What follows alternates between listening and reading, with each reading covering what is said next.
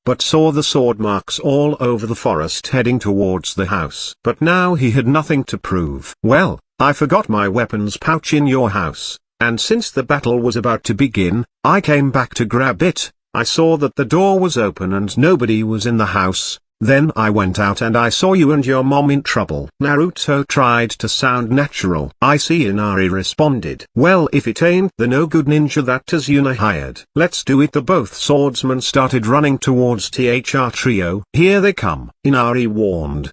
Naruto sneered as he disappeared right before their eyes. Whoosh! Naruto appeared behind the running duo as he gave a roundhouse kick towards the temple region of one man who slammed into the other as a bonus as they knocked their heads, turning unconscious and flew a few meters before they landed in the water beside the path that was built on stilts. "Wow, big bro Naruto, you defeated them with one kick." He. It stunned. Naruto laughed as he pointed his fist towards Inari. Ha ha ha. The duo started laughing. "Anyway, sorry about yesterday, Inari." "Ha, I called you a crybaby, you know, seeing you run bravely towards your mom. Just forget that I ever said it." "You're strong, Inari." Inari started crying. "Damn it, you are going to call me a crybaby again, aren't you?" Inari asked with tears running out. "It's okay to cry when you are happy." Naruto smiled. "Now then, I can leave everything to you, right?" "Yeah." Inari nodded. "Man, it's tough being a hero," Naruto commented as he turned the other way. Poof, that was a clone. "Big bro Naruto, you are too cool." Inari was stunned as Naruto's clone disappeared. Back on the bridge, Haku began fighting Sasuke once again, with much greater speed, only to be defeated yet again. Meanwhile, Naruto became happy as he confirmed that the jutsu worked perfectly and that his clone rescued both Inari and Tsunami. Zabuza's expression was not good as he stared at Haku. "At this rate, you'll be defeated by your intended victim." "Yes," Haku said as he emitted a chilly aura causing the surrounding temperature to decrease rapidly. "What is that? Is this cold air?" Sasuke asked as he was puzzled. Creak, creak, creak. Sounds of glass shattering came from behind Sasuke, only to see huge ice walls forming behind him as it continued to spread forth in a circular manner. "Hidden jutsu. Crystal ice mirrors," Haku announced as the jutsu completed. "What is that jutsu?" Kakashi thought, helping that Sasuke would still be able to survive. Haku then walked over to an ice mirror and stepped right into it, sticking himself into the ice mirror like he was a mirror image formed by it. "Are these mirrors?" Sasuke asked as he saw Haku simultaneously starting to appear in all the nearby mirrors. "Damn it," Kakashi said as he started running towards the mirror, only to be blocked by Zabuza. "I'm your opponent, aren't I?" "Since that jutsu has appeared, he's done for," Zabuza said with absolute confidence in Haku. Even though Zabuza said those words, he still looked towards Naruto, who was calmly observing everything. Zabuza could not help but be wary of Naruto ever since the time he was sent flying with a punch. But what made him feel uncomfortable now was that Naruto had yet to make a move. "Now then, I'll start. I shall show you my true speed," Haku said as he began to attack Sasuke with needles. "Sasuke!" Kakashi screamed, feeling powerless to do anything as he was being blocked by Zabuza. Kakashi also turned back to Naruto, only to see him watching the fight between the two in the crystal mirror quietly as though he had expected something. In truth, Naruto wanted to interfere, but he also wanted to give a chance to Sasuke, who had said he would take them on by himself. Sasuke! Kansara called out, unable to watch Sasuke being stabbed by the uncountable needles that were flying in the air. Sasuke tried resisting by using his chakra to increase his movement speed, but he was still outdone by Haku. Sakura did not want to watch Sasuke get hurt, as she jumped into the air after taking out a kunai and sent it towards the space in front of Sasuke. But before it could reach, it was caught by Haku. Sasuke took advantage of this small pause in the battle. Sharingan. Both his eyes opened up with red pupils as he seemed to regain his confidence while also brimming with fighting spirit. But no one noticed the small change that took place in his eyes.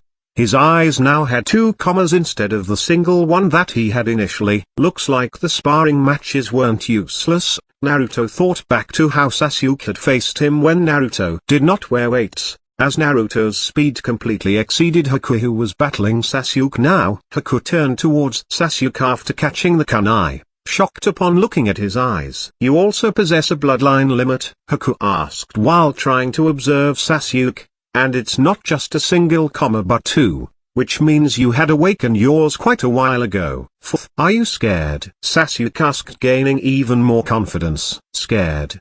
No, it's just that the jutsu I'm using right now is based on my bloodline limit," Haku said indifferently. "I knew it." "That jutsu?" Kakashi said as he looked towards Sasuke's battle. "Yes, Haku does possess a bloodline limit, but you are no slouch either." "Kakashi, who is that kid fighting with Haku inside?" Zabuza asked curiously. "Sasuke is the member of the most excellent clan in Konoha." "That can't be," Zabuza said with a sense of disbelief. "Yes, his name is Uchiha Sasuke. Bears within his body the famous bloodline limit of the Uchiha clan. He is the sole remaining survivor of that tragic clan?" Zabuza asked with a dumbfounded expression. "No wonder. But that's the same as Haku. Nobody has ever beaten the secret jutsu of Haku's, not one person from the past." Meanwhile within the crystal mirror, Haku said once again, "If I can, I don't want to kill you. Neither do I want to get killed.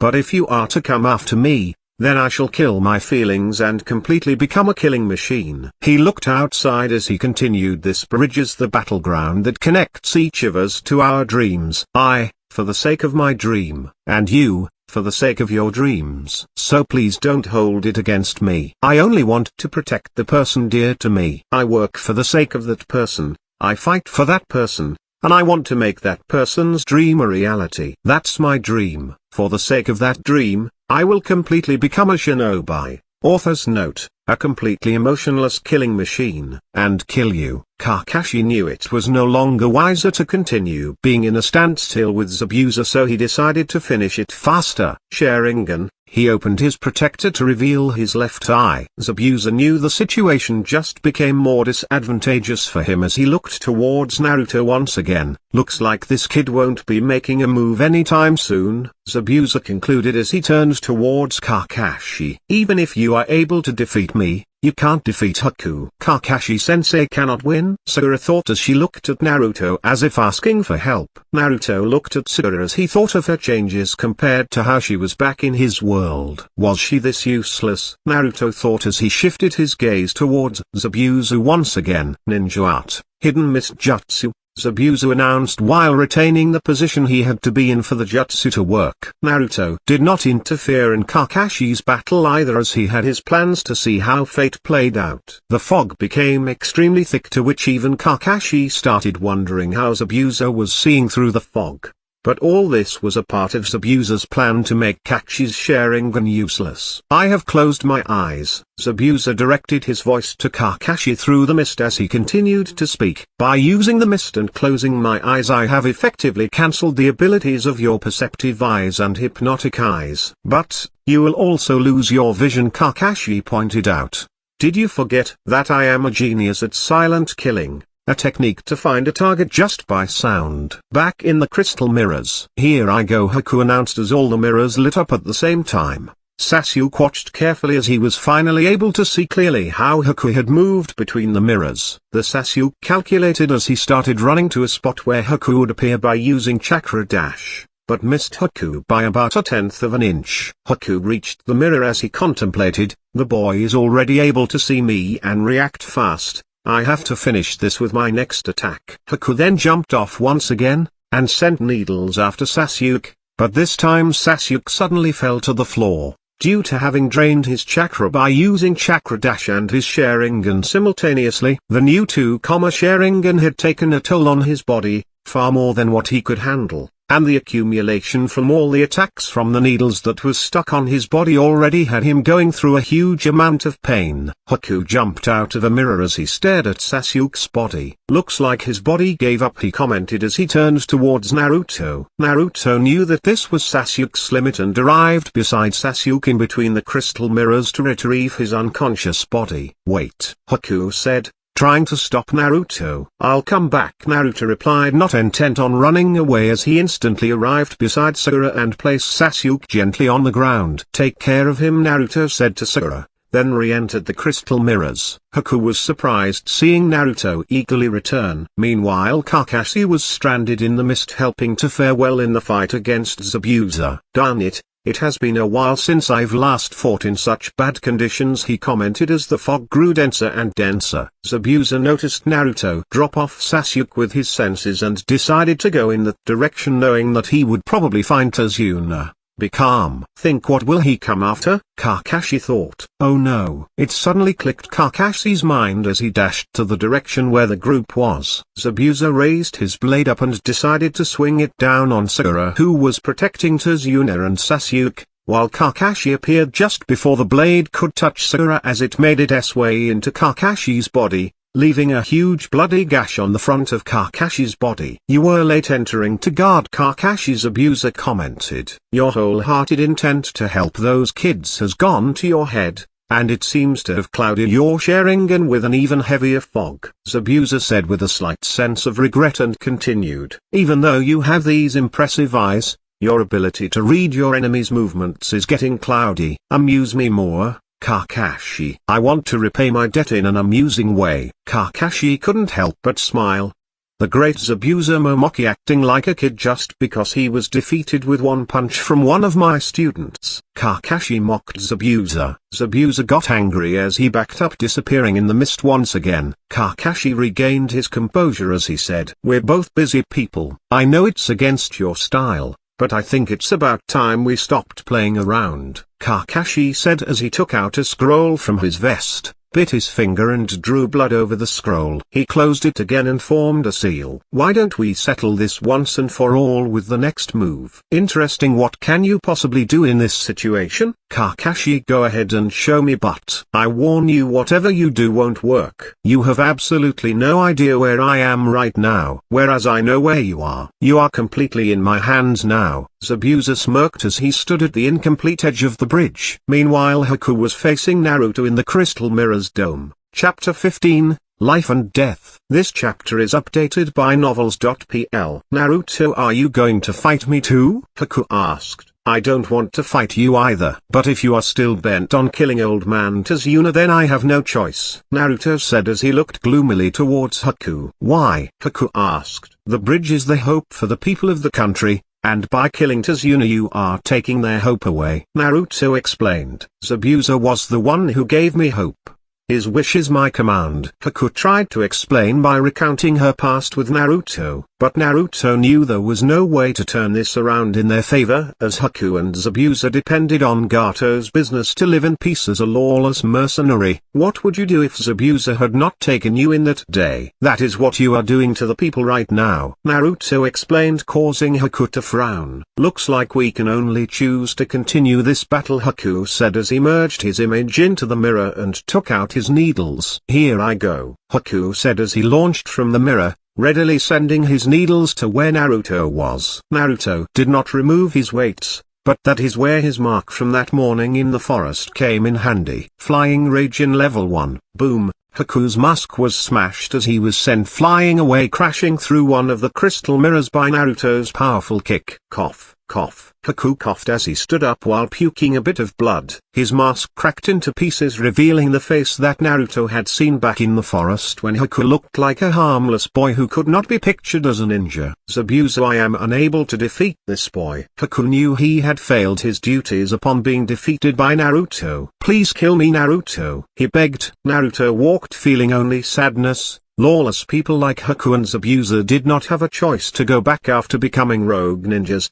so even if he freed them, one day or the other they would get killed. If not his team, some other team would face a similar situation. The hardest part being that he liked them both, in this world and the previous one too, as they were the ones who first showed him how a ninja should live. This deep respect could not be shaken, but he had to watch the duo die in the present once again, as he was not in a position, as in Hokage, to grant them protection regardless he had strength or not. Neither was he willing to risk showing his abilities, which could in theory bring a bigger disaster in form of Akatsuki or maybe a retribution of some sort by going against fate itself, because this matter not only concerned him but most importantly the people who he wanted to protect once again. Naruto knew that the universe worked on the principle of exchange, For example, the jutsu that had played a major part in the war was the reanimation jutsu, which worked by exchanging one's life. He would be risking someone else's life. For example, saving Jiraiya could maybe lead to having Kakashi killed as a principle of equivalent exchange. "I won't kill you," Naruto said as he walked forward. "You took away the reason for my existence." Haku continued. "That still won't change my decision." "Then I can only continue," Haku said as he started running towards Naruto.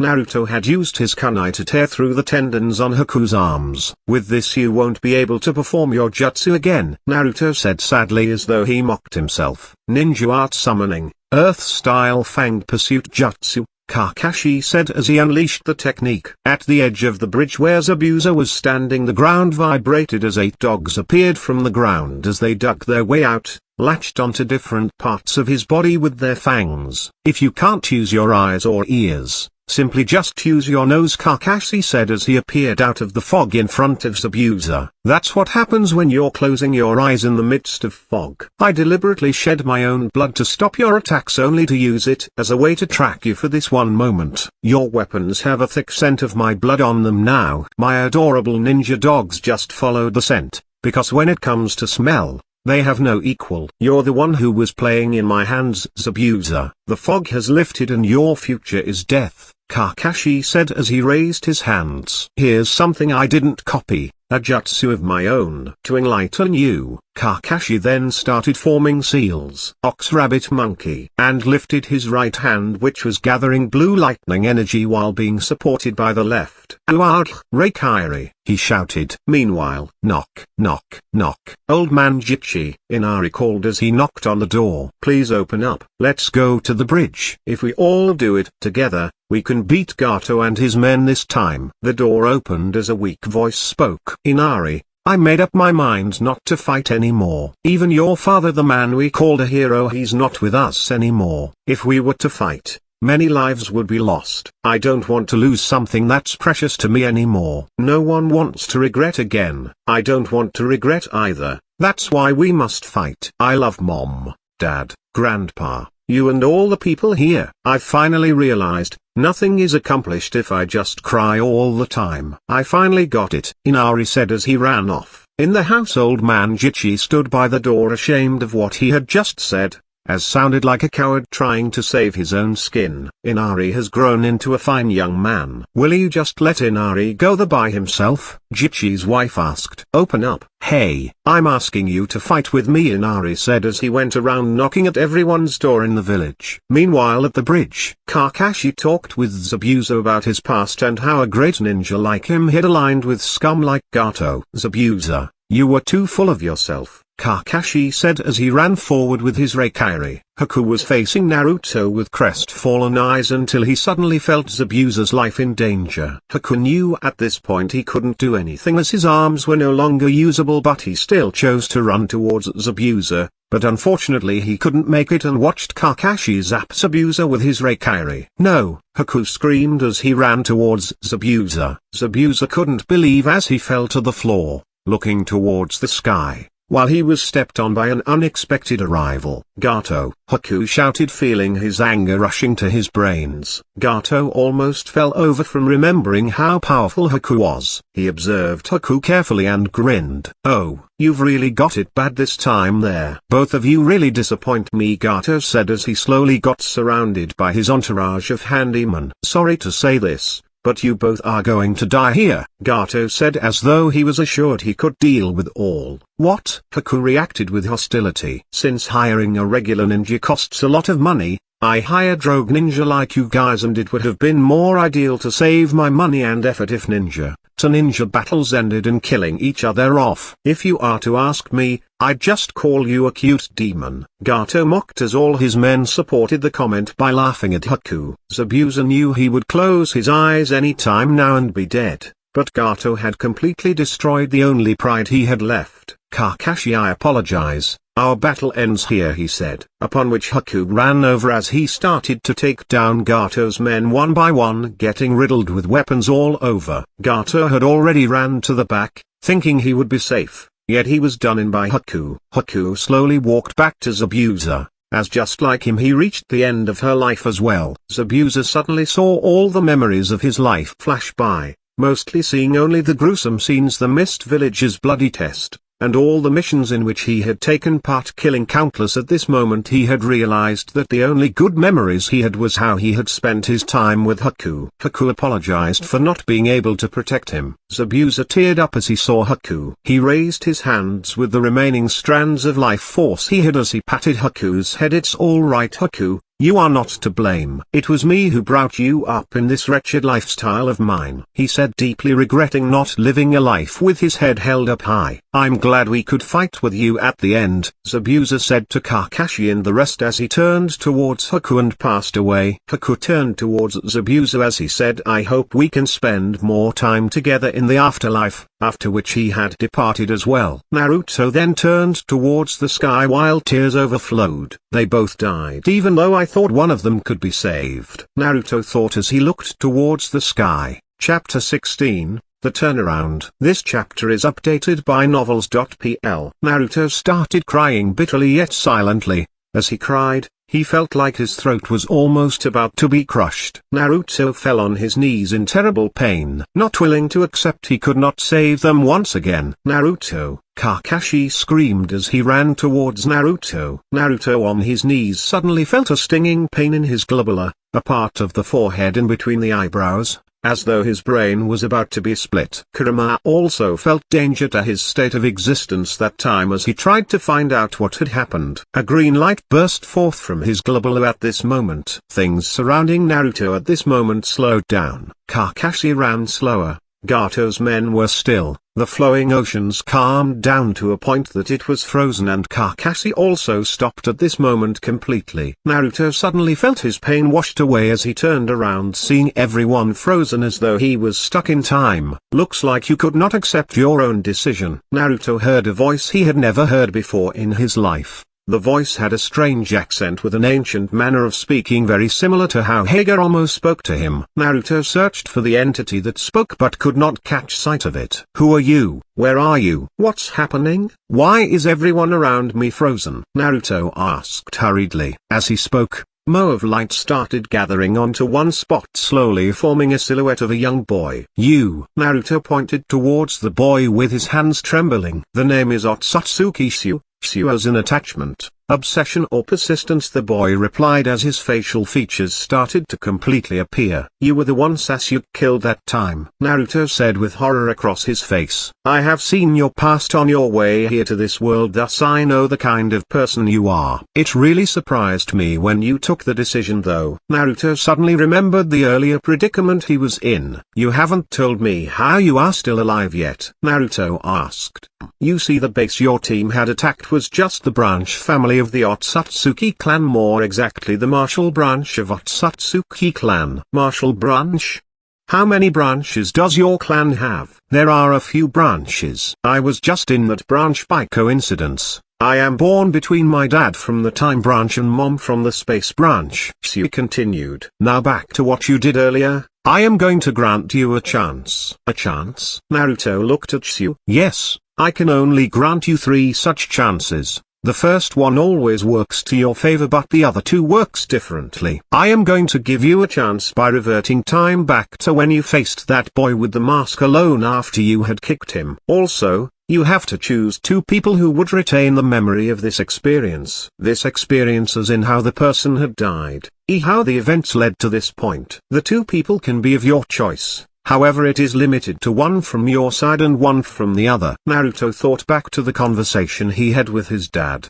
"What of your clansmen? Are they all revived and alive in this time?" "Yes, however the time branch may notice the anomaly in the time field here. That is why the other 2 chances are related to that." "So have you made your choice?" "Yes, I choose Kakashi-sensei and Zabuza-san." Naruto became happy. "All right then, I will invoke the time laws for you, Sasukes said as he started moving his hands in the air with swaying motions causing everything to fall back into place and reverse their actions. Naruto also saw his image unsewering Haku's tendons as they went back to the time Sasukes said he would revert it back to. All you have to do now is superimpose with your image and time would continue running again. Sasukes, thank you for everything, Naruto said as he had tears coming out of his eyes. Aren't you angry that Sasuke and the others killed you and your people? Naruto asked as he started rubbing away his tears. The Time Branch members are destined not to die and also not to interfere with lower worlds as they age, so since I am young and wanted to go out on an adventure, I sent you back with my soul residing in your body to see how you would relive your life again if given a choice. Sasukes said as he changed into light particles diving back into Naruto's globula.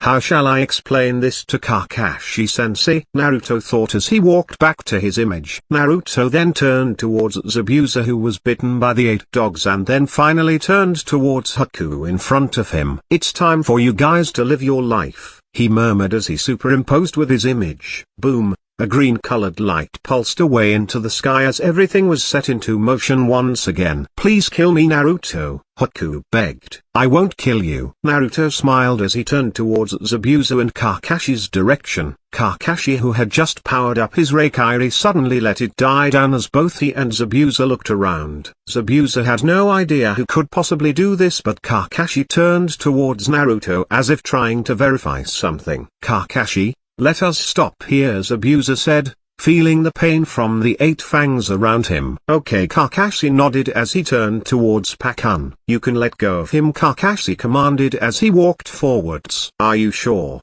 Didn't you just summon us now just to stop him? Pakan asked as he looked towards Kakashi for having contradicted his earlier actions. I'll explain to you later, Kakashi said. Okay. Puff, puff, puff, puff, puff, puff, puff. Puff, all the ninja dogs disappeared as Zabuza finally felt free. Did you feel that as well? Kakashi asked as he walked towards Zabuza. Yeah, Zabuza said as he regained his breath. Haku. The fight is over, Zabuza commanded. Haku then turned towards Zabuza with surprise written all over his face. We no longer have to fight, Haku murmured as he turned towards Naruto who was smiling back at him. What the hell are you two doing? Not finishing them off. An unpleasant voice interrupted. Gato, Zabuza called as he became really angry. Finish your job, Gato screamed. Don't you want to be paid? Gato asked. Zabuza would not fall for this again as he had already experienced death,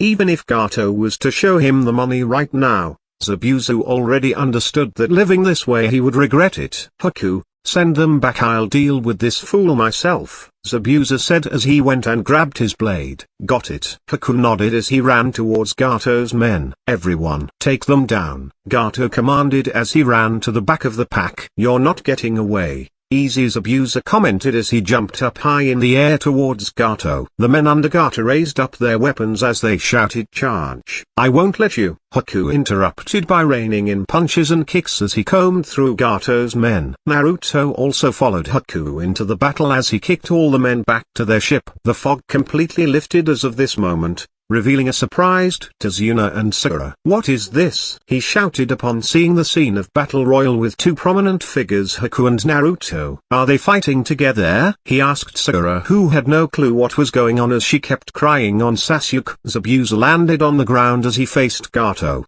What are you going to do? Gato asked, fearing for his life. You were going to have me killed, weren't you? Zabuza asked. How did you know? Gato asked, almost pissing his pants. Let's just say I just had a taste of death, Zabuza said as he turned towards Naruto and Haku who were fighting. He then turned back towards Gato as he said, it was not pleasant, Zabuza said suddenly in a demonic voice, upon which Gato started pissing in his pants. Kakashi calmly stood at the back watching all the events taking place in front of him as he looked towards Naruto. Naruto, what just happened in the past 2 months? What happened today? Are you really Naruto? He thought. Ugh, where am I? Sasuke asked weakly as he raised his head. Sakura, you are too heavy, Sasuke complained. Author's note, I swear, any girl in this universe would have instantly been pissed off for an entire year because of this comment. Sasuke, Sasuke, Sasuke, Sasuke. Sakura cried even harder, relieved that her teammate was still alive. "Sakura, that hurts," he said as he sat upright. "Things turned out well for you, huh?" Tazuna said, being happy for the team and the change in events. "Anyway, where's Naruto? And also what happened to the masked guy?" Sasuke asked. "Naruto and the masked guy are both fine, huh?" Sasuke looked up. "They are fighting alongside each other as we speak," Sakura said. "What in the world happened when I was knocked out?" Sasuke thought. The scene changes to a small yellow puddle present next to a shoe in which Gato's reflection with fear written all over his face was seen. "Are you done pissing?" Zabuza asked, impatient to kill the man. "Let's talk this out, Zabuza. I can give you 10 times no, even 100 times the money." "What do you say?" Gato whimpered,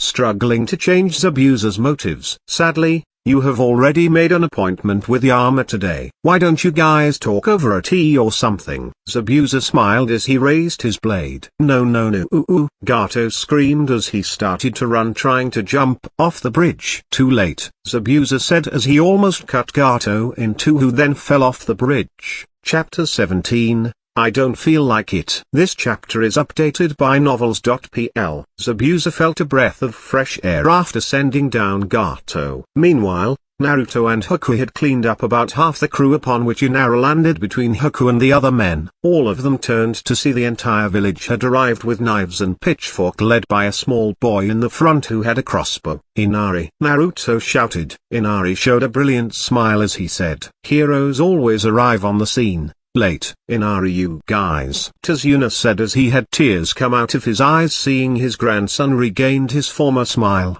while the villagers their former courage. "Let's retreat," one of the men screamed as he ran towards the rope ladder at the side of the bridge that led to the ship, only to be almost pushed off by the others who followed, trying to run away now that they were no match even in numbers. Naruto then ran towards Tazuna and whispered a few words in his ear. "Don't worry, leave that part to me," Tazuna reassured as he turned towards the villagers. "Everyone, the bridge was saved by the entire group, especially these two." He pointed towards Zabuza and Haku. "Now, these two do not have a home to go to. I think they should live with us in the village. What do you all say?" he asked as he faced the crowd. "They are welcome," a man screamed from behind, followed by everyone who started to cheer. Zabuza started to tear up at this moment and walked towards Kakashi. "I'm glad we could fight with you." Kakashi nodded. "Right at this time, both me and Haku would be lying cold over there." Zabuza pointed towards the spot where both he and Haku passed away before time had reset. "I don't know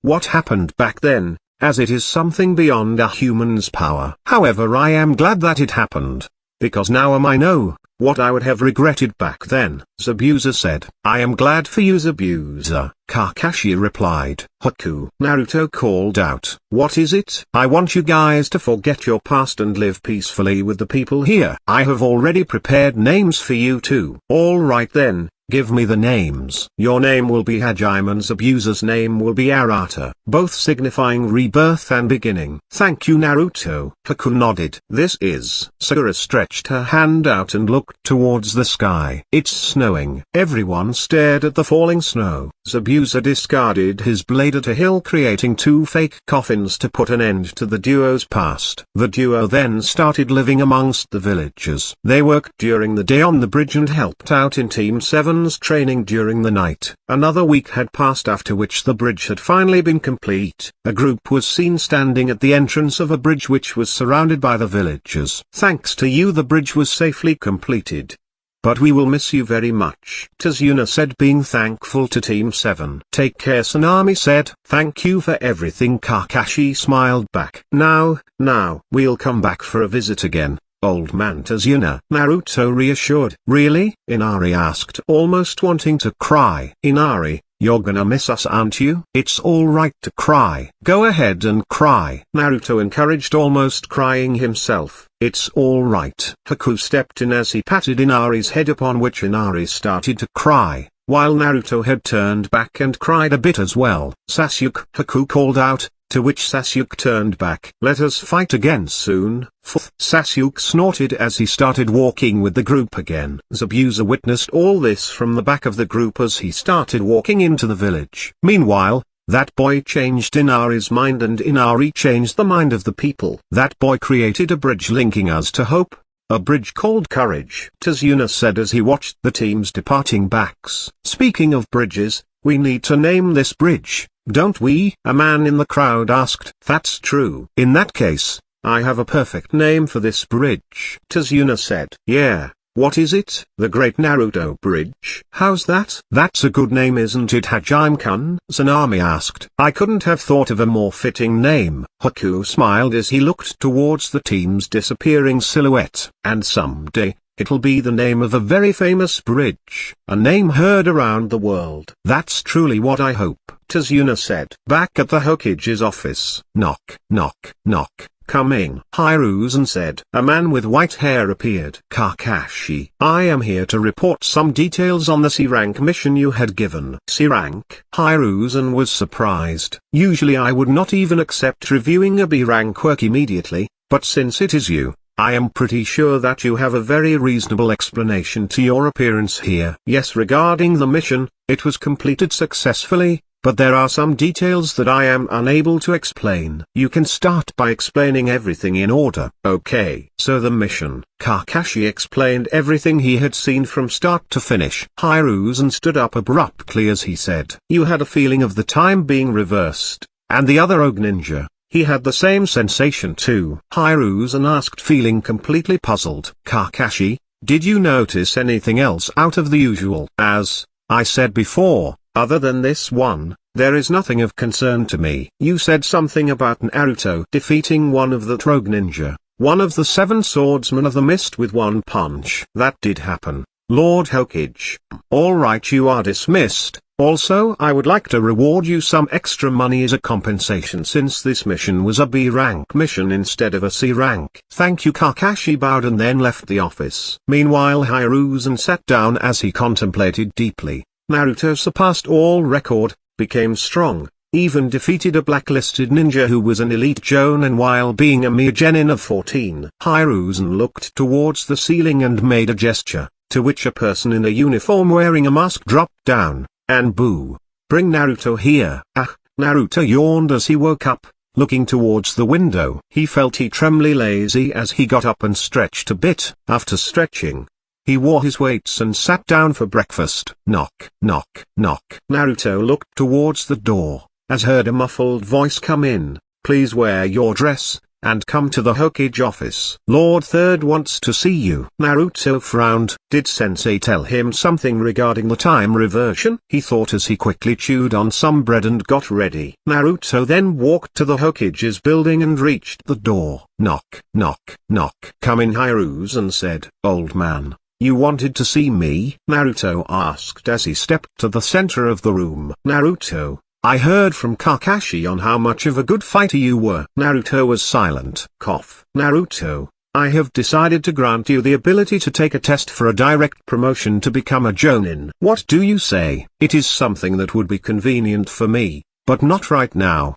since the upcoming Chunin exam is important because that is where I need to stop Orochimaru before he injects Sasuke with the curse mark thingy. Naruto thought. Are you willing to take it? Hiruzen asked once again. I'll pass on that, old man, Naruto said as he walked towards the door. Why? Hiruzen asked. I don't feel like it, Naruto said as he closed the door and went. He doesn't feel like it? Hiruzen was dumbfounded. He then grabbed his smoke pipe as he inhaled the smoke and blew it out with a smile. What does he plan to do? He thought as he looked out the window. Chapter 18, You Are Way Too Cool. This chapter is updated by novels.pl. After leaving the Hokage's office, Naruto walked towards the spot where he and the team were supposed to meet. Sakura and Sasuke were already waiting by the time Naruto arrived at the small bridge. About an hour later. Well, good morning, everyone. Oh boy, here we go again, Naruto and Sasuke thought. Today, I got lost on the path of life. Kakashi started giving excuses only to be struck down by Sakura's glare. Ahem, Kakashi coughed. Today we have to do a bunch of D-rank missions. D-rank? The trio stared at Kakashi. About a few missions later. During the river cleanup,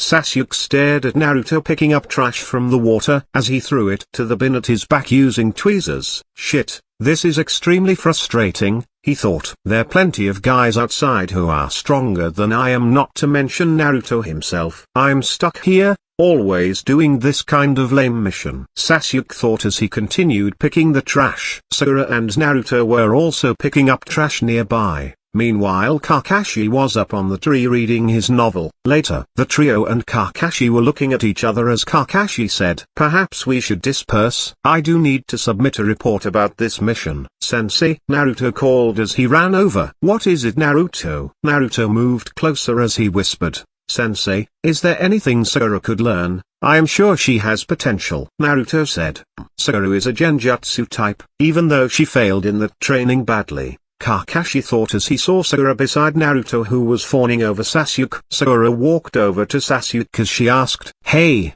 how about why don't we work on improving our teamwork together?" Sasuke turned towards Sakura as he contemplated a bit before saying, "If you have time to spend on me, why don't you practice a jutsu? To tell you frankly, you are the weakest in the team right now," Sasuke said as he started walking about his merry way. Sakura felt completely abandoned at this point, completely slouching while she stood. "Sakura," Kakashi called out. "Yes," Sakura answered without any spirit as she turned about weakly. "Meet me in the training field by evening at 4 p.m., Kakashi said as he flew away, leaving Naruto and Sakura behind. "Sakura-chan," Naruto said as he tried to cheer her up. "Do you want to go on a date with me?" Naruto asked. Sakura became wild at this moment as she immediately reacted by smacking Naruto in the head. "Who the hell would want to go on a date with you?" Sakura shouted, almost turning into a demon. "I only wanted to cheer you up," Naruto said while feeling wronged. "Oh sorry," Sakura said as she turned away starting to leave. "I want to help you improve your abilities," Naruto said, upon which Sakura stopped. "How?" Sakura asked with fire almost burning in her eyes. "We need to talk this over," Naruto replied. "All right then, I will hang out with you. But this will not be considered as a date," Sakura said as she held one of Naruto's hand and marched away with him. In a nearby restaurant under the shade, Naruto and Sakura sat down opposite to each other as they ate from their plates. "So," Sakura initiated, "you see Sakura, after being in many missions by now, I am sure you would have realized that both me and Sasuke, we are power/fighting types, considering that we had to fight against people, whereas you have always stood at the back." "Okay," Sakura said, upon which Naruto witnessed her getting even more angry. "From what I have observed, you could be suitable for laying traps, treating injuries or perform long-range attacks." Naruto continued, "You do have a point. So which one do you suggest I pick?" Sakura asked curiously. "Well, for starters, you could learn more about traps, but more importantly than that I would like you to focus on medical ninjutsu." "Medical ninjutsu?" Sakura murmured as she took a bite. "Kakashi-sensei has called you this evening, right?" "Yes," Sakura confirmed. "I'm pretty sure he is going to teach you something for offense. But it would also be for the best if you could learn some simple first aid and a basic healing jutsu. I'm sure it can come in handy just in time for the exam," Naruto said as he took a bit from his plate. "Exam? What exam?" Sakura asked. "The Chunin exam, of course." "Hinata!" Naruto shouted, being shocked. He truly did not expect that Hinata would show up, especially when he was having a chat alone with Sakura. "Naruto-kun and Sakura-san?" Hinata was shocked. "Hinata, this is not what you think it is." Naruto got up, slowly approaching Hinata. "Hinata, I swear we're not here on a date." Naruto tried to console Hinata, upon which Hinata started running away. "No!"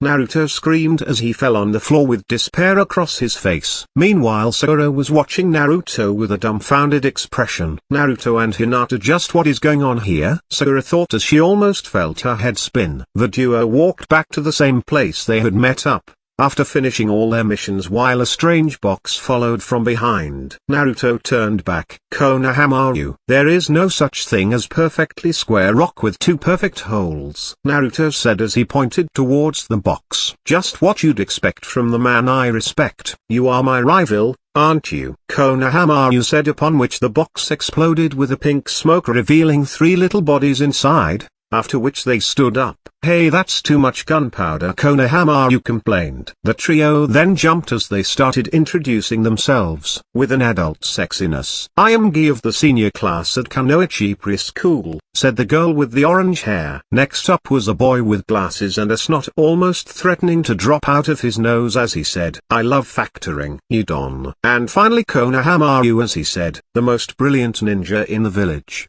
Konohamaru. The trio then spoke together.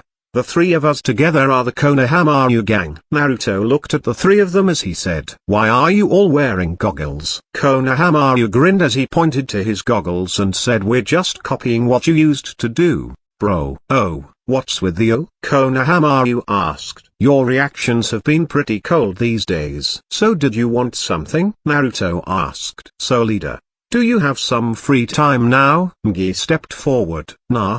I have to train." "What? You said you'd play ninja with us today." Konohamaru sulked. "Oh? Is that right?" Naruto scratched his head. "If I played with these guys they would make me hang out all day." "Why would a ninja play ninja?" An eerie voice interrupted. "Sakura-chan." Naruto smiled. "Big bro Naruto. Who is she?" Konohamaru pointed towards Sakura, after which he stared at her trying to figure out her identity. "Oh, you've been busier than I thought, bro," Konohamaru commented in sly voice with a sly smile across his face. "How does everyone misunderstand us? First Hinata, now Konohamaru." Naruto thought. "Is she your?" Konohamaru pointed his pinky at Naruto. This author's note. The pinky literally meant that Naruto was taking Sakura as a mistress, lover. "Naruto," Kurama warned. Naruto then turned back to see a pink demon with a full-on killing intent. Naruto vanished instantly, appearing behind Sakura. "Konohamaru, run for your life!" Naruto screamed, trying his best to restrain Sakura. "Ah!" Konohamaru screamed, running at top speed. Bang! Konohamaru crashed into a person twice his height. He then looked up to see two people, one covered in black clothes and marking across his face while carrying a strange thing on his back covered in cloth strips, whereas the other was a beautiful blonde with a similarly large thing attached to her back. "That hurt, little punk," the man complained as he lifted Konohamaru up. "Stop that. You'll get yelled at later," the girl by his side advised. Sakura then approached the duo, trying to sort the mess she had created. "I'm sorry, I was fooling around," Sakura said in a pacifying voice. "Hey, drop the boy this instant," Naruto said in a calm voice, knowing that he was dealing with Kankuro while he was part of the plan to bring destruction to Konoha during the Chunin exam. Hence Naruto did not hold back his feelings as of this moment. "Let's play with him before the strict one comes around," Kankuro told Temari, intent on causing trouble. Meanwhile Naruto vanished from his spot, instantly reappearing by Kankuro as he held Kankuro's hand with a good amount of strength, causing him to release Konohamaru due to the pain. "Don't you dare lay your hands on him," Naruto said as he turned towards the tree in a nearby compound from which Gaara was watching while hanging upside down. "Gaara," Naruto recognized in his mind. Meanwhile Konohamaru just got up from the ground and stared at Naruto. "You are way too cool." Chapter 19.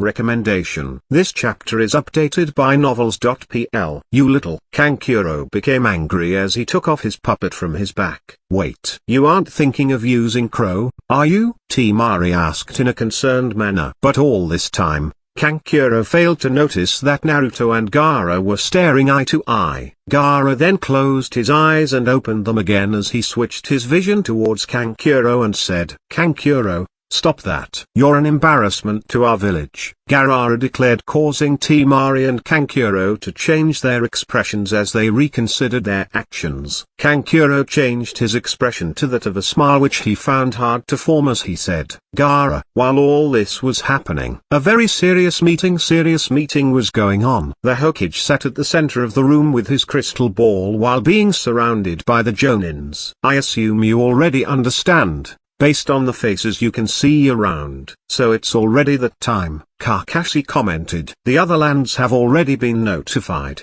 right?" "I've seen them here and there in the village," Asuma said. "And when will it be?" Kurenai asked. "In 1 week. Hiruzen replied. "That's very sudden," Kakashi said. "Puff." Hiruzen let out a smoke after taking out his smoke pipe. Now, I will make the formal announcement. 7 days from today, on the first day of July, the Chunin exam will begin, Hiruzen announced. Meanwhile, Gaara asked Kankuro with a cold voice. Why do you think we came all the way here to the Leaf Village? Please listen to me.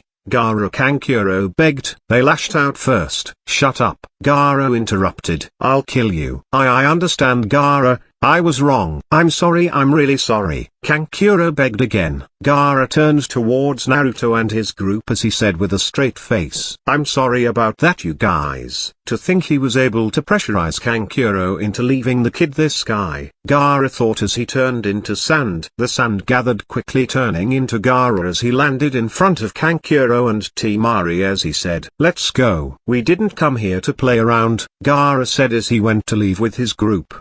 But before leaving he turned around once towards Naruto. You with the yellow hair, state your name. Uzumaki Naruto. Naruto replied with a smile. I am Gaara of the Sand. Next time we meet, we are enemies, Gaara declared as he finally left with his group. Sakura then turned towards Naruto. What do you think those guys from the other village were doing here? They probably came to attend something, Naruto said as he walked away with Konohamaru and the gang. Back in the Hokage's room. Now then, in conjunction with beginning the Chunin exam, let us first have those in charge of the rookie genins come forward. Hiruzen said, upon which Kakashi, Kurenai and Asuma walked out. Kakashi, Kurenai and Asuma. So, are there any genins from your squads you would wish to recommend for these exams? It goes without saying, but if it's a genin who has carried out 8 or more formal missions, you can recommend them for the exams if you wish. Well, as a general rule, having carried more than twice the amount of missions is more appropriate. Hiruzen continued. Meanwhile, Euka thought, there's no need to hear this. It's too soon for them. Then you first, Kakashi. Squad 7 led by Hatake Kakashi, Uzumaki Naruto, Uchiha Sasuke and Haruno Sagara. I Hatake Kakashi, recommend these 3 for Chunin exam. Squad 8 led by Yui Kurenai, Hyuga Hinata, Inuzuka Kiba and Abraham Shino. Yui Kurenai, recommend these 3 for Chunin exam. Squad 10 led by Sarutobi Asuma Yamanakuno, Narashikamaru and Akimaki Chuji. I Sarutobi Asuma, recommend these 3 for Chunin exam. Euka was surprised. Uzumaki Naruto, do you really want to recommend him? Hiruzen looked towards Kakashi. Yes, Kakashi nodded, while others found the situation puzzling. What about him? Kurenai asked as she faced both Kakashi and Hiruzen. I feel that boy can already attend the Jonin level exam, Hiruzen said, causing all the people in the room to fall silent. Uzumaki Naruto, isn't he the one who has the 9-tailed fox? Someone mewed. SSHSHHHH. Do you want to get punished? Didn't Lord Hokage forbid us from ever speaking of that matter again? The man asked towards the other who had just commented. I don't agree, Meitage. I stepped up. I had my team skip out the Chunin exam last year, and strained them hard for a whole year. I feel that all of the 9 rookies other than Naruto lack the ability to participate in this exam. Don't shift the subject, we are talking about Naruto here. Hiruzen interrupted. But Hokage-sama, I have personally seen Naruto fight against my favorite pupil. I know he would be able to take the exam without problems. But what is this about a Jonin exam I am hearing? Do you know the 7 swordsmen of the mist? Hiruzen asked. Yes. Gai put his head down, being reminded of how his dad died. Naruto defeated one of them with one punch. He has also demonstrated his abilities in a few different ways. The academy test back then was no mistake, Hiruzen continued. But, that could have just been a lucky punch, right? Gai argued. No, Kakashi himself found the opponent extremely troublesome, but Naruto ended it in one punch. The conversation continued, but everyone in the room was shocked. The 7 swordsmen of the mist were a legendary group. Even the most experienced elite Jounins would rather stay out of their way, so as to avoid them, but Naruto had defeated one with just a simple punch. Kakashi turned towards Gai right now. Just because your students were weak to attend the previous exam, doesn't give you the right to point out my students. I was 6 years younger than Naruto when I became a chunin and 3 years younger to become a jounin. Kakashi, Gai stared bitterly. Wait a minute, Euka shouted. What is it, Euka? Hiruzen asked. Lord Hokage, this may be presumptuous, but I agree with what Gai-sensei had said about the 9 rookies. The 9 names that were submitted just now, I was in charge of them, not long ago in the academy. Admittedly they are all students with ability, but it's too soon. They should be tested after having gained more experience, Euka complained, trying to protect his ex-students. I understand your point, Euka. Therefore, I have decided to conduct a special preliminary exam for these rookie genins. Hiruzen said. Preliminary exam? Euka asked. The meeting had concluded, while Sakura was stuck waiting for Kakashi in the field. Sakura, Kakashi called out. Sensei, I was waiting for you. Sorry, this time I was really busy. Now for your training, I would like to ask you, how much do you know about genjutsu? Kakashi asked. I know the basics of how it works, Sakura said, lacking a bit of confidence in her tone due to being excited over what she was going to learn next. Alright, this should be easy then, Kakashi said as he started teaching her. Naruto had just reached home, only to find Sasuke waiting outside his door. Sasuke, let's spar, Sasuke said. Naruto agreed after having a small break in-house. Sakura, that's it for your training today. Sakura nodded. If you want to learn more, I think it would be best for you to learn about genjutsu from Kurenai. But you have to remember one thing, someone like me or Sasuke having Sharingan will affect your genjutsu, as it can be seen through. However, there is one fundamental principle that can allow you to create genjutsus that never fail. What is that, sensei? Sakura asked curiously. Even the most simplest of genjutsu can change the entire battle to your favor, Kakashi said as he started walking away. Thank you for the lesson, sensei, Sakura said as she also left the training field. Meanwhile, in the forest nearby the field, Naruto and Sasuke kept clashing against each other. I am finally able to react to you, Sasuke sneered as he kept defending. Naturally, your eyes have gotten used to my movements without the weights. Naruto smiled while he still kept parrying with Sasuke, blow for blow. Sasuke looked towards Naruto, who was busy attaching his weights back to his body again. What if I told you there is another person who is on par or even better than my speed? And he is still a genin. Who is it? Sasuke was surprised. His name is Rock Lee.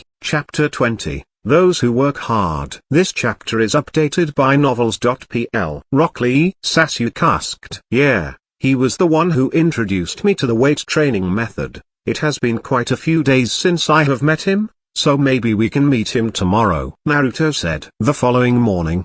He's late again, Naruto said, looking at the stream flowing under the bridge. If anything, it's always those lame excuses, Sakura commented. Say.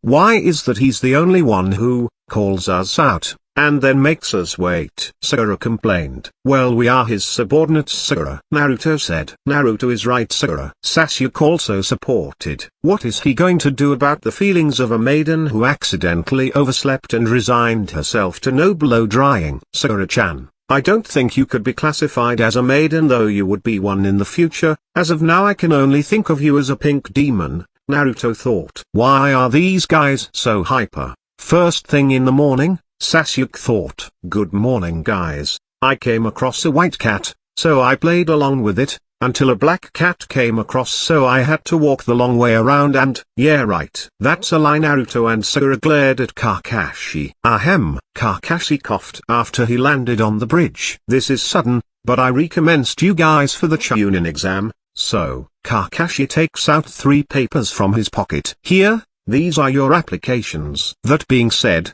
the recommendations are not compulsory. You guys are free to decide whether you take the exam or not. The trio looked at the papers. Only those who want to take the exam, sign that application and come to room 301 of the academy at 3 p.m. 5 days from now. That's it, Chunin exam. Naruto grinned. Sasuke turned towards Naruto and said, Naruto, I want to meet this Lee guy right now. Huh? Who is Lee? Sakura asked. Naruto scratched his head and said, he is a genin like us. and a very good fighter. Oh, the trio walked for a while till the forest besides the field. But Lee wasn't there. They then walked towards the training field. Neji launched a palm strike while Lee parried. Tenten jumped up into the air. "Here I go," she said as she sent her scroll flying into the sky. The scroll flew upwards as it spread around in a spiral shape. "Summon," Tenten called. Puff, puff, puff, puff, puff. About 100 weapons of different sorts appeared. "Dodge," Neji shouted. Both Neji and Lee jumped back a few steps as the weapons landed one by one onto the grounds, with some of them exploding.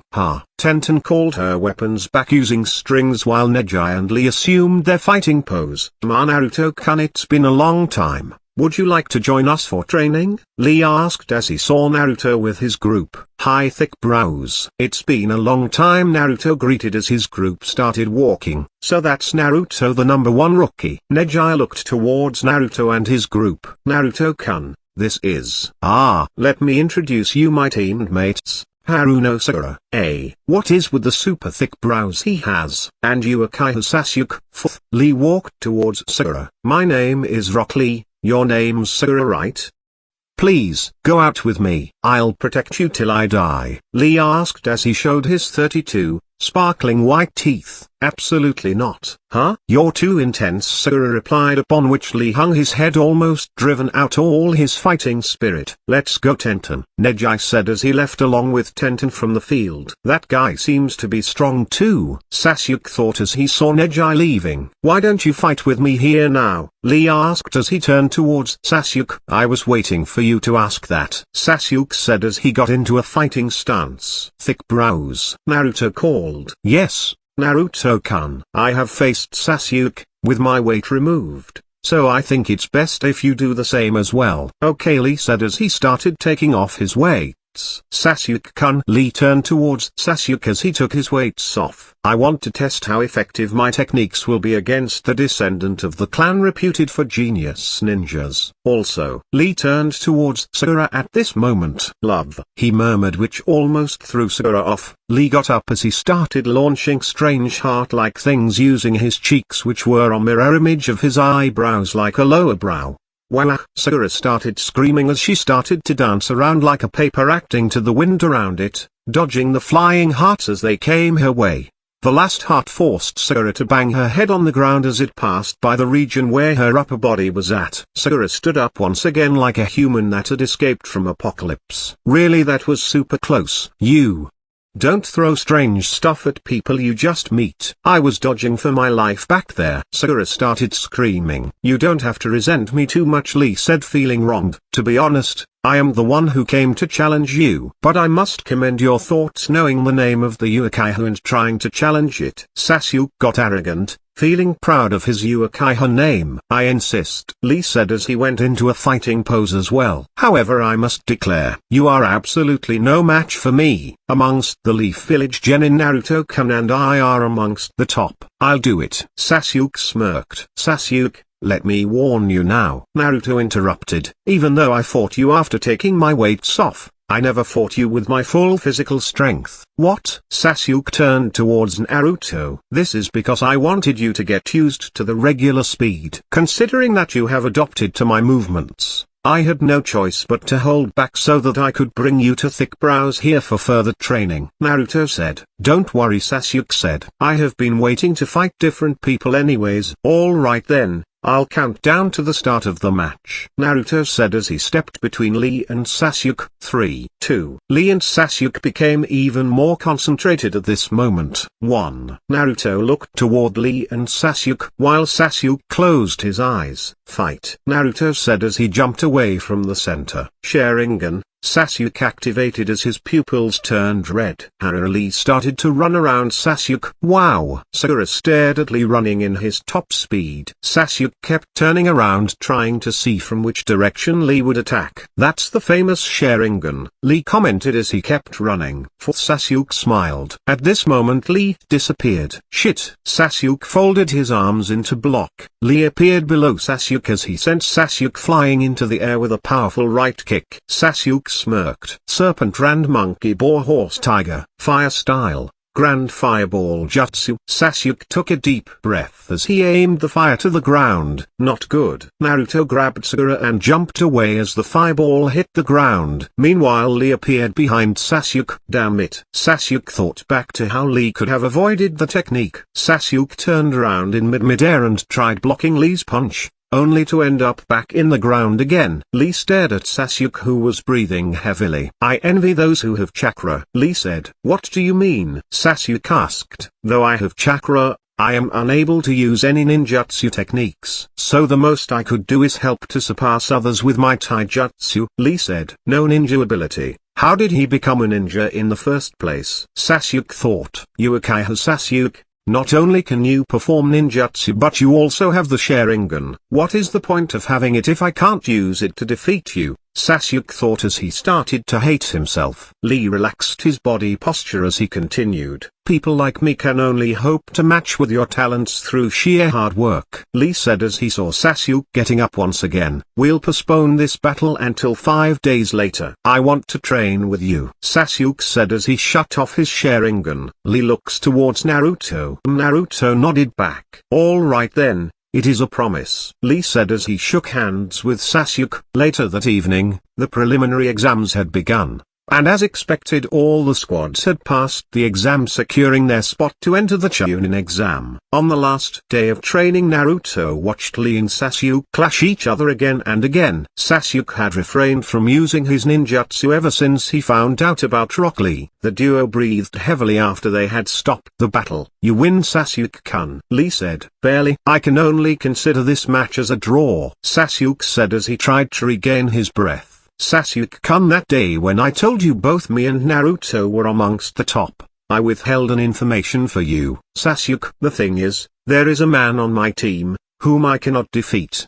He also possesses an eye bloodline similar to yours. Sasuke thought back to Neji, who had left with Tenten the other day. His name is Hyuga Neji. Hyuga. Sasuke stood up. Chapter 21. Let the test begin. This chapter is updated by novels.pl. You mean to say he possesses the Byakugan? Sasuke asked. Yes, Lee replied as he stared into the sky. You see, I have fought over 1,000 times, but I have yet to beat him, Lee continued. Sasuke was stupefied. He also has a cousin entering the tournament this year. She also possesses the same eye bloodline, though I am not sure what her strength is. But from what I have heard, she is from the head family, Lee continued as Sasuke became more shocked. You mean to say this Neji guy, he is only from a branch family? Yes, some say his cousin is stronger, while others claim that Neji was someone who was actually a part of the main family. Neji does not prefer me talking about this, so I am going to stop now. What is the name of the other one, who is entering this year? Sasuke asked. Her name is Hyuga Hinata. She was from my class in the academy. Sasuke said. Then I am sure you should be able to judge her strength for yourself, Lee said as he got up. The following day, Naruto, Sasuke and Sakura turned up in front of the academy. Sasuke turned towards Sakura and said, Sakura, you're late. Yeah, sorry. Let's go, Naruto said as the trio departed for the 3rd floor. In one of the floors, there were a lot of people waiting, watching a pitiful beatdown of a boy in green suit. So are you sure you're going to attempt taking the Chunin exam with that skill? Maybe it would be for the best if you once quit. Your green asked rates after all the 2 men who were blocking the door commented one after another. Please let us through. A girl in pink stepped in. That's mean. One of the guys at the back of the crowd commented. Listen, we're being nice to you.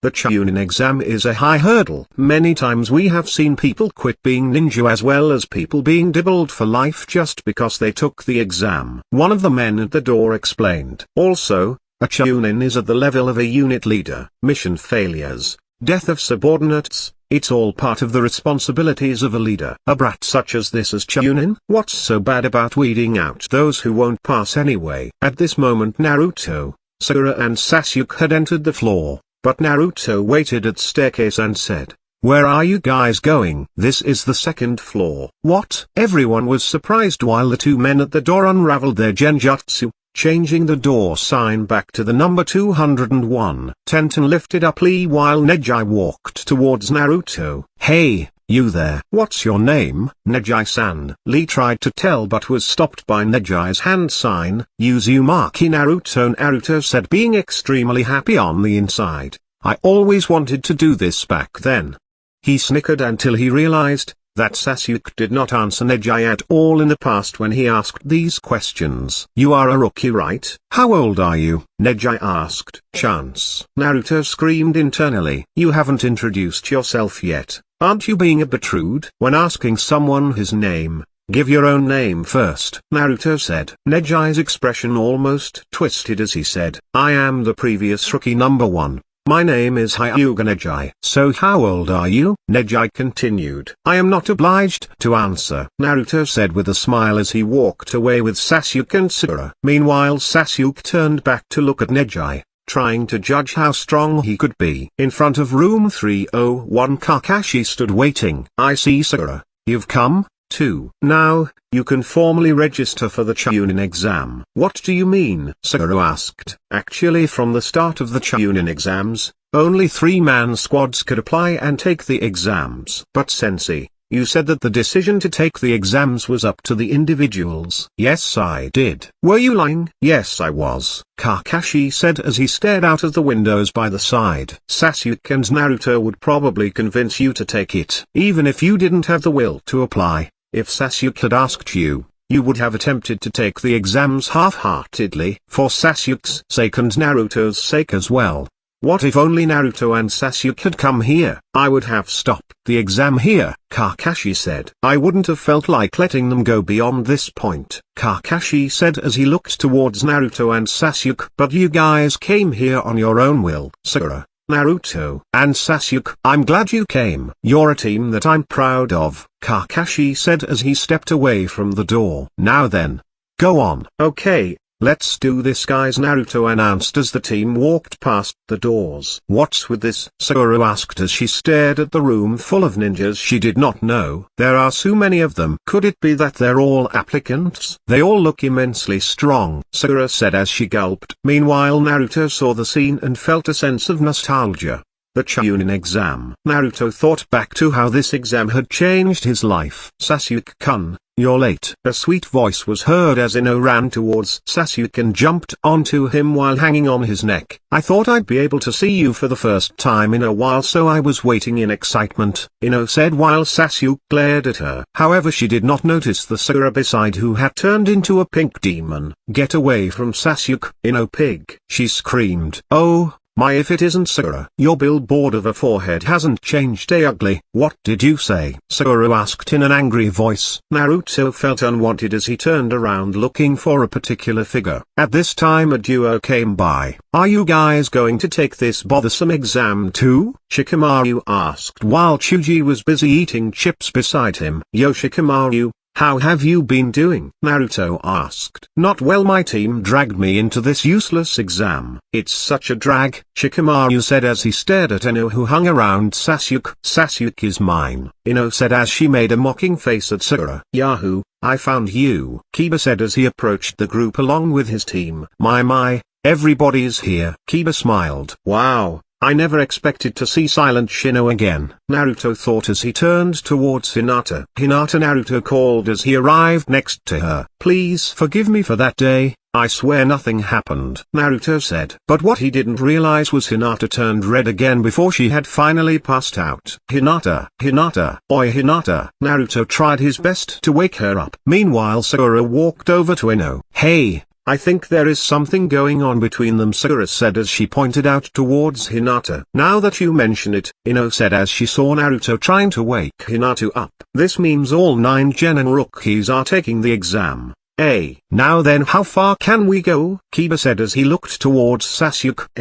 Sasuke-kun. You're mighty confident, Kiba. Sasuke replied back. We've trained a lot more than you guys have. Kiba replied. Oh yeah, I don't know about Sasuke, but I sure won't lose to the likes of you, Naruto said. Says the guy who cheated on the test to become rookie number 1 inch, Kiba countered. Meanwhile Chuji approached Kiba, looking at Akamaru as though it was food.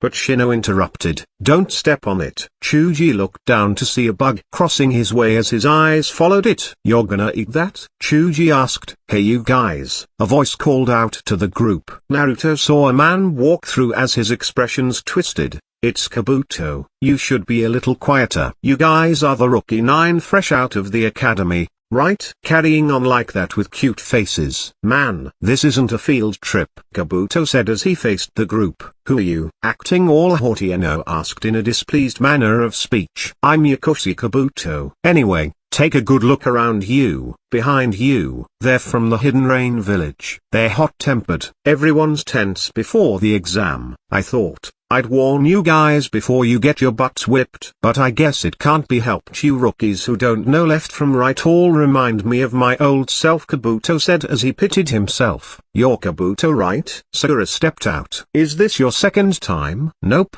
This is my 7th time," Kabuto replied, causing the group's expression to change. "Ha!" Shikamaru reacted. "This exam is only held twice a year, so it's now my 4th year." "Then that means you know a lot about these exams?" Sakura asked excitedly. "But you haven't passed yet?" Shikamaru asked. Kabuto scratched his head as he said, "Yeah, well, that is the case, yes." "Is the Chunin exam that higher hurdle?" "Man, this is even more troublesome than I thought." Shikamaru sulked. "Well, I did not attempt the exam properly, yet I became a Jounin," Naruto thought. "Then, maybe I'll give a bit of information to my cute juniors." Kabuto continued as he took out a bunch of cards. He started giving out the demographic of ninjas across the villages, after which he started giving out details on a few important ninjas. Sakura stepped in and asked, "I need information on Gaara of the Sand and his teammates." Sasuke also asked information on Hyuga Neji. Kabuto started compiling the information. "First up, Hyuga Neji. He's 1 year older than you guys. His mission experiences include 20 D ranks, 11 C ranks. His squad leader is Gai. In just this year, his taijutsu has drastically improved as well as his other skills. Last year, he'd attracted a lot of attention as the #1 rookie with his ability, but for some reason he did not participate in the exam. This is his first time taking the exams. Same as you guys. Tenten and Rock Lee are on his teams," Kabuto concluded as he took out the next card and injected his chakra into it. "Next is Gaara of the Sand. His mission experience is 8 C ranks, and 1 B rank as a genin. Wow. He is a ninja from the Sand Village in the Wind Nation and is a rookie, so there is no further information on him. But there is one thing. It seems he has returned from all of his mission uninjured," Kabuto concluded. "B rank as a genin. But uninjured?" Shikamaru was shocked. While Sasuke asked Sakura, "Who is this Gaara that you asked about? He seems to be no ordinary genin." Sakura replied, "Me and Naruto came across him and his teammates is all." Poof! A smoke appeared, after which slowly a number of silhouettes were visible. "Sorry to keep you guys waiting. I'm Ibiki Morino, proctor for the first test of the Chunin exam." Chapter 22, Unexpected Situation. This chapter is updated by novels.pl. This is a good opportunity, so I'll say this. There will be no battles and competitions and the like, without permission of the proctors. And even if you get the permission, actions that could lead to the death of an opponent will not be permitted. Any pig that screws with my conditions or me will be disqualified immediately. Got it? Ibiki asked as he stared at the ninjas looking at him. "This exam looks to be easy," a man with an attitude commented. "Now then, we will start the first test of the Chunin exam. Turn in your applications, take one of these number cards in exchange, and sit in the seat matching that number. After that, we will hand out the paper for the written test." Ibiki concluded, upon which everyone started to submit their papers and sat down on their assigned seat. A few moments later, Sakura felt happy, knowing that this was her kind of test, as she started grinning. Meanwhile, "Naruto-kun, sorry about earlier. I know that you did not mean that." Naruto turned to see Hinata by his side. He then grabbed both her hands together and said, "Really? Thanks a lot, Hinata. I would never betray you." "Oh no!" Naruto screamed, having realized that something was going to happen to Hinata. "Hinata!" He called her softly, only to see that she was barely able to maintain consciousness with her face red to the extreme. Naruto immediately let go of Hinata at this moment. A few breaths later, Hinata was finally able to calm herself down. Looks like everyone has settled down finally, Ibiki said as he grabbed a chalk. There are several rules to this first test. I will take no questions, so listen well accordingly. Rules: no questions will be taken, Sakura thought as she saw Ibiki start writing the rules on the board. First off is the first rule. You are each given 10 points from the start. The written test has 10 problems in all. Each problem is 1 point. And this test is a point deduction system. You are deducted 1 point for each problem you get wrong. If you get 3 wrong, you'll have 7 points. The second rule: pass or failure will be determined by the total points of 3 teams, Ibiki said, causing everyone's expression in the room to change. At this point Sakura banged her head on the table. Wait a minute. What do you mean total points of the team? Sakura asked, being extremely concerned about Naruto failing the test. Shut up. There's a perfectly good reason for this. Shut up and listen. Reason? If you've got it. Here is the most important next rule. Those who are deemed by the Sentinels as having committed an act of cheating or something similar to that will have 2 points deducted for each act, Ibiki said, upon which someone shouted from the back. What? In other words, there may be those who will be dismissed during this test without waiting for test grading. This means they're deducting points from things other than the written test problems, Sakura concluded. Know that those who commit awkward cheating will bring ruin upon yourselves, Ibiki said, upon which one of the sentinels sitting nearby the examinees commented. I'll check you anytime. To which the examinees became more wary. If you aspire to become a chunin at all, know that ninjas should act like exemplary ninjas. Meanwhile Sakura thought, relax. Naruto aside, Sasuke and I are okay. Even if Naruto gets 0 points. If we cover that. Author's note dash. Sakura still thinks Naruto did not do well in the academy test, and so do the others. Why? Because Naruto did not change his idiotic nature until the last 2 months. Hence everyone other than the Jounins don't believe Naruto is good at academics. Ibiki continued. In the case of even one person on the team getting 0 points, everyone on that team will fail. What did he say? Sakura felt like the world collapse onto her as she glared at where Naruto was sitting. By the way, the last problem will be given 45 minutes after the start of the test. The time for the test is 1 hour. Begin. All the ninjas focused on their papers trying to read through their questions. Sakura didn't read too much into the questions, but she prayed, feeling all her hope slip away. Naruto, just don't get 0 points. Sasuke started reading the questions as well. Damn it, these are questions even most chunins would find a hard time answering. Naruto isn't getting jitters from the get-go. Is he though? I do somehow feel that Naruto can get by this test as well. It is as though he already has a lot of experience from the time I have interacted with him. Meanwhile, Naruto almost sneezed twice in a row. Someone must really be praising me right now. He grinned as he looked at the question paper. What is this? First question is too easy. I bet everyone can get that. Second question. The parabola B in the diagram illustrates the greatest possible distance that enemy ninja can throw her shuriken from a tree 7 meters high. Predict and answer the enemy ninja's character inferred from the ellipse this shuriken forms. Also answer the longest firing range in battle on flat ground and explain your basis. Well, the ninja is a cautious type, taking that kind of elliptical path. The longest firing range should be about 44 meters, at which point the shuriken would lose its penetration ability.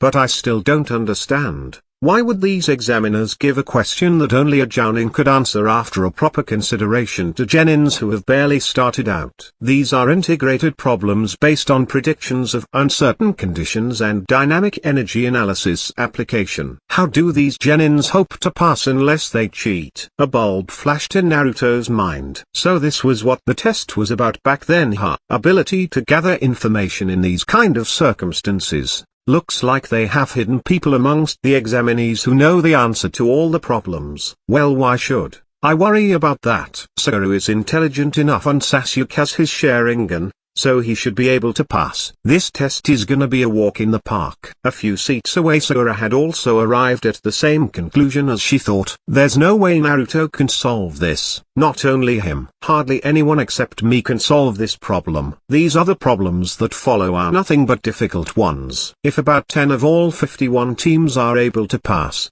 it will be bad if I didn't stretch myself and get a considerable amount of points. It's like a system inviting cheating. I hope Sasuke and Naruto won't panic and cheat. Sakura lifted her head as she turned towards where Naruto was writing. It's okay. Naruto's not that much of an idiot. Sasuke also kept staring at his paper while he arrived at his own conclusion. I don't understand even one of these problems. At any rate, this elaborate fuss. It's like a trick assuming that we're going to cheat. Sasuke turned towards a sentinel assigned towards his row not far away from him. They probably check with that paper. At this moment the sentinel started to jot down something. Somebody got caught. Cheating deducts 2 points. 2 points deduction, huh? Normally it'd be failure the moment the cheating was discovered. A bulb flashed in Sasuke's mind at this moment. As thought back to Ibuki's words. Know that those who commit awkward cheating will bring ruin upon themselves. I see, so that's how it is. This wasn't just an achievement test. The real aim was a test to see the ability to gather information with the full use of deception and concealment techniques. Ninja should read the double bluff.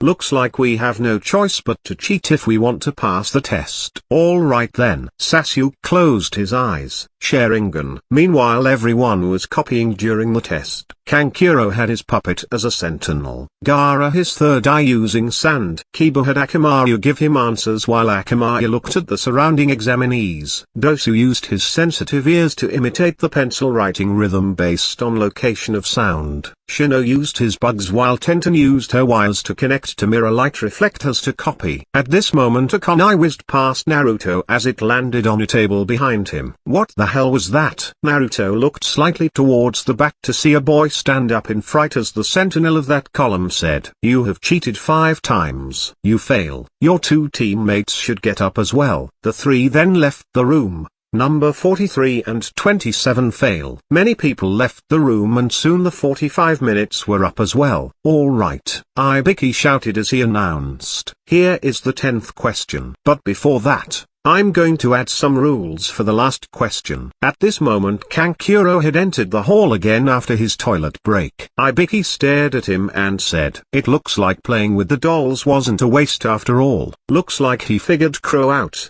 Kankuro feared. "Anyway, sit down. Let me explain. These are hopeless rules. First, you guys will have to choose whether or not you will take this question. If you chose not to take the exam, then your score will be 0. In other words, you fail. And of course, the same goes for the 2 others in the same group." Ibuki said, upon which a few voices started complaining. "What does that mean? And one more rule." Ibuki continued. "If you chose to take it and are unable to answer it correctly, then you will have to relinquish your right of taking the Chunin exam forever." A while passed, after which people started leaving. Number 50 failed. Number 130 and number 111 will be failed as well. Soon a few teams left the hall. Meanwhile Naruto was daydreaming for a bit since he had finished solving all the questions. Sakura kept staring at Naruto. "Naruto, why don't you raise up your hands? You want to become a Hokage, don't you?" "I'm sorry Naruto, I don't want to crush your unachievable dreams,"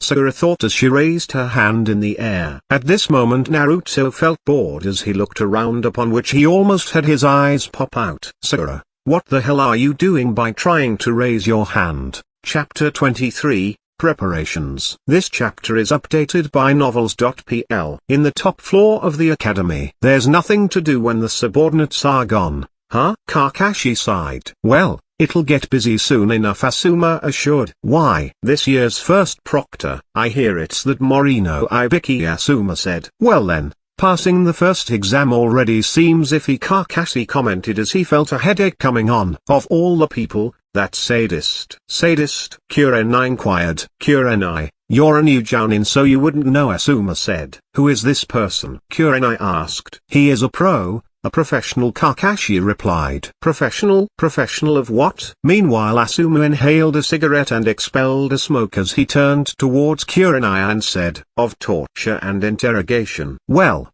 there may be no physical torture in the exam itself, but he's sure to use his skills as an interrogator to torment them psychologically. That is Leaf Village ANBU's torture and interrogation unit Marshal Morino Ibiki. You see, Ibiki completely understands how the human psyche works. And the most horrifying part is that by cornering people psychologically, he controls their psyche and reveals the fundamental weakness of a human, Asumu explained. Back at the exam hall. Why?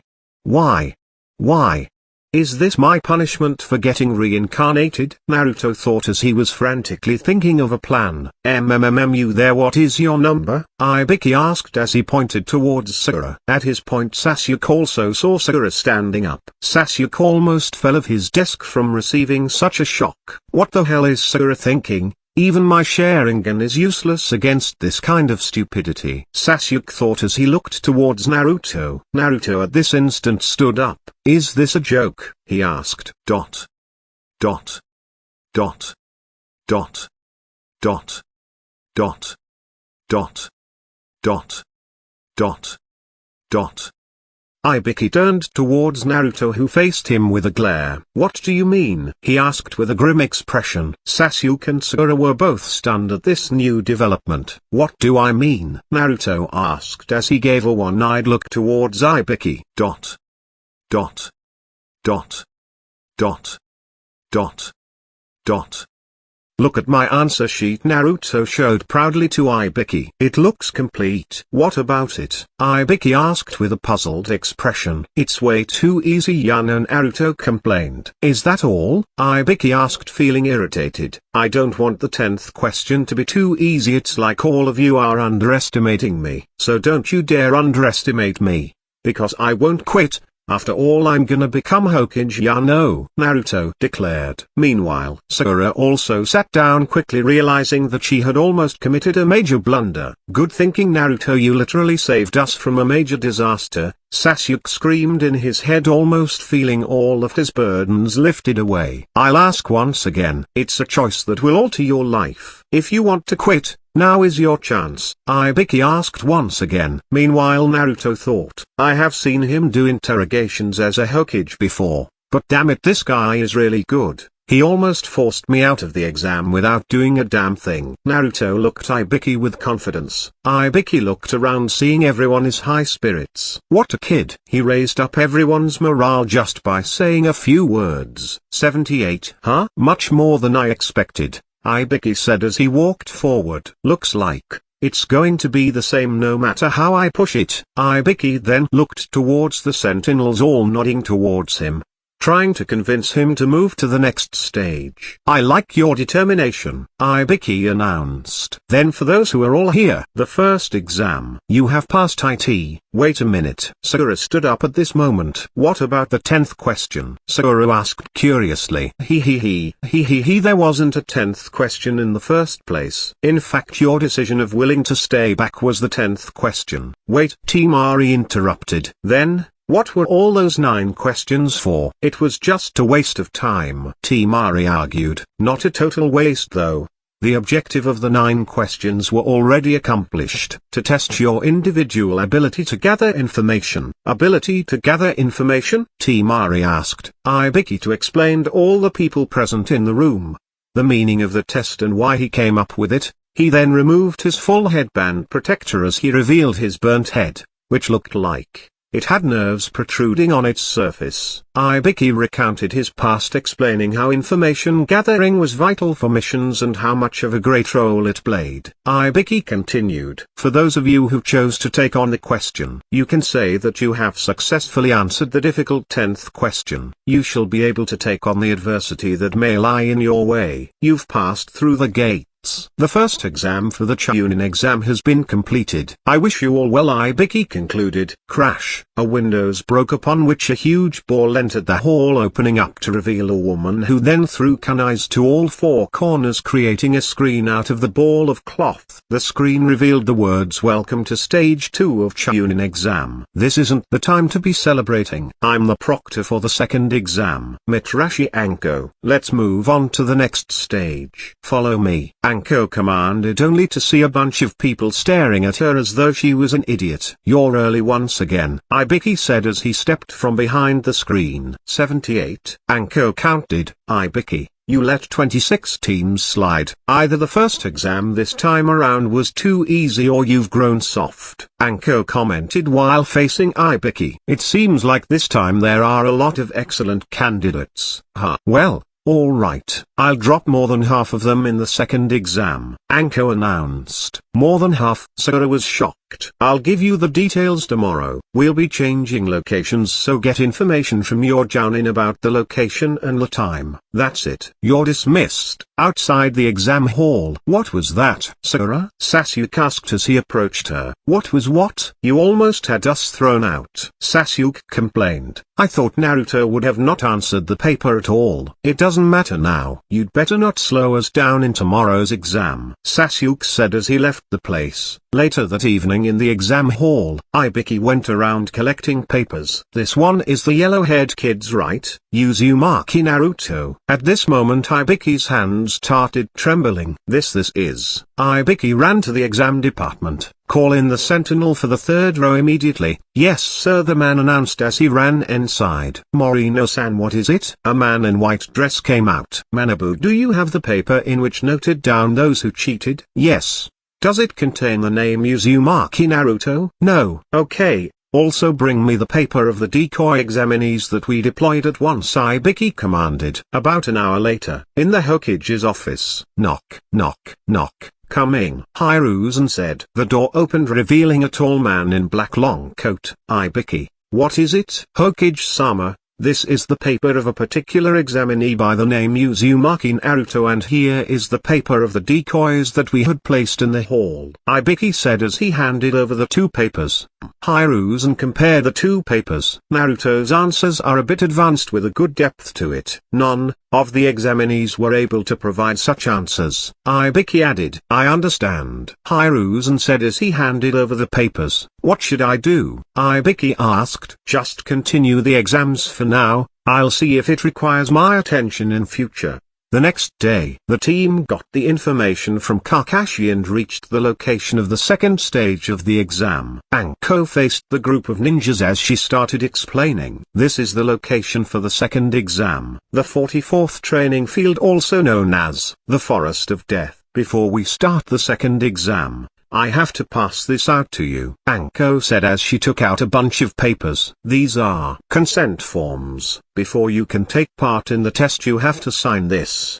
Because from here on out, corpses are going to come out. And, I have to get your consent to that. Or, it'll be my responsibility." Ha ha, Anko laughed, causing some teams to become nervous. "Well, I'm going to start the explanation for the second exam. In a word, the limits of your survival will be challenged," she said as she started to hand out the consent forms. "First I'll give you step-by-step instruction on the terrain of this training field. Training field number 44 is surrounded by 44 locked entrance gates. There are rivers and a forest and also a tower in the middle. It's about 10 kilometers from the towers to the gate. In this confined area, you will go through a certain survival program, the contents of which are anything goes. Scroll battle. There are two types of scrolls, namely the Heaven and Earth scroll. There are about 26 teams.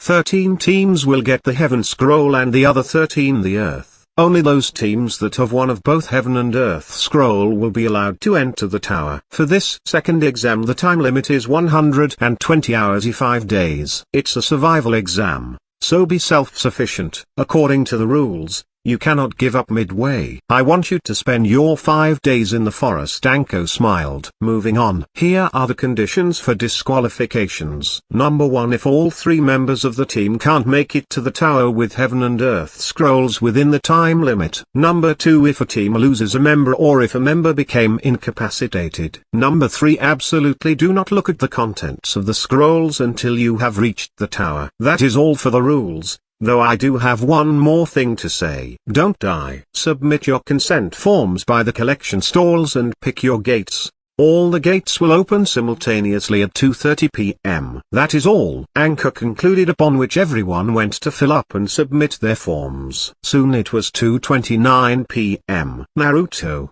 Sakura and Sasuke had assembled at gate No. 12, and exactly a minute later Anko announced, we now start the second test of the Chunin exam, upon which all gates had simultaneously opened. Chapter 24, The Snake Rears Its Ugly Head Again. This chapter is updated by novels.pl. Meanwhile at gate 15, there were 3 grass ninjas who saw the gates opening. Target the rookies first, a fat man said. They said that from now on, it's okay to kill. A woman lifted her hat and spoke. Open. Whoosh.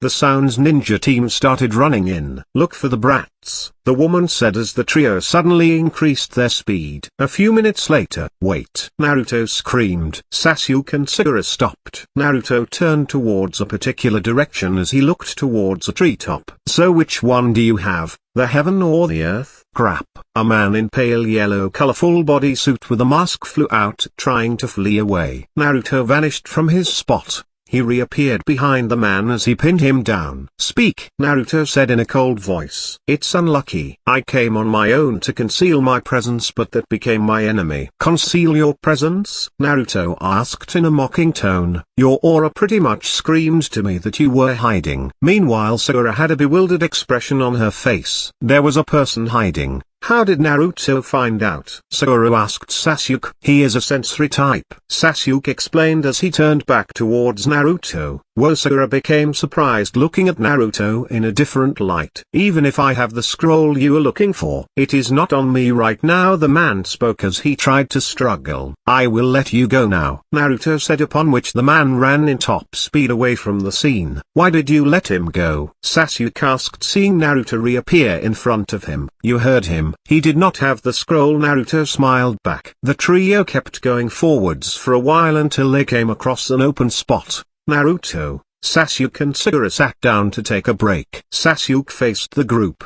It's about 10 kilometers from the gates to the tower, and we have about 5 days to get the scroll. I think it would be wise for us to take our time, to reach the last 2 kilometers around the tower, which would be crawling with other teams trying to snatch the scroll as they set an ambush. Sakura and Naruto nodded. At this moment Naruto became surprised. Looks like he has arrived, with 2 other ninjas. Huh? Naruto immediately placed his palms on Sasuke's and Sakura's shoulders. Naruto, what are you doing? Sakura asked, feeling irritated at Naruto's gesture. There are 3, Naruto murmured, upon which a strong wind blew, forcing the group apart as it destroyed the open space. A new enemy? Sasuke shouted as he tried blocking against the violent burst of wind, upon which a huge cloud of sand appeared. The sand cloud slowly disappeared, revealing 3 figures. You guys go play around, I'll go alone, the woman commented as the 2 ninjas beside her disappeared. Where's Naruto? Sasuke wondered as both Sasuke and Sakura were left standing alone in the forest. The woman then came slowly into the view of Sasuke and Sakura. Oh, you are not letting your guard down. This will be more fun than I thought, the woman commented. This person's too creepy, Sakura thought as she observed the woman. Meanwhile, Naruto saw a giant snake appear in front of him. Hiss. The snake made a sound as it came forward. Naruto smiled as he cracked his knuckles. 9 tails mode. The yellow cloak appeared as he ran forward and jumped over the snake. Whoosh. The snake moved towards Naruto as it opened its mouth. Naruto's chakra grew into an enlarged hand as it grabbed the open mouth and closed it shut. The giant snake started wriggling around. He used his hand on the snake that was connected to his body to direct him as he safely landed above the snake. After he landed, Naruto then used his other chakra arm as he closed it into a fist and raised his hand up. the chakra hand turned into an enlarged fist that floated right above the neck of the snake. Ha! Naruto shouted as he slammed his hand. Boom! The snake was crushed into the ground, no longer bothering to move. He then released the Nine Tails form and summoned 3 shadow clones. The clones sat down on the ground as they slowly started collecting the nature energy around. Naruto took a breath trying to concentrate. He then placed his palm on the ground as he inscribed a marking. Meanwhile the woman faced Sasuke and Sagura, revealing a navy blue scroll in her hand. Ha ha ha ha. The woman laughed eerily. You want the Earth Scroll, don't you? Cause you have the Heaven Scroll, she continued as she brought the scroll near her face, upon which her tongue slithered out. What the? Sasuke thought. While Sagura stared, both of them watched the woman perform the most grossest act as she wrapped her tongue around the scroll and started to swallow it down whole. Author's note. You got a deep throat going for ya. Smile. Oops, this is PG-13 smile. She gulped it down as she said, well, let's begin. The battle for the scrolls. Life or death, she said with a firm voice as she unleashed a powerful killing intent. Naruto, Kurama cautioned. Yeah, I know, Naruto said as he flew to the direction of the strong killing intent. Poof! One of the shadow clones disappeared as Naruto closed his eyes. Sage mode. After 2 jumps, Naruto saw the scene where Sasuke and Sagura had been petrified with fear written all over their face. Perfect, Naruto thought as he activated Flying Rage in stage 1. Whoosh. Naruto had teleported. Sasuke and Sagura fell down as they knelt on the ground. Catcher. Naruto appeared as he sent a palm against the nape of the duo, forcing them to become unconscious. Author's note. Naruto had placed the Flying Rage Ninjutsu formula onto Sasuke and Sagura when he placed his palms on their shoulders. Before Sasuke and Sagura could fall down, Naruto collected the 2 as he glared into the woman's eye and dropped a kunai before he teleported once again. Flying Rage in stage 2. Whoosh. Naruto appeared in the place he had marked as he dropped the 2 onto the ground gently. Whoosh. Naruto teleported as he once again reappeared in front of the woman, where he had last dropped the kunai. Are you Naruto? The woman asked with an unpleasant voice. Naruto then looked towards the woman. I am Uzumaki, Naruto, he calmly stated. Seems like you brought that snake down brilliantly. But what surprises me more is that you seem to know the body flicker technique, or should I specifically say the 4th flying thunder god, the woman said. Naruto looked carefully at her as he said, you seem to know a lot about my team and especially some history about the Leaf Village. So why don't you show yourself by removing that mask of yours? The woman frowned at this thought as she replied, it is currently inconvenient to show my face in the village for now. She tried to excuse herself. I know it is you, Orochimaru. Naruto continued. Impossible. Orochimaru screamed. How did you know? He asked, feeling as though his plans had been seen through. Oh, you just said it yourself, Naruto said as he sneered internally. Orochimaru pulled a long face as he slowly pulled his mask off. Ha! How I missed that expression.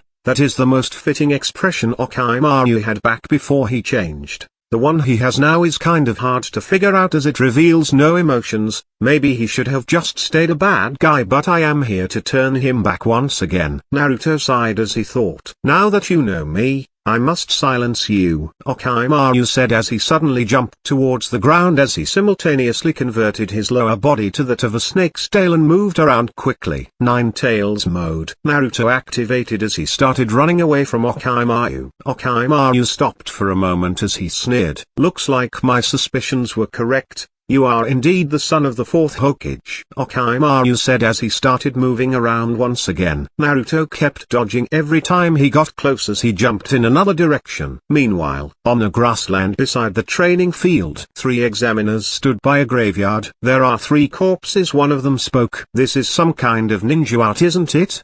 The other one suggested. This is bad. We have a problem from the get-go, damn it. The 3rd examiner commented as he examined the corpses up close. Inform Manko, the proctor of the 2nd test, he said after a while. Yes, sir. The 2nd examiner responded as he disappeared. Meanwhile, at the gates of the 44th training ground, Anko sat peacefully having dumplings while also drinking red bean soup on the side. Okay, once I've eaten this, I should break through and go wait at the tower for the kids. With this program, The quick kids should clear it soon, Anko said as she ate the last dumpling on the stick and threw the stick to a nearby tree. The leaf village symbol is complete, she declared, being proud of her artistic skill. Whoosh. We have a problem, Anko-sama. Huh? What? So suddenly Anko asked with a lazy voice. Corpses, 3 of them. Huh? Moreover, they're strange. Anyway, please come. The second examiner begged Anko. Strange? Anko thought. The duo then left to check the corpses.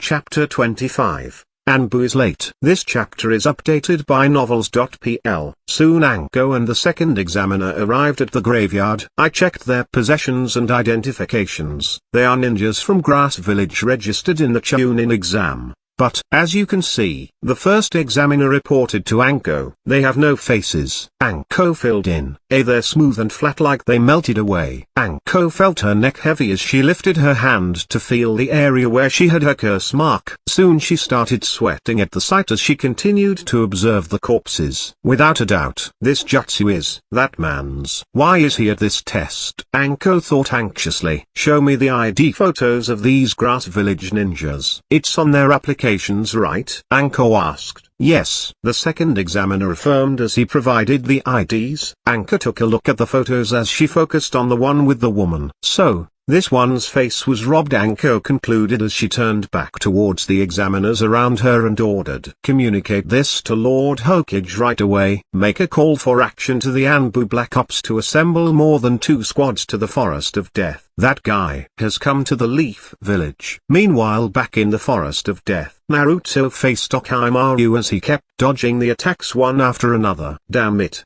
This is getting troublesome. I don't want to reveal to him that I am from the future, but at this rate I don't know how I will be able to corner him regarding Sasuke, Naruto thought as he kept dodging. Though, you are quite the unexpected development. You are quite interesting as well, Orochimaru said as he kept chasing. Naruto found the comment rather repulsive. He is not aiming for my body, is he? Naruto thought. Due to how Orochimaru used to be obsessed to take over bodies to maintain his soul. I don't find you interesting, Naruto shouted as he kept dodging. Orochimaru frowned. The comment had ticked him off.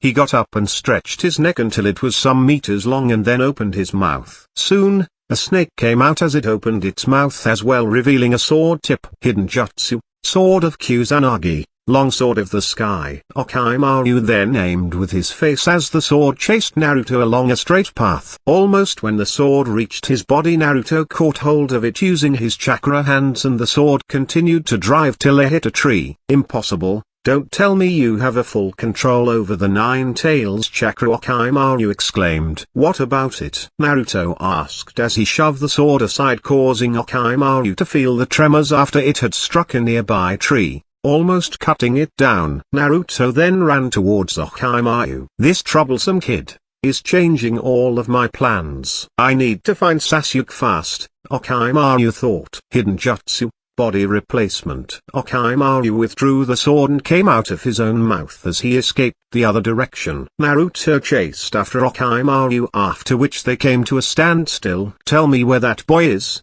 or I shall kill you for real, Orochimaru threatened. There's no way I am telling you where Sasuke is, Naruto countered. Orochimaru thought for a bit, while Naruto stood by. Hidden jutsu, Many hidden shadow snake hands. Orochimaru had extended one of his hands, causing 5 snakes to shoot out. Naruto almost fell from the tree, being caught off his guard, but he instantly reacted by sending his chakra hand to grab hold of the snakes as it burned them off. As soon as Naruto had recovered, he almost had his eyes pop off. Where did he go? Naruto searched around. It couldn't be that he went there now. Would he? Naruto thought. Flying Rage in level 1. Naruto instantly teleported just to see Orochimaru slither his way over. 2 of his clones woke up as they sensed the commotion. The clones nodded to each other as they grabbed both Sasuke and Sakura and teleported to the location of the kunai. Orochimaru frowned at this development as he summoned a giant snake, the same size which had attacked Naruto. The giant snake crawled its way to the direction the clone went in while Orochimaru ran towards Naruto. Why do you want Sasuke so badly? Naruto asked. I need his body so that I can use it as my vessel, Orochimaru replied. Then won't just any other body work well?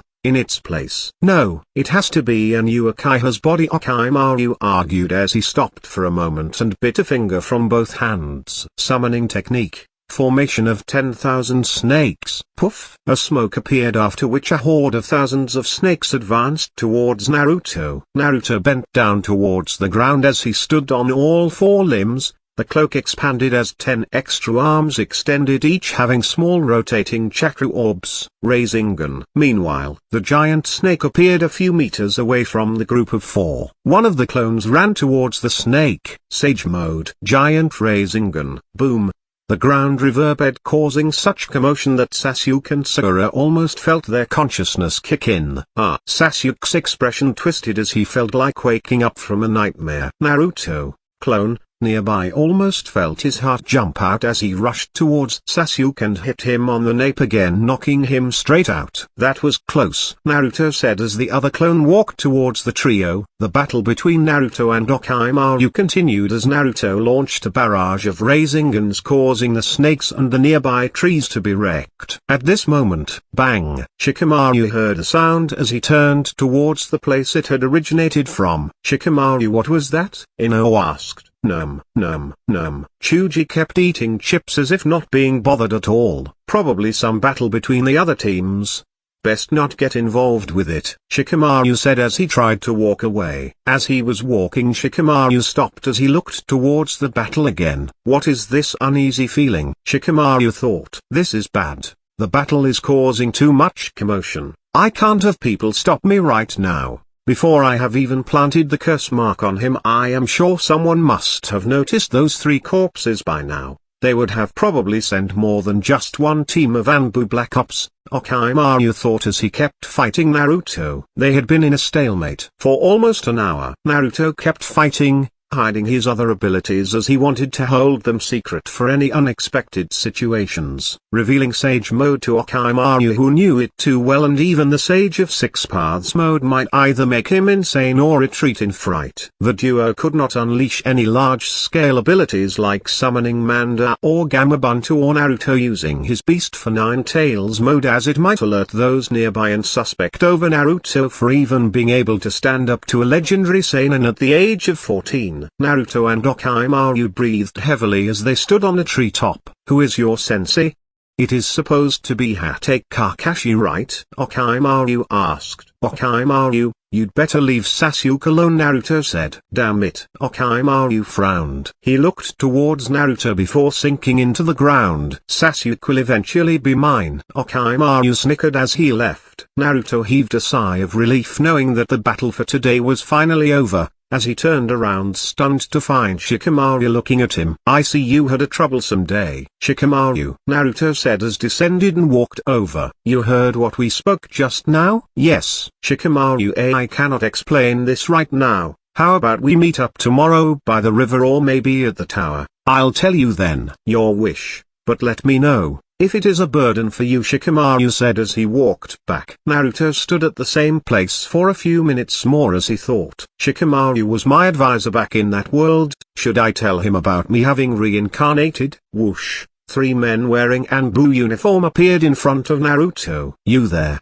State your name, one of the men ordered. What lousy ANBU. First they arrive late and miss the culprit. Now they question me, the victim. At this instant Anko also appeared. Naruto took a deep breath as he said, reporting to the ANBU, I am Uzumaki Naruto of Squad 7 led by Hatake Kakashi. Naruto said, while Anko kept frantically searching for Okaimaru around the area. Where is that woman? Anko asked. Which woman? Naruto asked in return. The woman from Grass Village wearing a big purple rope around her hip, Anko described. Oh, you mean the guy? Naruto said, upon which she jumped over and pulled Naruto's cloth, trying to lift him into the air. Why are you so heavy? She asked. I am wearing about 70 kilograms of dead weight. Anko and the ANBU. What?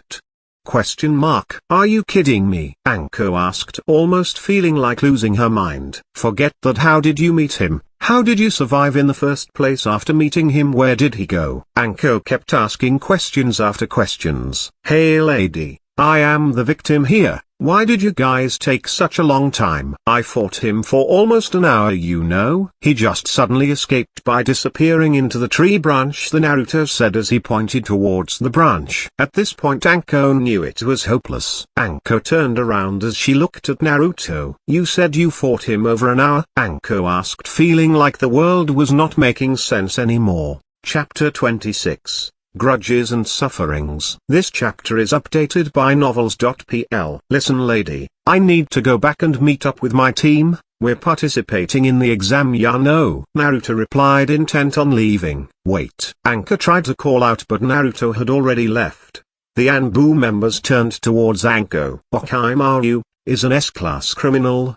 There is no possibility of a genin even being able to take on a man of his level. After all, he is one of the legendary seinen. One of the men inferred. I am not able to accept it either, but this is where the battle took place. Hear me out. I want you all to investigate the battle site and then go on to report to Hokage-sama as soon as possible. Anko said as she went in another direction. Soon it was late evening and it had been almost an hour since Anko went on a search. She soon caught sight of a figure standing by a tree. That's him. Anko rushed forward and landed on the same branch of the tree Orochimaru was standing on. Anko. Orochimaru recognized your level S class, an extremely dangerous person on the most wanted list. That's why I'll kill you here, even if it costs my life. That's my duty as you former subordinate, who learned it all from you, isn't that right, Orochimaru? Anko said with resolve as she readied 3 needles in each of her hand. Stop it this instant, Anko. Orochimaru said with authority. Why? So that you can go ahead and assassinate the third? I don't have enough subordinates for that yet. Then why have you come now? Anko asked, feeling her curse mark kick in as her face contorted with pain. It's our reunion after so long and you're awfully cold,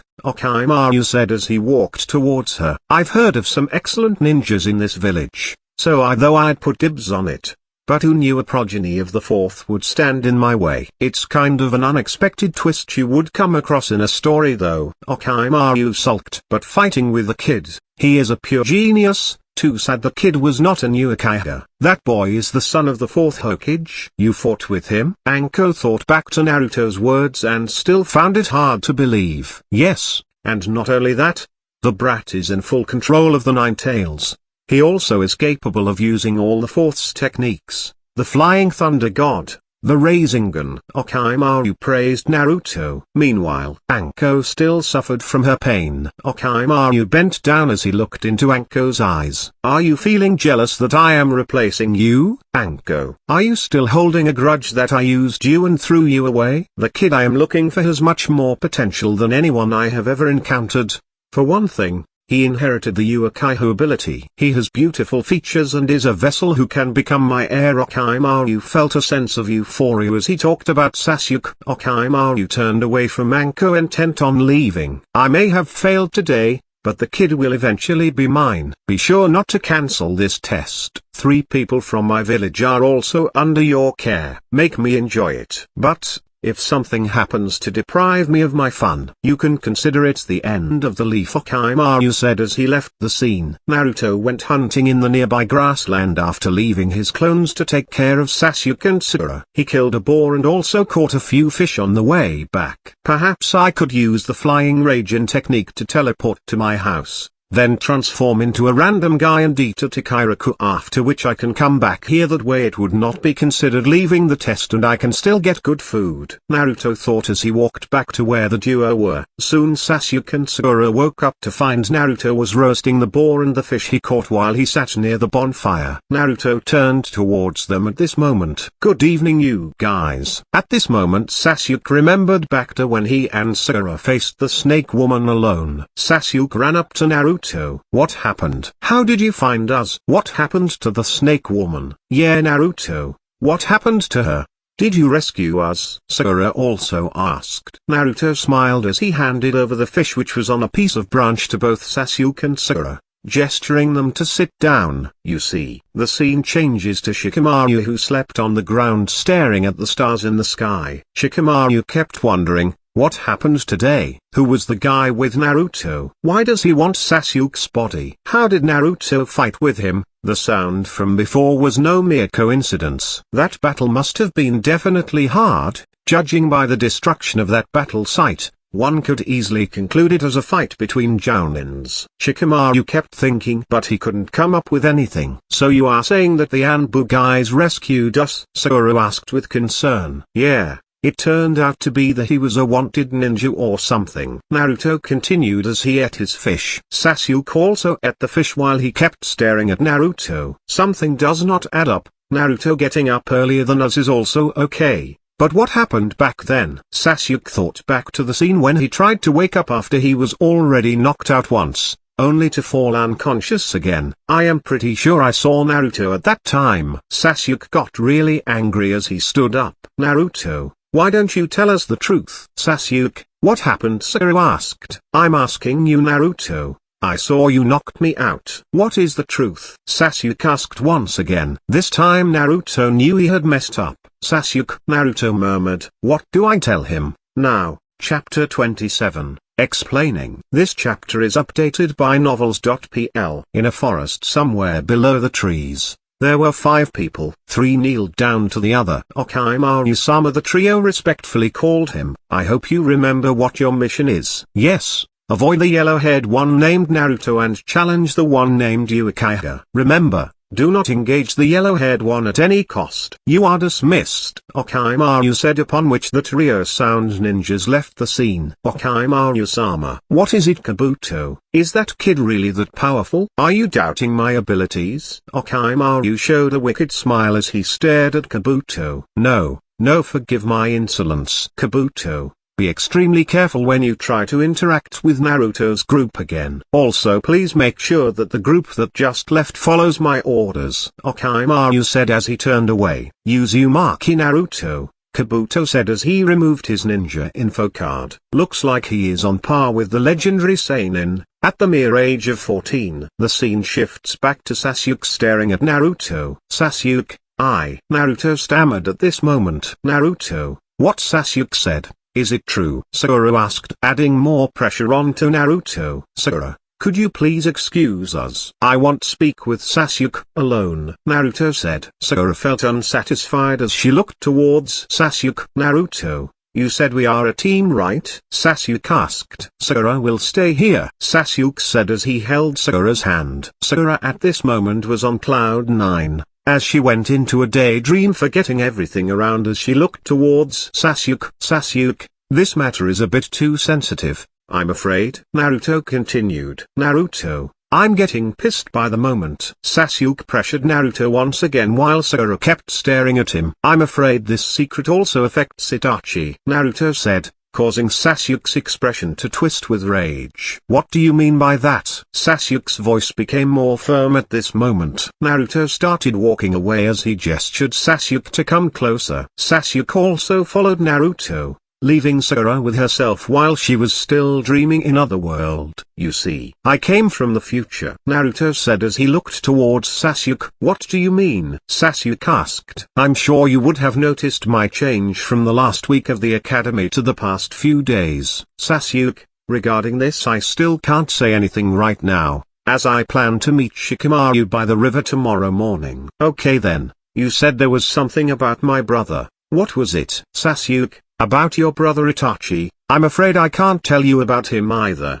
right now. Upon hearing this comment, Sasuke felt his rage rush though as grabbed Naruto and lifted him in the air even with the added weight. Why? Sasuke asked in a loud voice, causing Sakura nearby to wake up. Sakura realized that there was something going on that she could not interfere with, so she chose to stay back. Sasuke, there are some things that you will be able to understand only when you are old enough, Naruto continued. Sasuke then dropped Naruto to the ground. I can understand everything, so tell me right now, Sasuke insisted, causing Naruto to become a bit angry. Okay then. Do you know the truth behind the Sharingan? Naruto asked as he thought back to the time when he used to have random conversations with Sasuke in his previous world. What do you know about it? Naruto recounted back to the battle between Senju and the Uchiha clan and finally stopped at the battle between Hashirama and Madara. Sasuke also listened patiently till Naruto finished. What does their battle have to do with the meaning of Sharingan? Sharingan?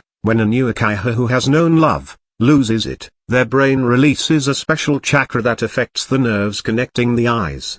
The changes take place in the pupil, thus resulting in what you call as Sharingan. The Sharingan becomes more powered the further it is fueled by hatred. But these eyes are also called by another name. Sasuke frowned as Naruto reached the end of the sentence. They are known as the eyes that reflect the heart. The fact is that the Senju clan was perceived as the clan that preached love and the Uchiha as the clan that followed power. But the truth was that there was no clan that felt love more than the Uchiha clan. Naruto concluded. Love. Sasuke thought as he remembered his childhood days. Sasuke, I hope this has broadened your mind. I'm sure that no one in the Uchiha clan ever realized this truth as such. Even you were unaware of it though you had awakened your Sharingan. Sasuke nodded as he thought back to the time when he first confronted Naruto, awakening his Sharingan as a result. I am sorry, I cannot tell you anything about your brother, even if we are going to talk with Shikamaru tomorrow.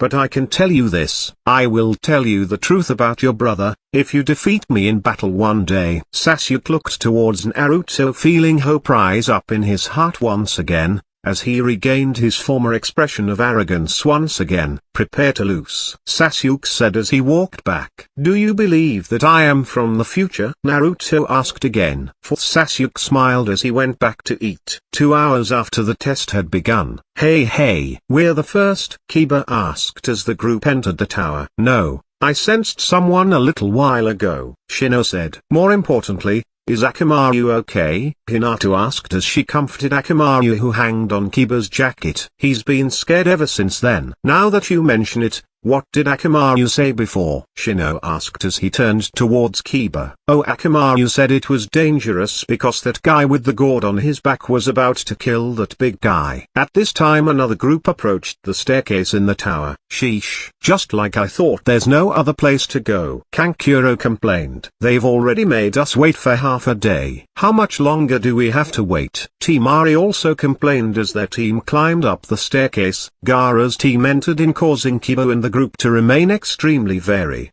as though they had been intimidated. In the Hokage's office, whoosh, an ANBU agent landed on the floor from the ceiling. Hokage-sama. What is it? Report from the ANBU group that had investigated the 44th training facility. The agent said as he handed over a paper. This. Hiruzen said as he stood up. That traitorous student of mine had the gall to come to this village. He spoke in a loud voice, after which Hiruzen continued reading the paper. This is even more complicated than I thought. Why is Naruto appearing at the center of everything? Hiruzen thought hard for a while, but was unable to come up with a plan.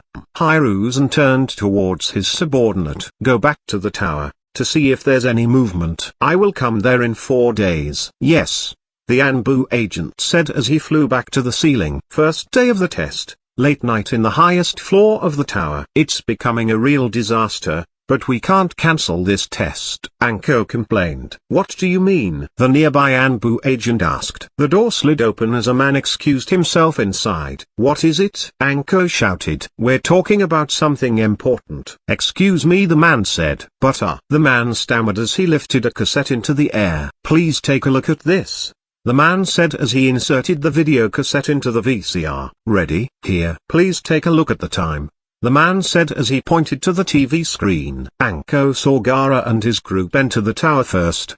The man paused the video at the time of entering. This is. Anko stuttered, seeing the clock on the display show 16:07. This video is 1 hour and 37 minutes after the start of the second test, the man said. This can't be, Anko said as she stood up. In 97 minutes. This has never happened. Those guys are not genin level. They've rewritten the fastest time by about 4 hours.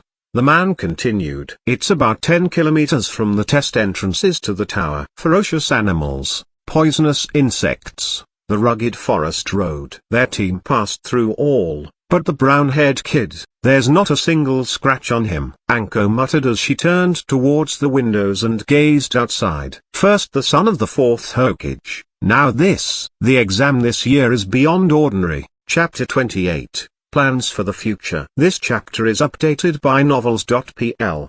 The next morning, Chuji followed Shikamaru out of their hiding spot. Shikamaru, Come back soon. Keiichi smiled as he placed the chips in his mouth. Don't finish everything before I am back. Okay. Keiichi smiled as Shikamaru left towards the river. Sasuke, are you ready? Naruto asked as he stepped outside. Start walking, loser, Sasuke said as they both left towards the river. Meanwhile, a few meters away, our target is leaving, Dosu said upon seeing Sasuke leave along with Naruto. He is leaving. What do we do?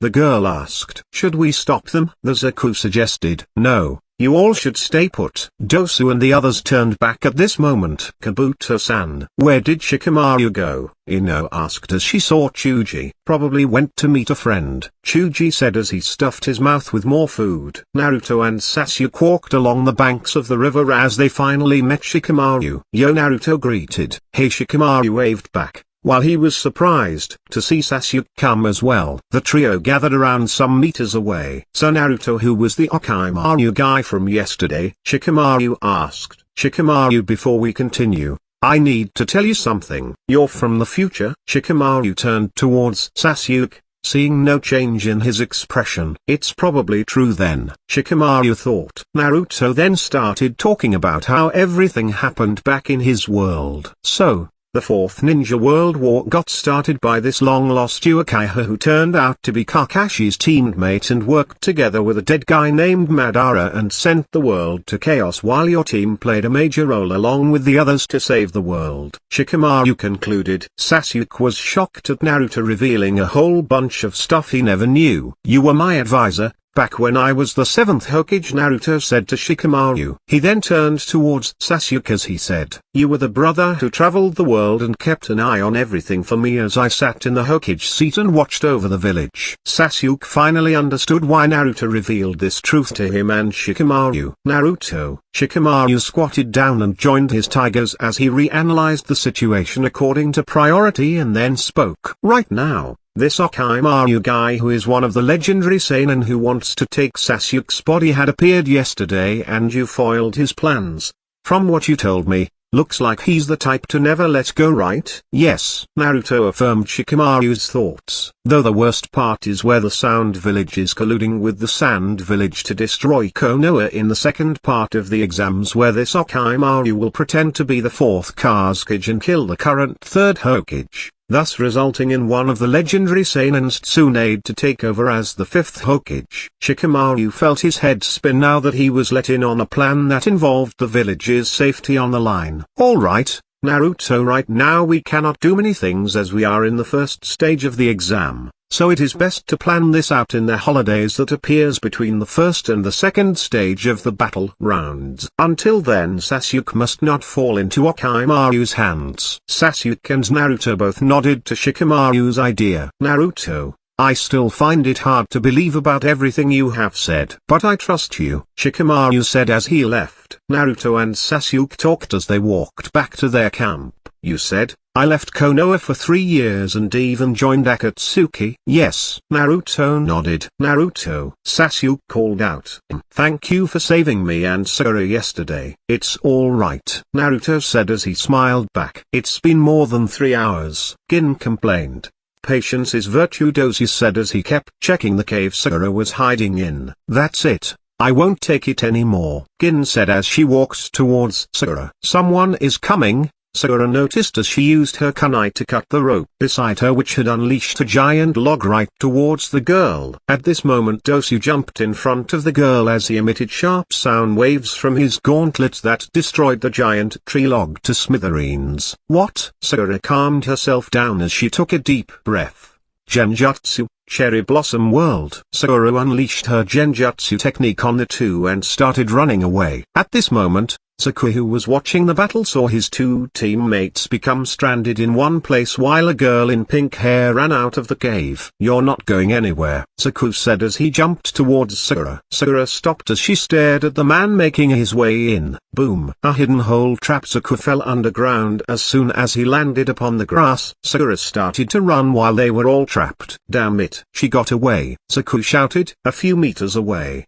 Sasuke and Naruto were making their way over only to see Sakura running forth as she hugged Sasuke. What happened? Sasuke asked as he pushed away Sakura. 3 people started attacking me suddenly out of nowhere," Sakura said. The trio rushed to the site to see 2 people still stranded while the third one tried to dispel the genjutsu. Sakura finally succeeded in dispelling the genjutsu. The trio started looking around as they finally spotted Sakura along with Sasuke and Naruto. "That bastard is here," Sakura said as he turned towards the trio. Sakura lifted his hands as he aimed. Hidden jutsu. Supersonic slicing wave. Dodge. Sasuke jumped along with Sakura to one direction while Naruto to the other. A huge blast of sound wave destroyed the ground in between, leaving only barren sand. "Hey, he must have been blown to pieces," Sakura announced. "Who did?" a voice interrupted. "Huh?" Sakura turned back to see Sasuke hit him with a back arm as he flew towards Dosu. Dosu was concerned since he had never expected Sasuke to be powerful. "He's fast." Moreover, he rescued the girl, and had the time to reappear behind Zaku without him being aware. Dosu thought in his mind only to see Sasuke take a stance. Ram Tiger Dog Ox Hair Tiger, Fire Style, Phoenix Flower Jutsu. Sasuke unleashed a few flames in a pattern of a flower as it rushed towards Zaku. "Don't push your luck, I'll blow them off." Hidden Jutsu. Supersonic slicing wave. The sound waves blew out the fire to reveal a bunch of shurikens. "Shurikens in the fire?" Zaku screamed. The shurikens hit Zaku one by one. Meanwhile Sasuke reappeared right in front of Zaku. "Zaku, below you!" Dosu screamed. "Too late," Sasuke said as he gave a kick, sending Zaku flying away as he got knocked out. Gin called to see if Zaku could wake up. Zaku however was knocked out cold. "This is troublesome," the girl thought. Meanwhile Sasuke turned towards Dosu and Kin. 1 down, 2 to go. Dosu got angry as he ran towards Sasuke. Sasuke also ran towards Dosu as he started with a kick. Sasuke's kick landed on the gauntlet, as Dosu used the sound generated to attack Sasuke. "Ah!" Sasuke screamed as he got on his knees and covered both his ears. His eardrums felt like rupturing at this moment. Dosu finally regained his calm, only to lose it when he saw Naruto and Sakura rushed towards Sasuke. Dosu knew that he was forbidden to interact with Naruto, so he took Zaku in his hands and signaled Kin to leave. "Where are you going?" Naruto asked in an angry voice, unleashing high level of killing intent using Kuroma's chakra. Dosu and Kin felt the world collapse onto them as they fell to the ground. "Wait." Dosu used his willpower to blurt out. Naruto stopped his killing intent. "What? We can't defeat you right now," Dosu said as he took out the navy blue scroll. "This is our fee for settling this. Please let us withdraw from here." Naruto stared at the earth scroll while Dosu walked away. "What does Orochimaru plan to do?" Naruto asked, causing Dosu to stop. "I don't know. We were just given orders to make the hit on Sasuke." Naruto stared at Dosu's departing back. "Orochimaru, will you attack once again in the next 3 days?" Naruto thought as he looked towards Sakura, who had Sasuke sleep on her lap as she tried to comfort him. Chapter 29, Unexpected Acquaintance. This chapter is updated by novels.pl. In the cave under a tree, Sakura sat near Sasuke who slept on the ground. She dipped a towel in the water and squeezed it a bit, after which she replaced the one that was on Sasuke before. Meanwhile Naruto sat in front of the cave as he looked towards the 2 scrolls placed in his hands. "Naruto," Sakura called out. "Yes." "At this rate Sasuke might not get up until evening," Sakura said as she stared at Sasuke who was unconscious after he took a few painkillers. "Naruto, can you get some water from the river?" Sakura said as she took a small bucket that was nearby and handed it to him. Naruto got up. Shadow Clone Jutsu. Poof! A clone showed up, as it took the bucket from Naruto and left in the direction of the river. Sakura. Naruto walked over. "We might need to change the camping spot once again," Naruto said as he looked towards Sasuke. Whoosh, whoosh. Naruto, clone, jumped as he went in the direction of the river. "Ah!" A girl let out a sound as a boy beside her bit onto her hand. "Take this and hide," said another boy as he passed a scroll to the girl and bit on her hand too. "Ah!" The girl let out a sound once again. The second boy bit on her and then left the scene. The trio were a group from the grass village. The girl then bent down feeling her knees become weak from the chakra drain. Naruto, clone, had filled up the bucket and was on his way back. Roar! A big bear showed up behind Karen and scared her. Frightened, She started running away from the bear and tripped over a huge tree root. Her glasses fell out of her face and so did the scroll from her hand as she fell down. The bear closed in on her. At this moment, Naruto stopped as he slowly dropped the bucket on the ground and vanished, instantly reappearing a meter above the big bear's head as he unleashed one drop kick. Boom! The bear landed on the ground with a bit of blood appearing over its head. Naruto turned towards the girl. That red hair, isn't that Karen? Naruto thought as he approached the girl. Hey, are you okay? Naruto asked as he noticed that she had the earth scroll with her. My glasses, Karen said as she got up and wore them. She stared at Naruto for a moment before she bowed. Thank you for saving me, she said. So she was a part of the hidden grass village before her? Naruto then walked towards her as he asked, where are your teammates? They went in that direction, Karen said as she pointed towards the place where the boys went to. After walking for a while the duo come across a place where 4 boys had battled and fell unconscious. Karen wanted to run towards the boys, but before she could continue Naruto grabbed hold of her hand. Stop. Karen did not continue as she turned towards Naruto, only to see him stick out his right hand as he pointed towards a particular spot. Karen's eyes traced the hand's direction as she saw a white color scroll that was opened. Looks like your team will be unconscious until the end of the exam. Soon they walked back together while Naruto held the small bucket of water in his left hand. What is your name? Karen asked. Uzumaki. Naruto. And yours? Naruto replied. Uzumaki. Are you serious? Karen asked as though she had suddenly found hope.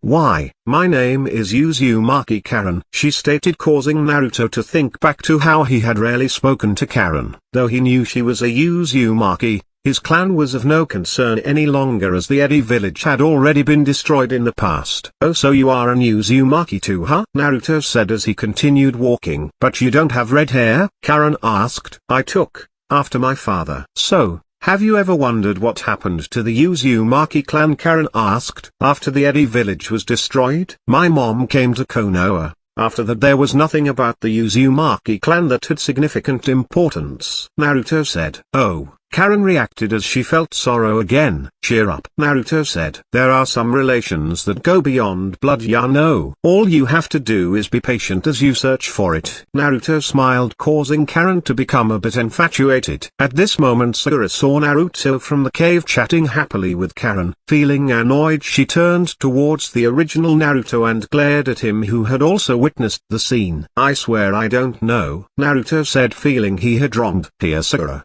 Puff.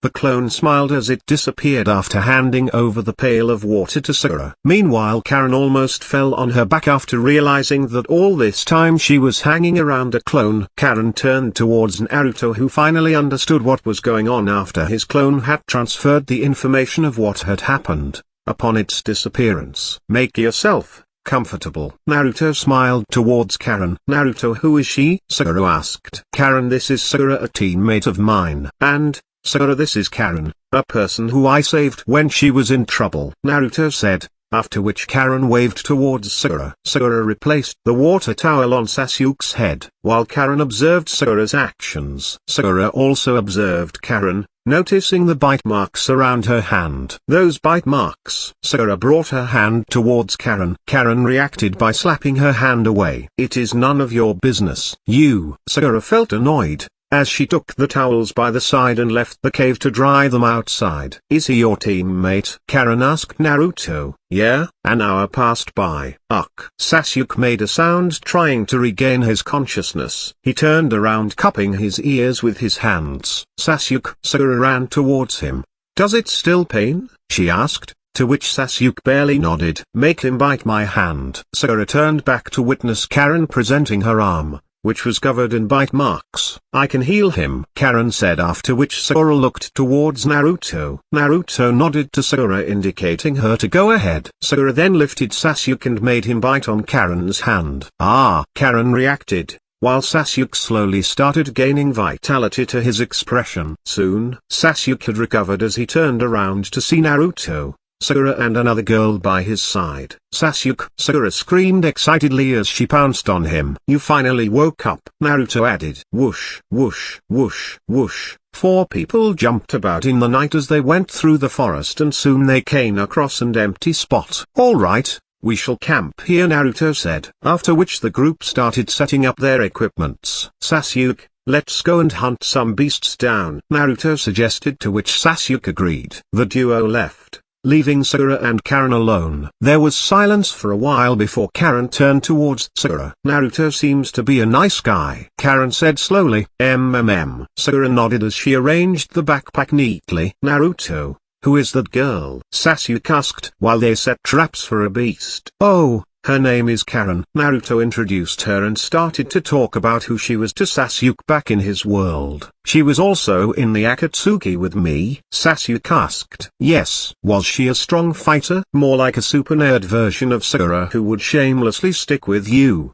along with her abilities to heal. It was you who had rescued her from Orochimaru back then, Naruto said. Soon the duo had returned. Naruto started to set up the new catch on the bonfire, while Sasuke looked towards Karen. However, the only difference was that Karen this time did not seem to place him in her eyes as she watched Naruto set up the beast they had just caught. Itadakimasu, the group of four said at the same time as they began to dig into their food. Meanwhile, we've failed Orochimaru-sama, Dosu said as his squad together with him bowed down in front of Orochimaru. It is all right, Orochimaru said as he turned back wearing the wicked smile across his face. Kabuto, he called out, upon which a man in glasses landed on the ground from a tree. Yes, Orochimaru-sama. Tell me everything. Chapter 30, Conclusion of the Second Stage. This chapter is updated by novels.pl. Kabuto explained how Sasuke had battled Dosu and his team. Orochimaru frowned. That boy, looks like our underlings did not provoke him intentionally then. Yes, although I could not witness the potential in him like you had asked me to. I'm sure that there will be plenty of opportunities soon. Kabuto, you don't understand, Orochimaru interrupted. What do you mean? Orochimaru-sama, that boy currently lacks a power boost, something to fuel his hatred. But, isn't Uchiha Itachi his driving force? Kabuto asked. He is. However, currently that Naruto who is on his team is doing very well to keep Sasuke safe from any danger, thus not exposing any of his power or hatred. Even though the boy has fought battles, he has not survived it with his life on the brink of death. Yesterday's plan was to have him receive the curse seal after having a close-to-death battle. Kabuto gulped, thinking back to how Orochimaru had failed as well. Kabuto, Dosu has handed the Earth Scroll to Naruto. Thus their only course of action now is to go to the tower. At this point, I can only try attacking when Sasuke is on his own and drops his guard during the holidays, or maybe during the destruction plan. Either way, he is going to be mine. Okay, everyone. The plan is to reach the tower as soon as possible since we already have the scrolls that we need, Naruto announced, to which the remaining three nodded. Naruto turned to Karen at this moment since he knew that he could not afford to get her involved if Orochimaru showed up suddenly. Karen, would you like to go back to your teammates? Naruto asked. Sasuke and Sakura also looked towards Karen. Karen thought for a minute, after which she decided to follow the group. The group of four ran through the forest in the direction of the tower. Stop, Sakura cautioned the entire group as they landed on the spot. Sakura then formed a tiger seal using her fingers. Release, she shouted, causing the scene around to change a bit. Genjutsu field, huh? Naruto commented, after which he closed his eyes. Sage mode. A layer of orange patch appeared over both his eyelids as he tried to sense the people who had cast the genjutsu. In an instant, about 100 or so zombie-like clones started to crawl all over the floor.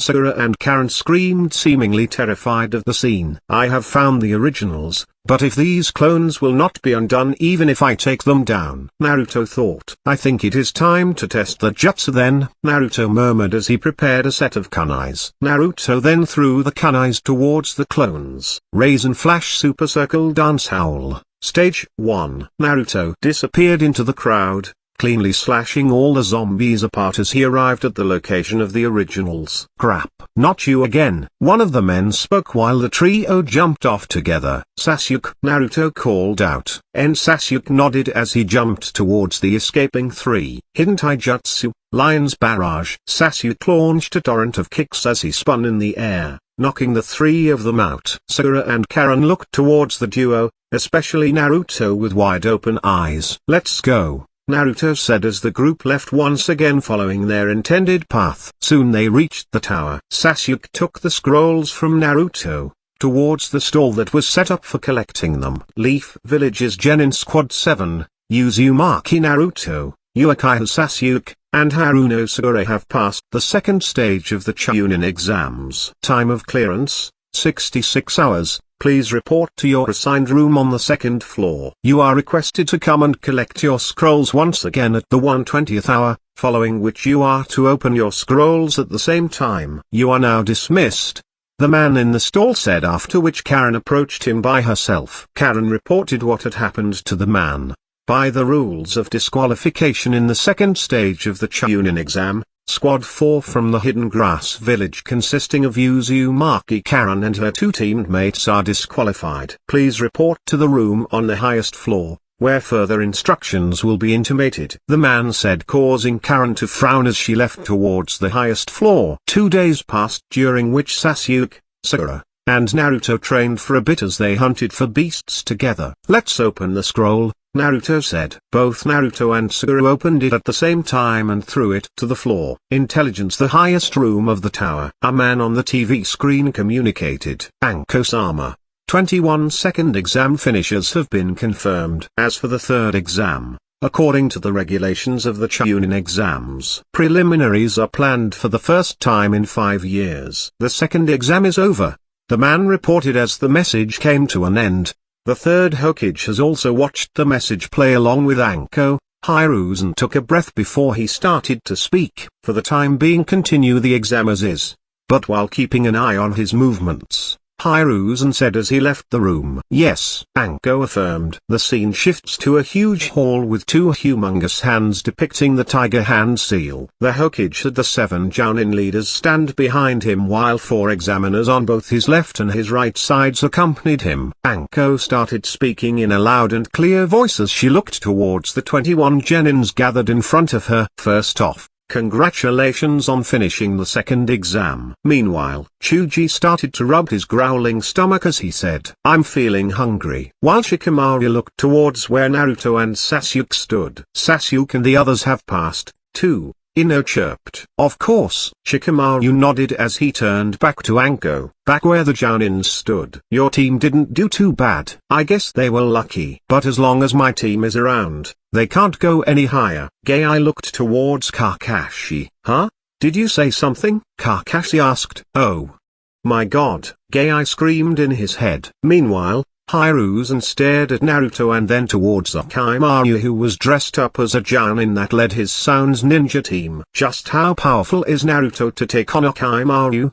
Did he know that Orochimaru will come after Sasuke? Hiruzen thought. Now then, we will now have the explanation of the third exam from the third Hokage. Listen carefully, everybody, Anko said as she took her place by the side of Hiruzen. Hiruzen then stepped forth. Ahem. Before the explanation of the third exam that we will start from now, I have just one thing I want to tell everyone flat out about the true purpose of these exams. Why do allied nations conduct exams on a conjoint basis, raising the levels of the ninja and friendship among allied nations? It won't do to have the wrong idea of the true meaning of that statement. These exams are, so to speak, a microcosm of the battle between allied nations. If we look back on history, the allied nations of today were once neighboring nations that continued to vie with each other and battle for power. In order to avoid a futile crushing of each other's military strength, those nations mutually selected a place to battle, and that was how the Chunin exams originally began. These exams provide as a venue for ninjas who carry their nation's pride on their backs to fight for their lives. Many feudal lords and those of prominence from many nations who request ninjas for work are invited to this third exam as guests, and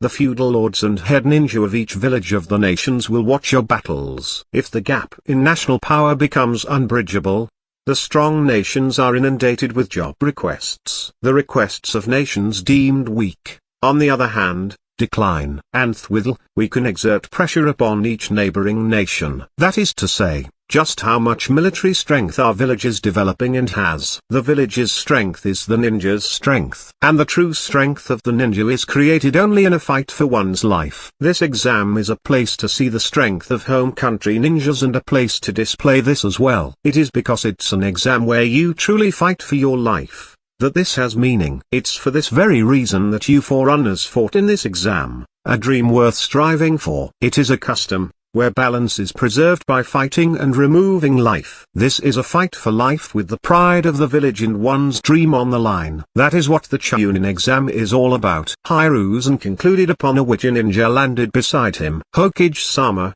please allow me Gekkai, who was given the right to judge this stage, to explain the rules of the third stage. I leave it to you. Hiruzen said as he left the stage. Chapter 31. Kunoichi stands tall. This chapter is updated by novels.pl. Hi-8 turned towards the Genins and spoke. There's something I'd like you all to do before the third exam, and that is a preliminary to the third exam, with participation in the main battle on the line. Because this time around, perhaps the first and second exams were easy. There are a few too many people left, you see. Thus, in accordance with the rules of the Chunin exams, a preliminary will be held in order to reduce the number advancing. As Hokage-sama had said before, many guests will be coming to the third exam. So, we can't have long pointless matches and our time is limited as well. Therefore, those of you not in top physical condition, cough, cough, cough, cough. Hey, is he okay? Some Genins thought as they saw Hi-8 cough badly. Excuse me. Hi-8 apologized.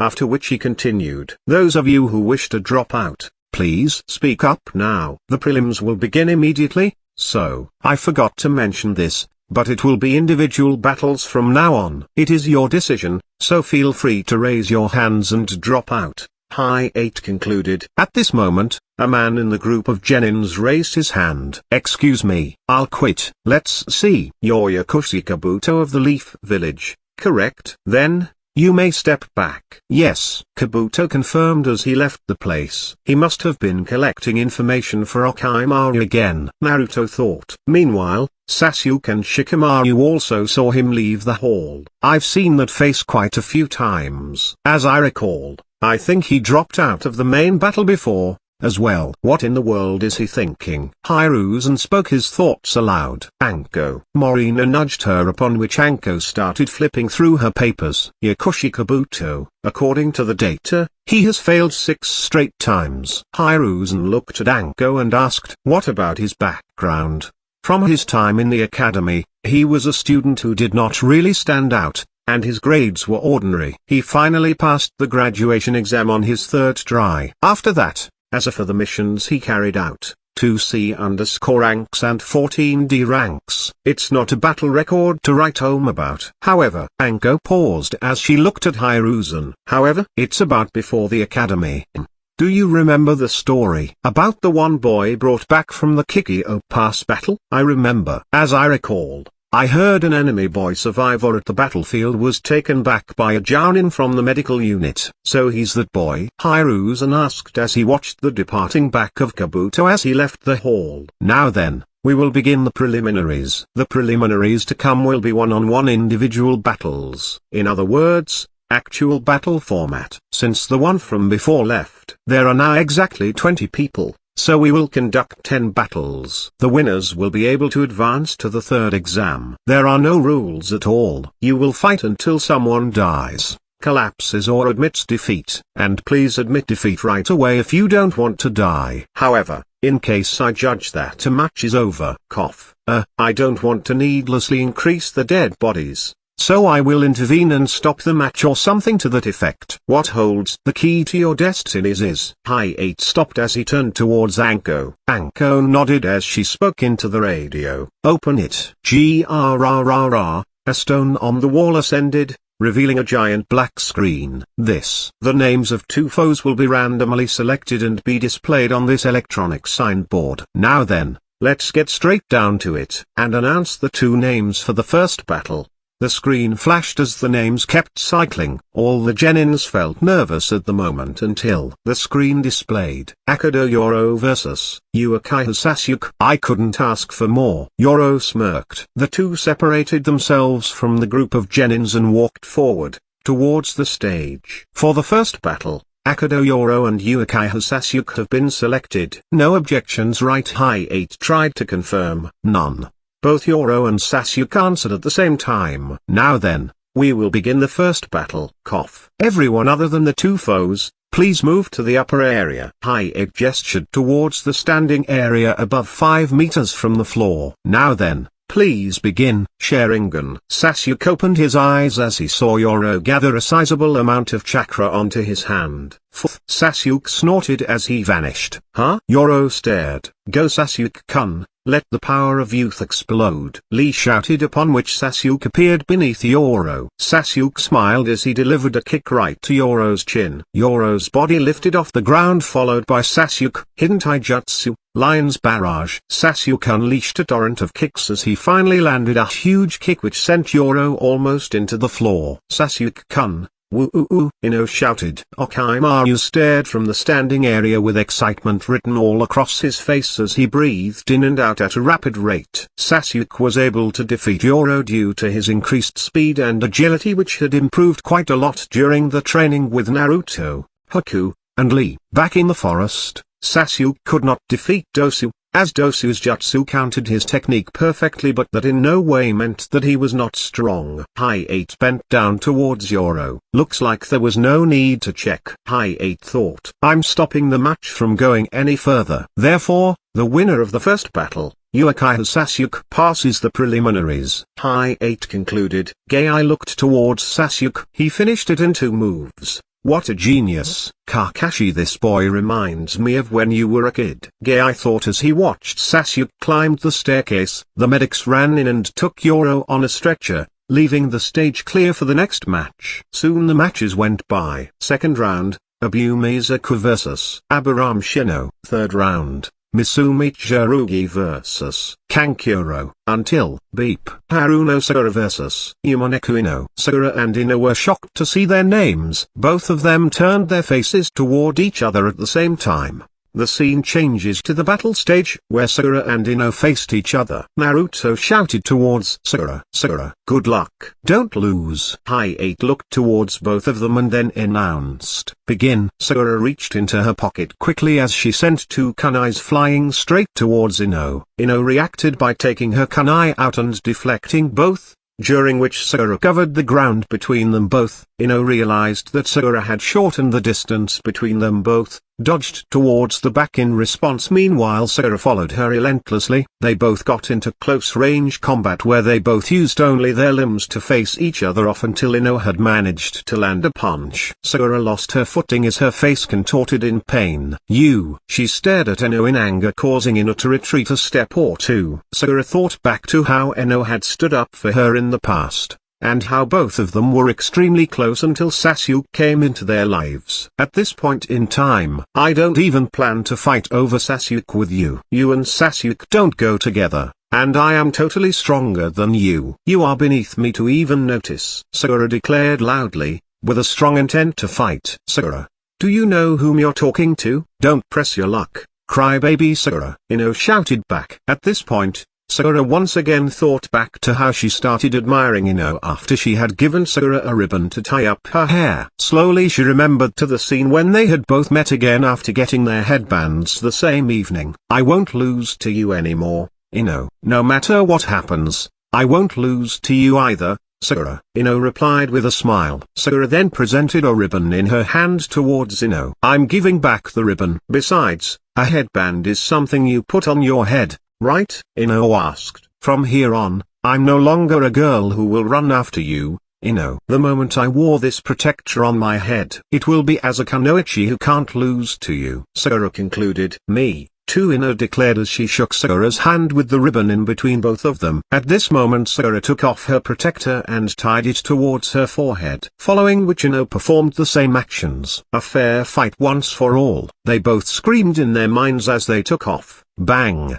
Sakura and Ino had buried at the same time. Sakura snorted as she jumped back. Ninja technique, clone jutsu, puff, puff, puff. 3 Sakuras appeared as they rushed towards Ino. Ino also performed the clone jutsu and ran towards Sakura. Bang! The clones clashed as they all disappeared. Genjutsu, eternal 1,000 miles of cherry blossom, hee hee. Sakura snickered. After the smoke cleared, Ino stood in a daze, unaware of what was happening around her. Hi-8 walked up to Ino and checked on her. Cough. The winner of the 4th battle, Haruno Sakura, has successfully passed the preliminaries. Hi-8 announced. Chapter 32, Feelings. This chapter is updated by novels.pl. After Hi-8 had announced, Sakura walked towards Ino and dispelled her genjutsu. Ino opened her eyes as she looked towards Sakura. Sakura, you've outgrown me, Ino said as she looked down in defeat. Ino, work hard, till we battle again, Sakura encouraged as she walked away. Ino felt light-hearted as she looked towards Sakura. I'm still not giving up on him, she screamed. At this moment a silhouette approached Naruto. Hi. Again. Karen. Naruto turned towards her. Sasuke also saw that Karen dropped by, but he turned back towards the board. Team Ari vs. Tenten. Sakura saw Karen,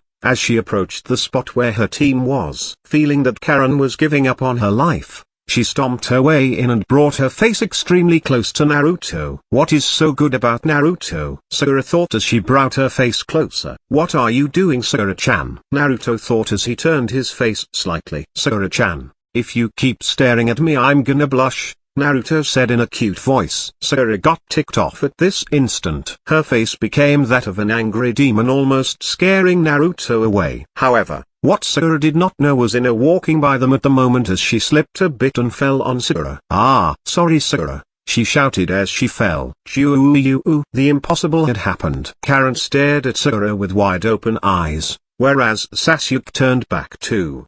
WTF? Sasuke thought since Naruto had already told him that he would marry Sakura in the near future. Sakura kissed Naruto. Ino started laughing out so loud at this moment even Team Ari and Tenten, who had not begun their fight yet, looked up together at Ino laughing like a pig. Sakura got up as she started to jump around like a monkey, spitting out her saliva as she tried hard almost to rip her lips off. Oh, poor crybaby. Sakura has gotten her first kiss, stolen by the guy she most hates to death.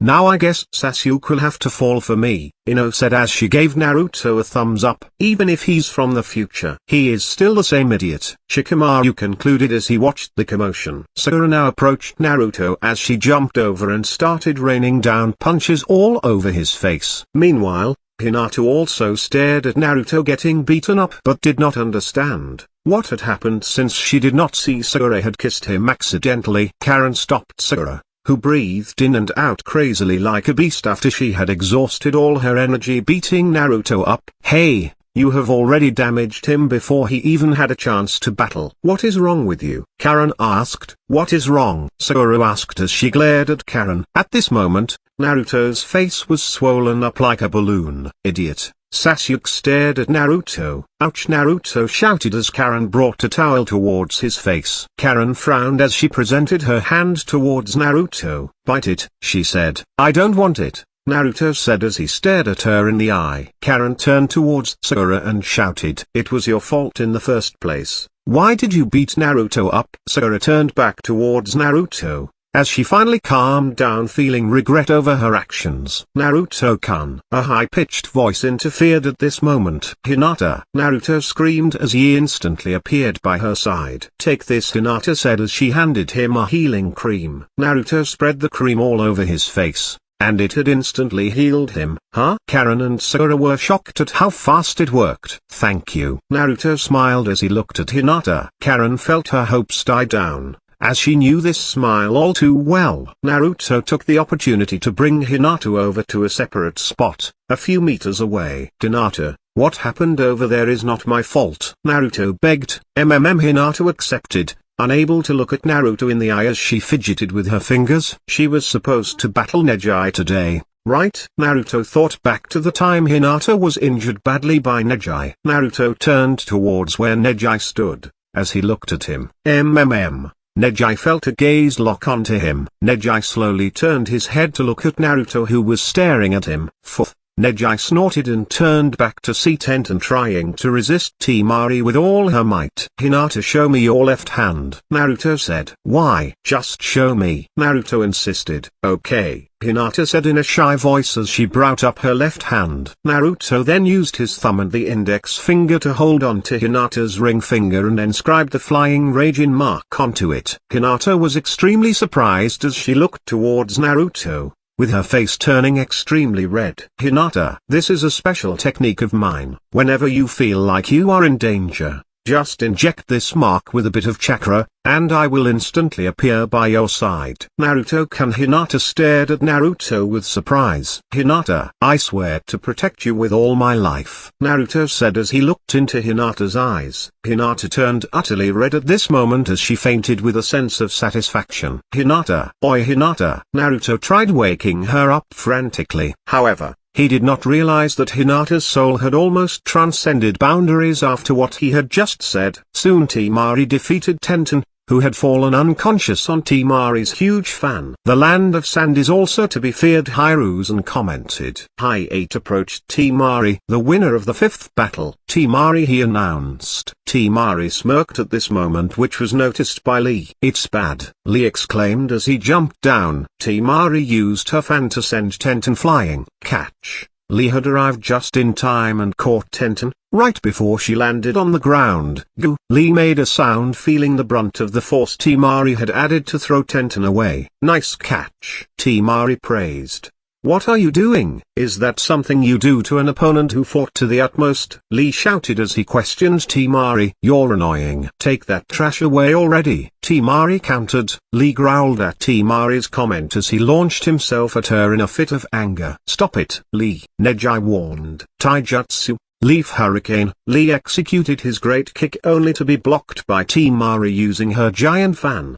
Temari snorted with disdain. "What?" Lee was surprised at his failure. "You're just like you look. You're dull too," Temari commented as she intentionally provoked Lee. "What did you say?" Lee asked as he got up. "Stop it, Lee." Gai interfered as he appeared beside Lee. "Gai-sensei," Lee exclaimed. "See." Temari became angry knowing that all her provocation before had become useless now that Lee's teacher appeared. "Temari," Gaara called out. "Come up quick. You've already been declared the winner. Don't keep company with that awful-looking guy and his chaperone forever." Gaara spoke out without even flinching as he directly challenged Mei to Gai's pride. Lee could not take this comment silently as he stared at Gaara. "That's enough, Lee." Gai calmed him down as he was filled with pride towards this favorite disciple of his. Gai smiled as he spoke out. "Gentleman of Sand." Gai looked at Gaara as he continued. "I wonder if I may give you a word of warning." Gaara frowned as he heard this statement. "This kid is strong,"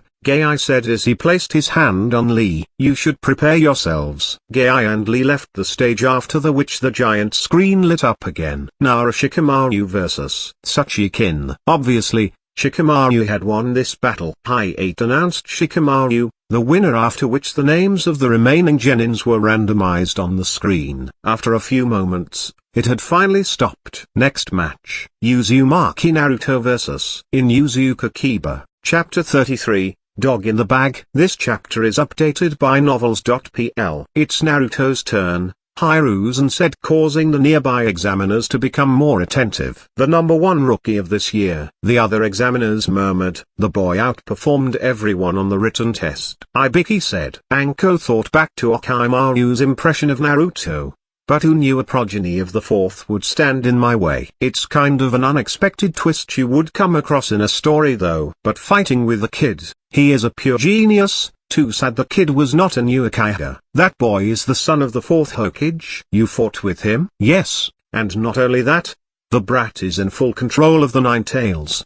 He also is capable of using all the fourth's techniques. The Flying Thunder God, the Rasengan. Here he comes. Orochimaru glared at Naruto. Naruto and Kiba landed on the battle floor and walked towards each other. The 7th battle, Uzumaki Naruto vs. Inuzuka Kiba. Hi-8 announced. "Woof!" Akamaru barked excitedly upon being set down on the floor by Kiba. "This match is gonna be a walk in the park." "Oh, Kiba, Are you sure you can defeat me? Naruto asked. Ha ha ha. Kiba laughed. I will spare you some sympathy at the very least. I'll do you in one clean blow. Woof. Kiba is definitely going to lose. Sasuke and Shikamaru thought. Alright then. I'm going to give you a handicap for the first 5 minutes. I won't attack you at all. Ha. I'll make you eat your words, Kiba said arrogantly. Well then.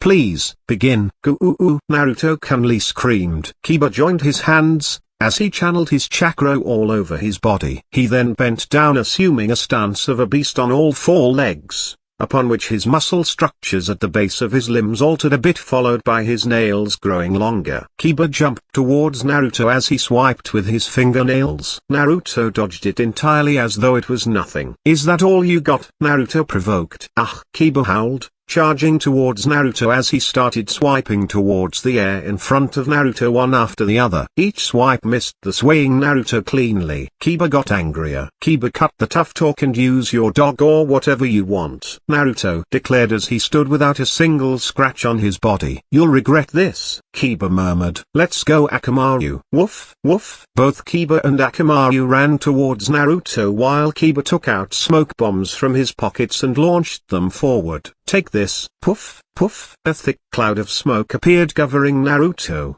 Kiba, and Akamaru. Kiba and Akamaru stealthily continued their attacks under cover of the smoke. The duo kept jumping at Naruto as they swiped their claws, but it all missed Naruto. Slowly the smoke cleared up, yet Naruto stood there unharmed. Why? Kiba asked as he got angrier. Why does none of the attack have no effect on you? Naruto gestured Kiba to attack once again. Kiba reached into his pocket. Akamaru. Woof. Akamaru barked, and it opened its mouth. Kiba tossed a food pill into its mouth, after which Akamaru's skin started to turn red. Akamaru then jumped onto Kiba, after which he formed a tiger, seal, ninja art, beast mimicry _ man beast clones. Akamaru had transformed into Kiba. Kiba and Akamaru, Kiba, ran towards Naruto and started swiping once again. Naruto smiled. Ninja art, shadow clone jutsu. Naruto gave another target to attack for Akamaru, thus reducing his burden of facing 2 people at the same time. Just as before, Naruto had dodged all the attacks from Kiba. Man, these two's teamwork is excellent. Even for a seasoned duo, following attacks one after another in perfect synchronization is really hard, Naruto thought. Kiba looked at the transformed Akamaru, as they both nodded to each other. Take this, hidden taijutsu, man-beast ultimate technique. Fang over fang, Kiba announced as they both turned into a drilling motion and continued towards Naruto. Naruto dodged Kiba's moves as he announced. 2 out of 5 minutes are over. Kiba got angry once again as he and Akamaru had increased their speed to attack Naruto. Everyone in the hall was observing silently. Man, he is good, Kankuro commented while Gaara kept staring at Naruto. He has only been dodging all this time, Mari said. Kura and I felt surprised at Naruto's abilities. I only heard he was the rookie number 1. After training with Kakashi, his abilities must have improved much more. However, who knew the difference would be too much? Meanwhile, Hinata traced the spot where Naruto had given her the seal. Naruto-kun. Sasuke also watched the match. While his expression had no clear emotions, Kakashi did not have such high expectations. After all, he knew that Naruto was extremely powerful, to the extent he could surpass him in one full swoop. Kakashi had already been informed of Naruto's abilities after his encounter with Orochimaru in the forest. Hiruzen had personally called Kakashi to warn him on protecting Sasuke from Orochimaru. At this moment, Kakashi turned towards the side. What the? Karen had noticed Kakashi's surprised expression. She also turned back this moment only to be surprised as well. Why does he not finish him off? Anko asked, knowing that Naruto was already strong enough to beat Kiba. Naruto can do it, but he chose not to. Hiruzen answered. Naruto is one who has understood the principles of ninja. Even if there is no danger in revealing his techniques, Naruto will choose not to do so. If there is any battle he has to show his techniques, it would only be when he has to either protect someone or when his life is on the line. Kiba is a comrade of Naruto, They have graduated together from the academy. Naruto does not see Kiba as an enemy. Thus he is held back. Hiruzen concluded. The battle between Naruto and Kiba continued. Kiba almost felt like losing his mind when he saw Naruto kept dodging every single move of his. Naruto, Kiba and Akamaru stopped moving. You still have a minute left. Naruto reminded. Kiba could not take it anymore, almost wanting to vomit blood. He wanted to cry, yet he could not. How did you become this strong? Kiba asked. Training. Of course, Naruto spiritedly replied. Kiba, woof, Grrrr.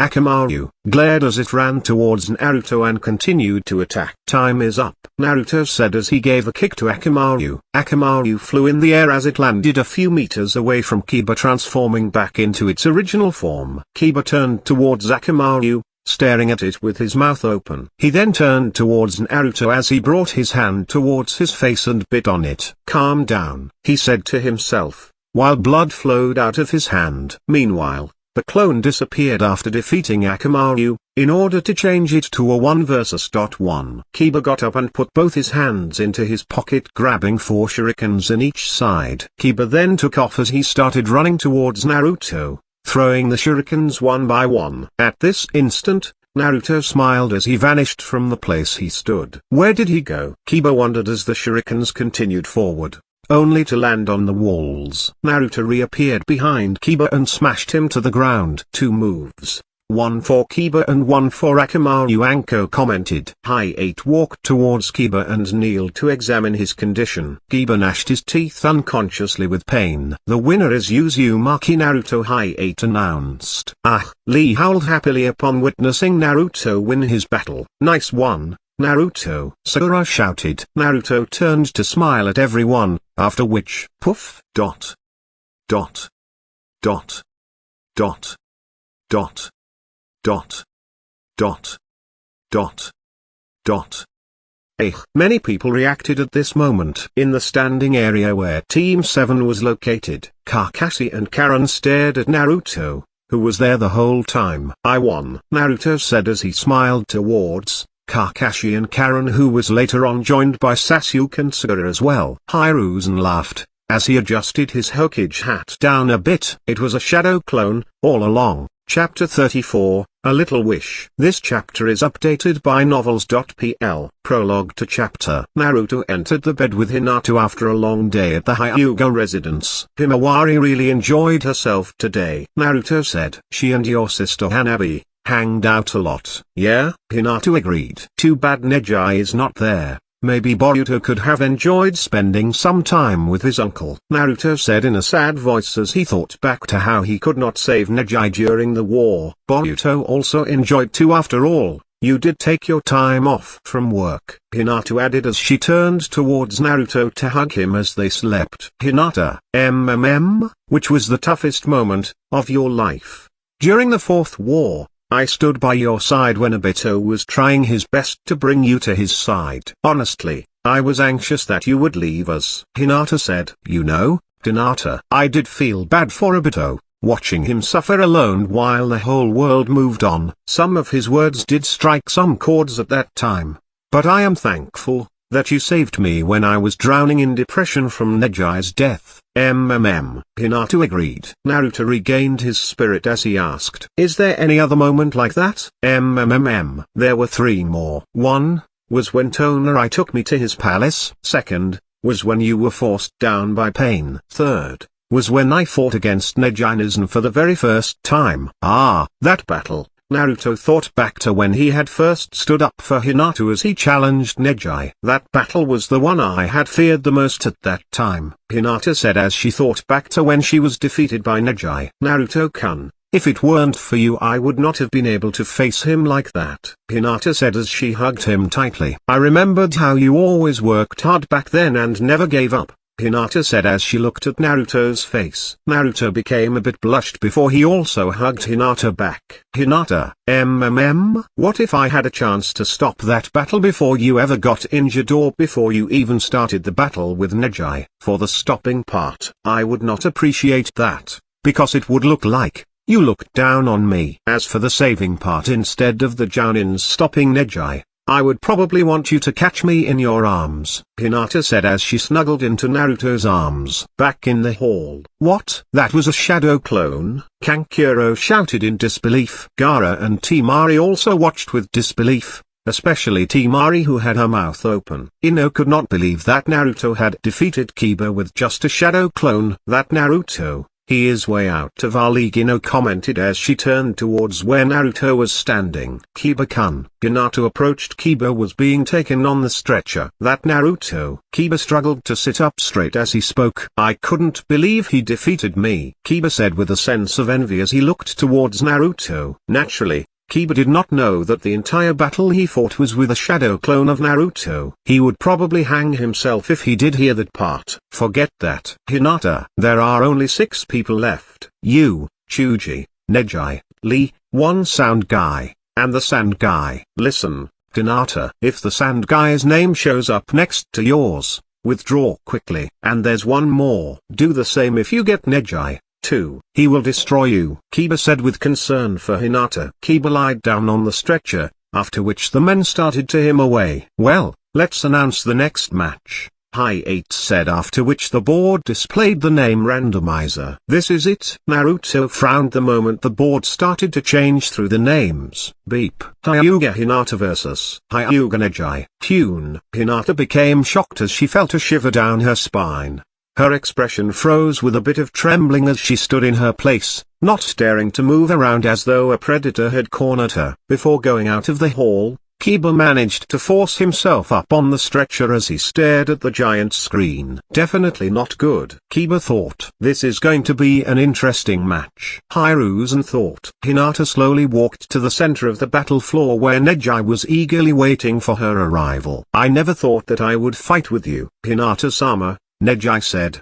Sama? Sora asked curiously. They're descended from one of the most honorable old families in the Leaf Village, the Hyuga clan. Their relation is that of a head family and a branch family, Kakashi explained. Sasuke and Karen turned towards Naruto at this moment. They both knew how important Hinata was to Naruto, especially Sasuke since he knew Hinata was Naruto's wife. Naruto, how do you plan to interfere with this fight? Shikamaru thought as he looked towards Naruto from far. Meanwhile, Kurenai had a bad expression across her face, since she knew the relationship between Neji and Hinata, and also Neji's hatred for the head family. Neji saw Hinata avoiding eye contact with him, which he felt was being disrespectful. Just one more thing before we square off against each other in the fight. I should advise you, Hinata-sama. Hinata looked at Neji as he said, withdraw. You're not suited to being a ninja. You're too nice. You wish for harmony and avoid conflict. You're open to going with the thinking of others, Neji said. Hey, this comment.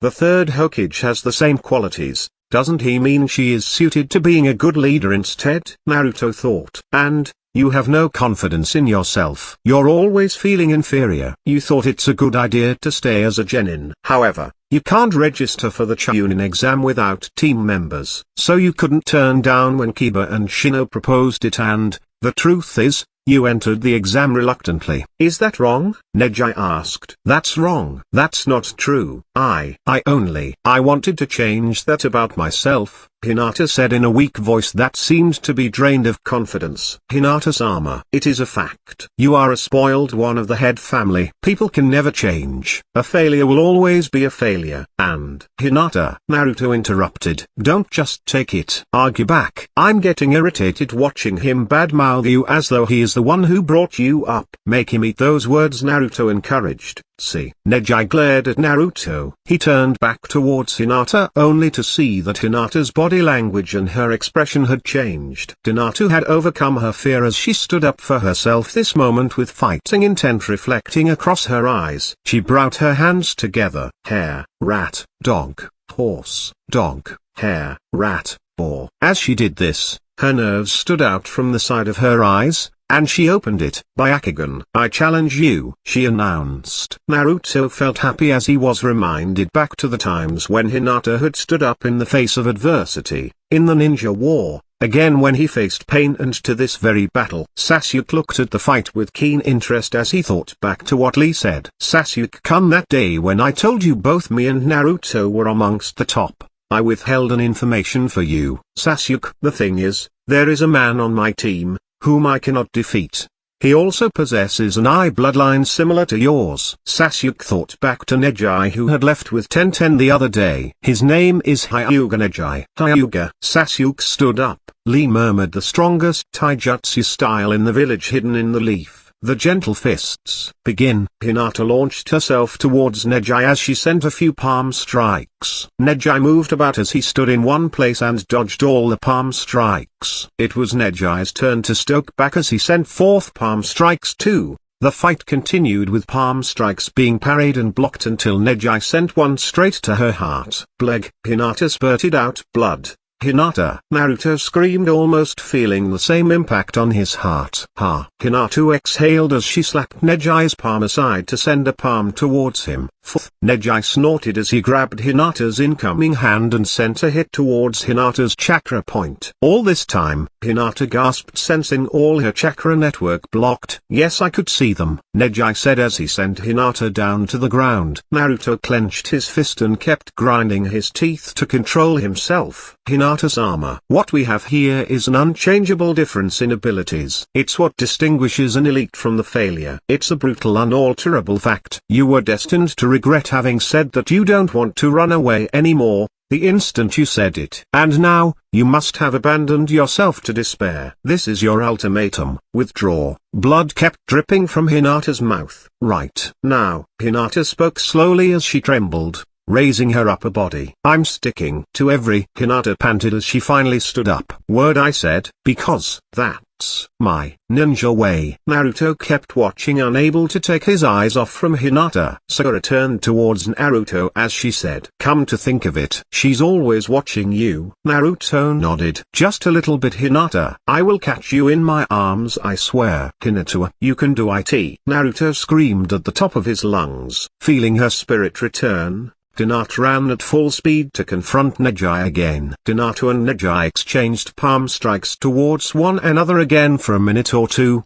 Blocks after blocks, palm strikes parried with each other. Ha! Neji exhaled as he sent a palm in a manner of an uppercut, which completely caught Hinata off. Hinata was sent flying. Not now, not now, Naruto repeated to himself, barely able to keep himself controlled. Sasuke, Shikamaru, and Karen noticed Naruto trying hard to maintain his anger. It must be extremely hard for Naruto, Shikamaru thought. Hi-8 walked to Hinata. As further fighting is not feasible under these conditions. Don't stop it, Naruto screamed, interrupting the verdict.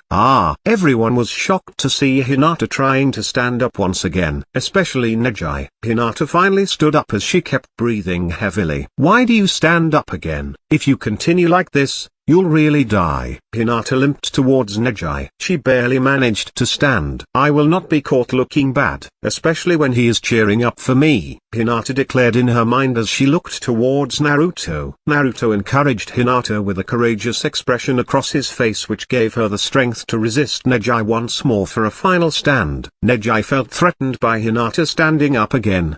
Neji howled as he ran towards her. At this moment she felt extremely threatened. Her body was unable to keep up. She felt her knees weaken, almost losing her balance. Knowing that she could not run anymore, she unconsciously injected some chakra onto the seal Naruto gave her. Poof! Naruto appeared behind her, while at the same time the Jounin appeared around Neji. Hinata fell into Naruto's arms. Naruto-kun, you did well, Hinata. Take some rest, Naruto said to her, after which she lost her consciousness. Naruto then placed his hand over her chest as he healed her heart, which was injured by Neji's palm strike, using his 6 paths power, stealthily. Chapter 35, Difference Between Failure and Genius. This chapter is updated by novels.pl. When Naruto had arrived by Hinata's side, Kakashi, Gaara, and Kunoichi stopped Neji, including Hi-8, who held his hand a small distance from Neji's forehead to dispel him if needed. Kakashi and Kunoichi each held Neji's hand while Gaara wrapped his hand around Neji's upper body. Neji saw Naruto hold on to Hinata while he was being restrained. Neji, Get a hold of yourself. You had promised me that you wouldn't let the matter between the branch and the head family get to your head, remember? Gai asked in a calm voice. Neji could not take the humiliation of having surrounded by the other jounins, thus he gritted his teeth in anger as he asked. Why are all the other jounin butting in? What is Naruto doing here? Neji asked in a fit of anger. Naruto? Kurenai raised her head, seeing Naruto holding on to Hinata tenderly. Naruto, Ino, Sakura, Chuji, and Shino also stood by the rails, seeing a Migenin making an appearance at a place the concerned jounins had gathered. Hi-8 walked towards Hinata and Naruto. Cough, cough, cough. Uzumaki Naruto. According to the rules of the Chunin exams Hi-8. Anko interrupted on Hiruzen's behalf. Hi-8 turned back to see Hiruzen nodding at him. Hi-8 understood tacitly. Uzumaki Naruto, you will be excused for your interruption in this particular battle. If you are to interfere in any further matches, you will be disqualified. Naruto frowned but understood the rules of the Chunin exams very well. Only the jounins could interfere if the situation demanded it. Unless the other party had fainted or surrendered, the match would continue till the death of either party. However, Naruto had already done what he needed to. The only question that remained on his mind was how to prevent Lee from ending up in that situation. Should he warn Gai or should he warn Lee? Both were hot-blooded, thus they would not give up on the fighting even if a single breath remained. Kurenai walked over to Naruto and Hinata. Naruto had already healed her heart by 80%, thus leaving the surface injury up to the medics. Naruto, Kurenai called as she raised both her hands towards him. Naruto understood the gesture and handed Hinata over carefully. Kurenai placed her hand over the injured area, trying to detect the extent of Hinata's injuries. Her heart rate is stable. Kurenai was shocked upon examining Hinata's conditions. Hey you, failure. Neji called Naruto, causing Naruto to look towards him. Author's note, Naruto passed only on his third try, so it remains that he had failed the test 2 times. I have 2 pieces of advice for you. First, if you want to call yourself a ninja, stop that revolting cheering of yours. And the second, a failure will always be a failure. There's no changing that. Naruto got angry at this moment. Do you want to see about that? Naruto asked, to which Neji smirked. Clearly, Neji was provoking Naruto. Don't do it, Naruto. Kakashi warned Naruto, knowing that Neji would only be picking a fight to flee from a hornet's nest. I know, sensei, Naruto replied, after which he started walking away from the battlefield.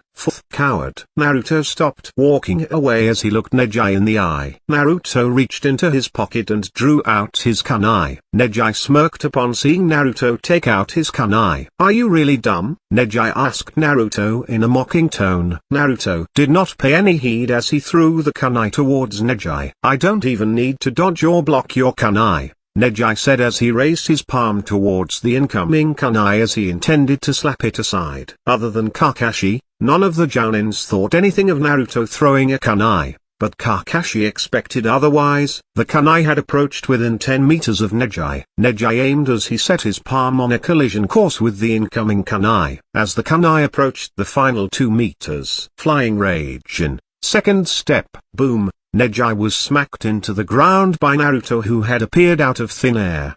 The whole hall had descended into silence for that moment. Everyone from the jounins to the genins, including the examiners and the third Hokage himself, became silent as they saw the jounins who were supposed to prevent the action from happening were also speechless as well.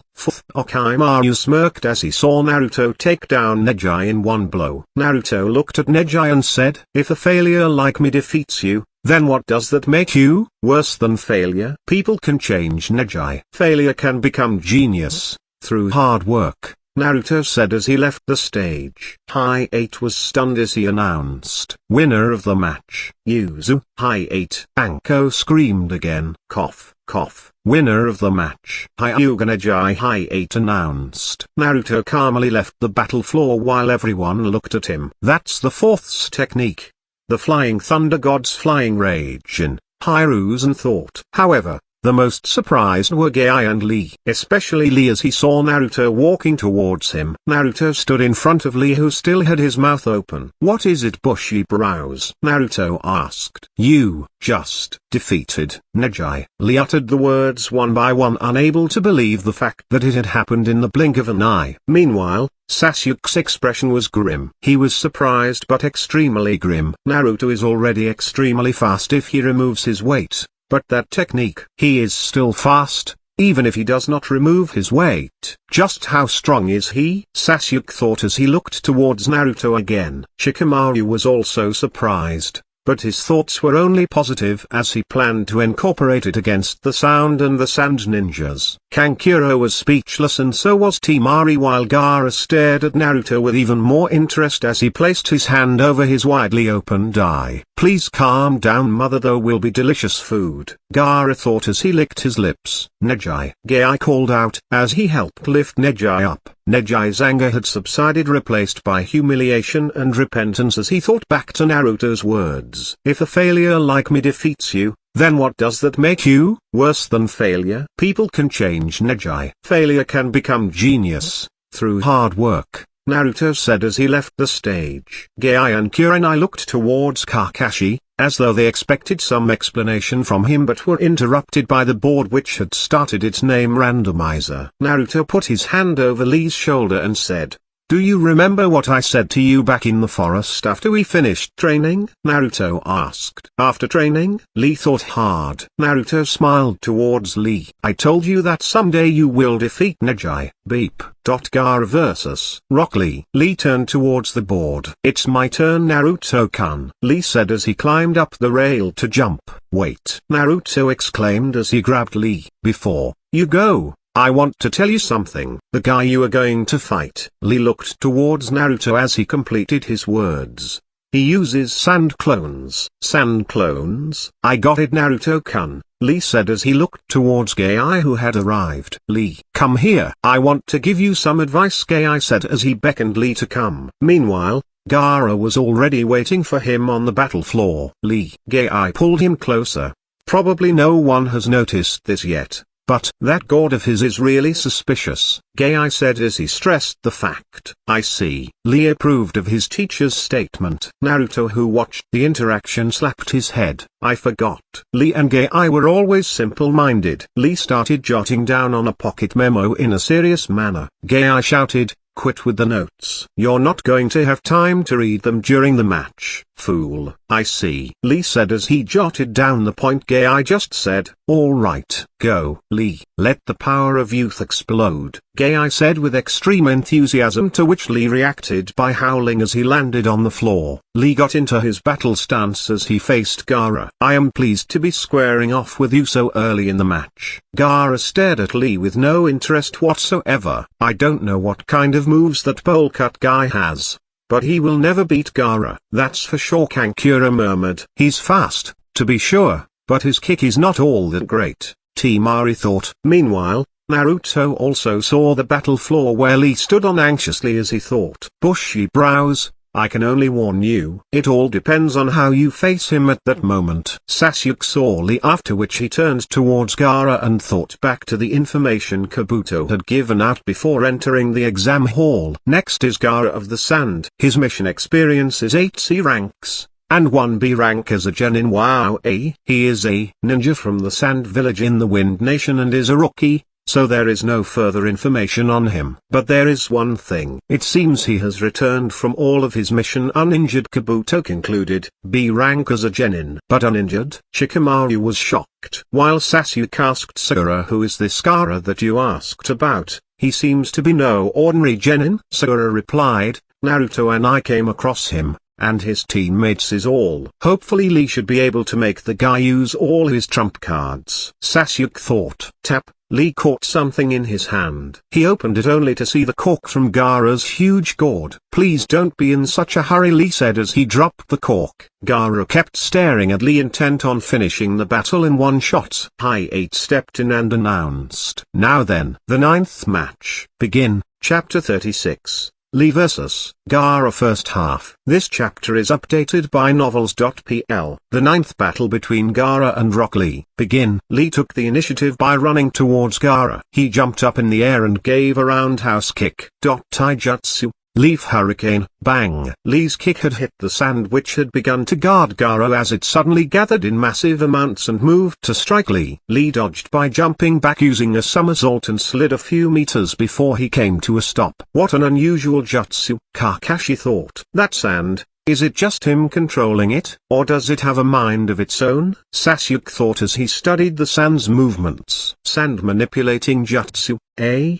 Sounds like trouble. Lee thought back to Naruto's words. He uses sand clones. Is he a sand clone right now? Lee thought, after which he smiled as he looked towards Gaara. There's only one way to find out. Lee ran towards Gaara and started to give punches and kicks all around him, which were being blocked one by one through the sand barrier. Some of the excess sand gathered nearby Lee as it swung into action. Lee knew he could not dodge the sand, so he took out his kunai to start breaking them apart. While swiping them, he continued to deliver one more kick onto Gaara's sand barrier, after which he suddenly realized that all the sand had gathered behind him. Lee rolled over the ground a few times while avoiding the automatic sand attacks one by one. He's not moved a single muscle, yet he is. Gaara interrupted Lee's thoughts with an eerie voice. Entertain me a bit more. There's not enough of blood, Gaara concluded, upon which the sand responded as though it was filled with killing intent as it followed Lee around,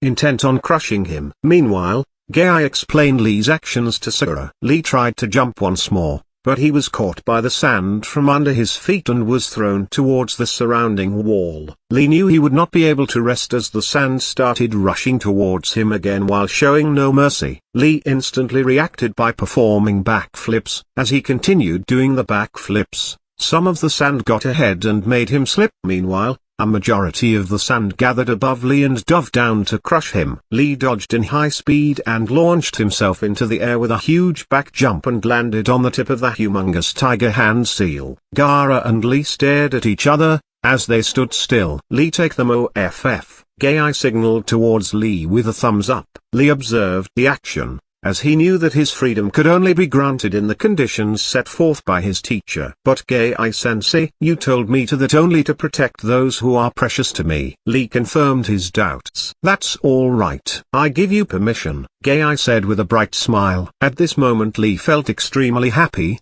He laughed as he knew that his freedom had just been granted. Are those weights? Ino asked curiously. All right, now I can move freely, Lee declared upon removing his ankle weight as he dropped them down towards the floor. Humphrey, does he think that by removing some measly little weights is going to enable him to outmaneuver Gaara's sand? Temari thought as she snorted with disdain. Bang! A massive pile of dust arose from the spot where the weights had landed. As it destroyed the tatami blocks that made up the battle floor, they all reacted with surprise, thinking of the weight bore by the young man all this time. Sasuke already knew the kind of weight both Naruto and Lee were carrying. He could not help but look towards Naruto and wondered, would Naruto need to remove those to even fight Gaara in the first place? At this moment a battle cry was heard. Go, Lee! Gai commanded, upon which Lee disappeared from his spot as he had teleported. Gaara was extremely surprised seeing Lee appear out of nowhere. Lee rushed in to give a punch,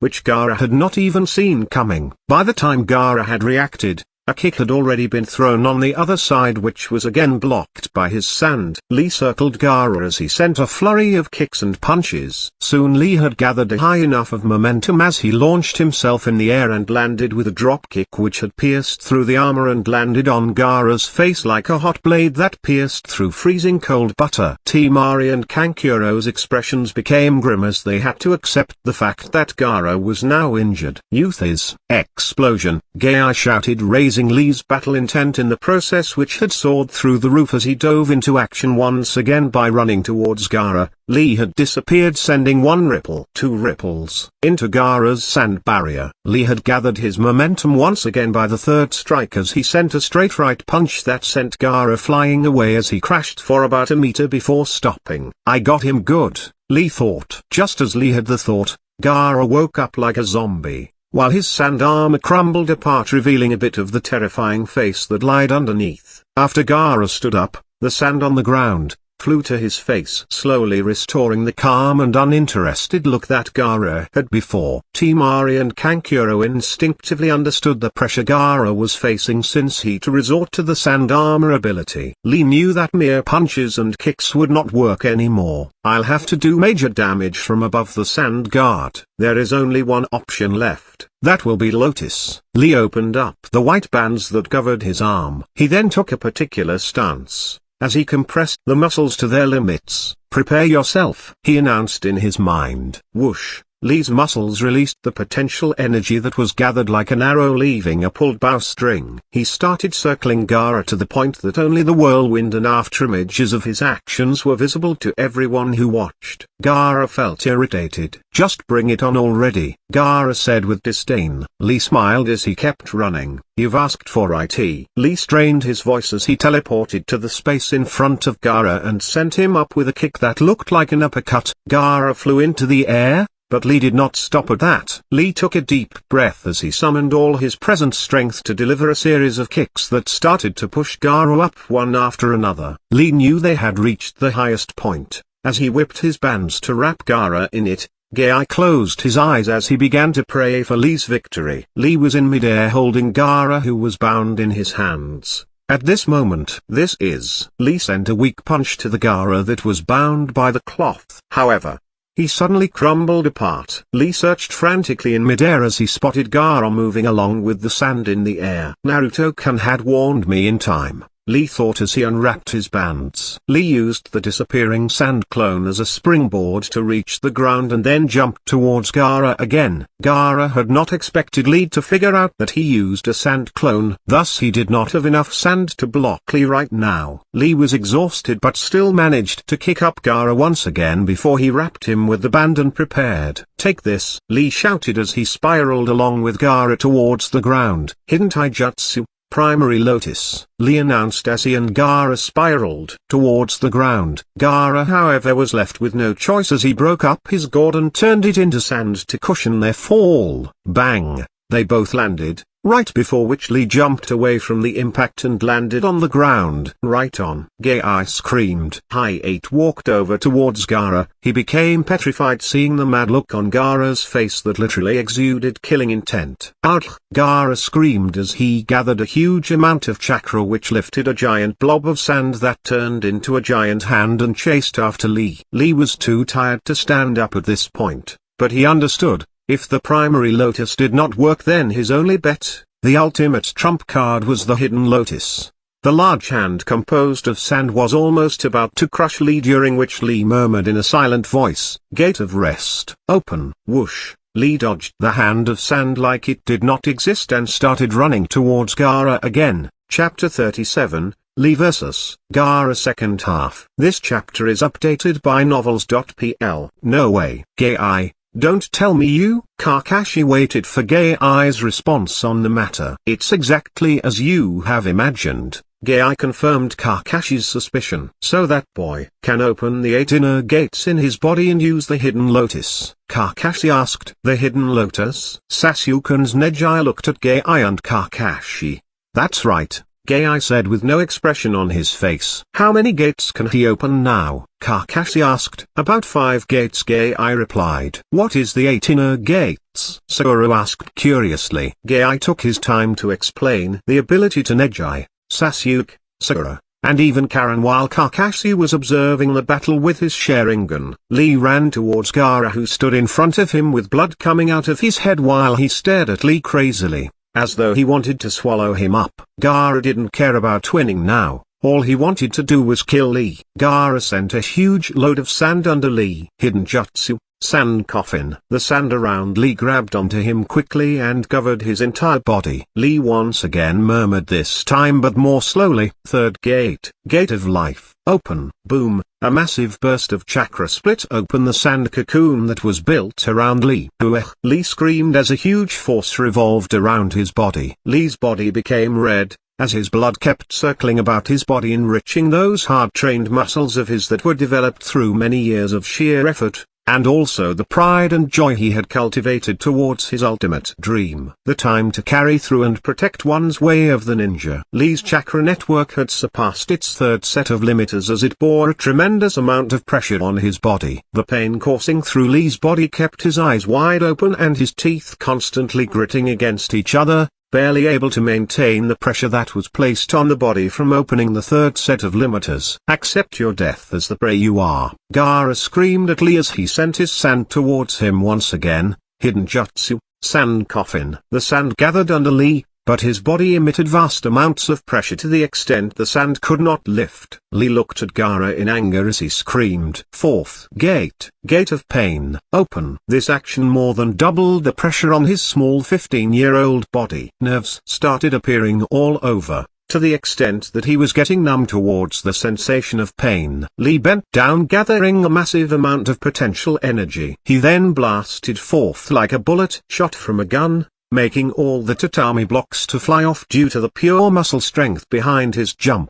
Even though Gaara was angry, he could only watch all the milliseconds go by as though he was stuck in time, while only Lee had the freedom to move around. Lee kicked Gaara up towards the ceiling. The two moves that were just made by Lee had so much impact across the hall that it sent dust flying everywhere to the extent only some of the jounins present could continue to watch the battle. Gaara continued to fly towards the ceiling from the inertial force of Lee's kick. Gaara could only grit his teeth in the incredible pain, as he could not control sand since his gourd had already broken down, causing him to leave the sand on the floor. Crack! A sound was heard as cracks started appearing around Gaara's sand armor. Sasuke and Neji were surprised to see Lee's movements while using the 8 intergates. He no longer seemed like a hot-blooded youth, but he was more like a bloody monstrous human that fought using taijutsu. Gaara finally reached the maximum height the kick could send him, but Lee appeared instantly, causing Gaara's expression to worsen. I see, it's that sand armor again. Then how about this? Lee asked in fury as he kicked Gaara in a particular direction. Lee went to the ground and immediately appeared behind Gaara, sending him flying in a different direction. He continued the series of actions by repeatedly kicking around Gaara like a game of football that took place in midair,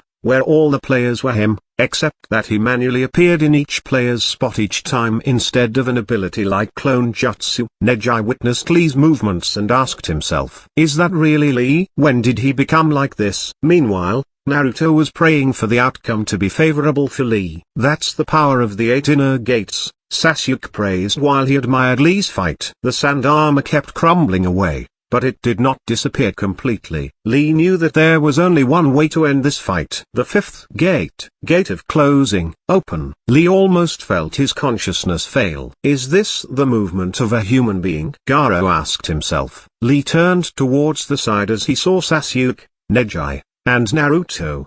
The high heart rate and an extreme rush of blood gave him a lot of time to think between the high-paced fight. Sasuke, I envied your bloodline. Flashback Chapter 20. Uchiha Sasuke, not only can you perform ninjutsu but you also have the Sharingan. People like me can only hope to match with your talents through sheer hard work. Lee said as he saw Sasuke getting up once again. Naruto, thank you for believing in me. Flashback Chapter 3. Naruto bowed towards Lee and Gaara after he wore back his weights and prepared to leave. He turned back towards Lee with a smile on his face. You can defeat Neji, Lee, you already possess the ability to do so. Thanks, Naruto-kun. Lee almost cried as he raised his hand to wipe the tears away before it could appear. Flashback Chapter 36. Failure can become genius through hard work, Naruto said as he left the stage.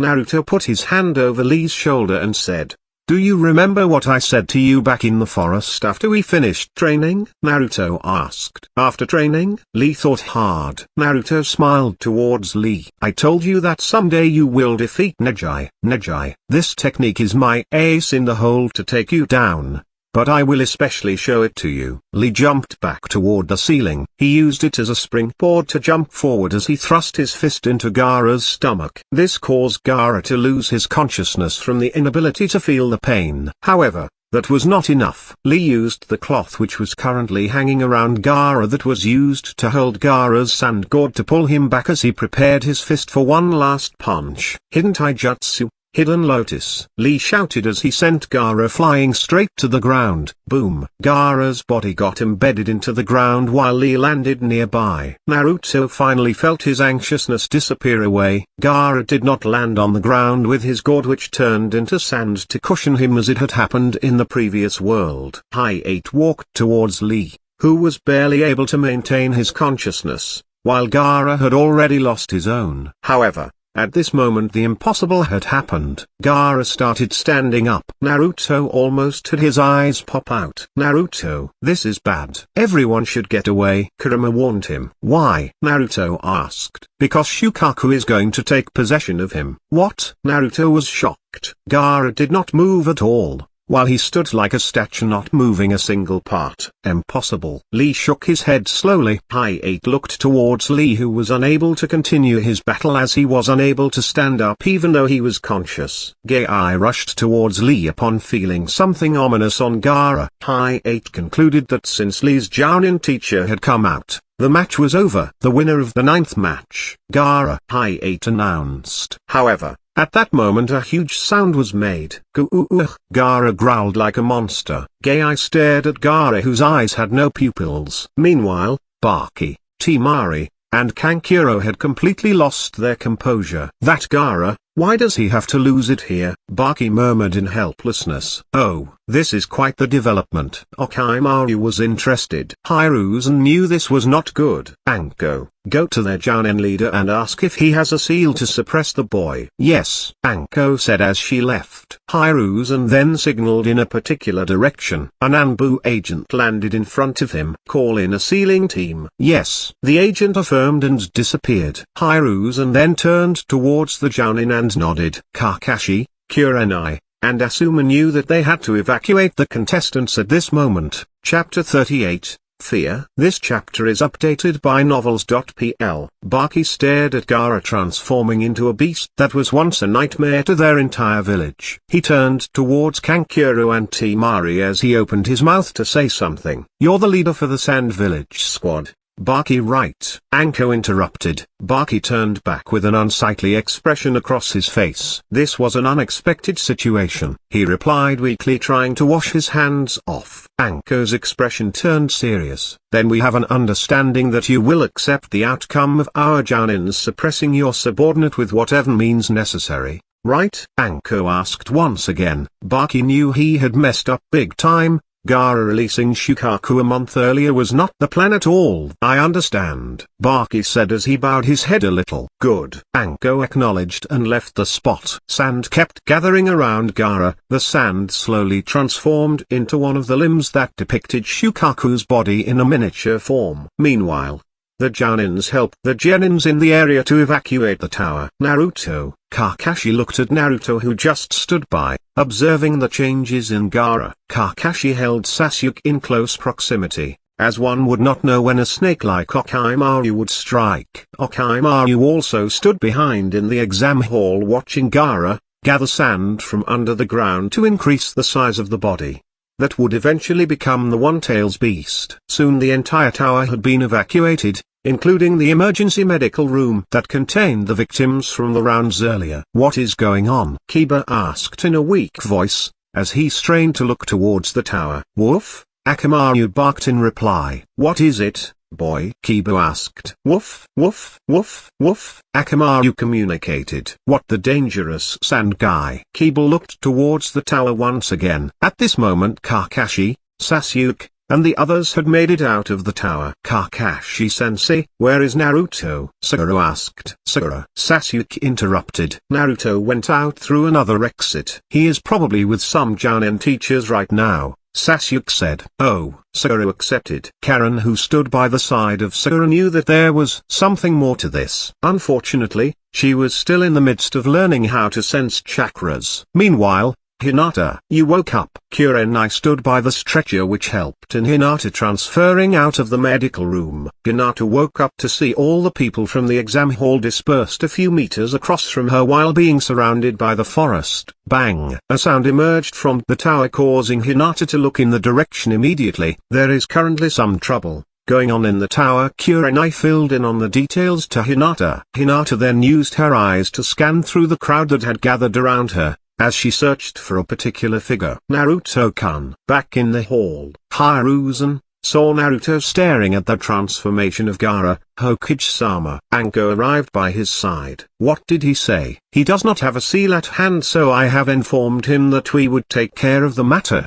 Hiruzen again looked towards Naruto again. He is the same as you, Naruto. What do you plan to do? Hiruzen thought. Naruto got down from the standing area and approached Hiruzen. Old man, I've got a plan. Why don't you let me handle this? Naruto asked. Hiruzen was surprised to see Naruto reveal his motives. After all, ever since Naruto started from the academy, all this time, his motives were always concealed while he had worked behind the scenes for the best outcome. Naruto, do you have a way to deal with this? Naruto nodded. Hiruzen thought for a bit. He then turned towards the nearby ANBU agents. Make sure that other than these two, there is no one present, Hiruzen ordered. Yes, the agents said as they vanished from their spot to follow up on the orders. Meanwhile, outside the tower, Kakashi and the group moved a bit away for the crowd. As they kept walking, whoosh! You! Kakashi shouted, losing all his composure at once. Kakashi shoved all the genins behind him and took a stance with a kunai towards the front. You've grown,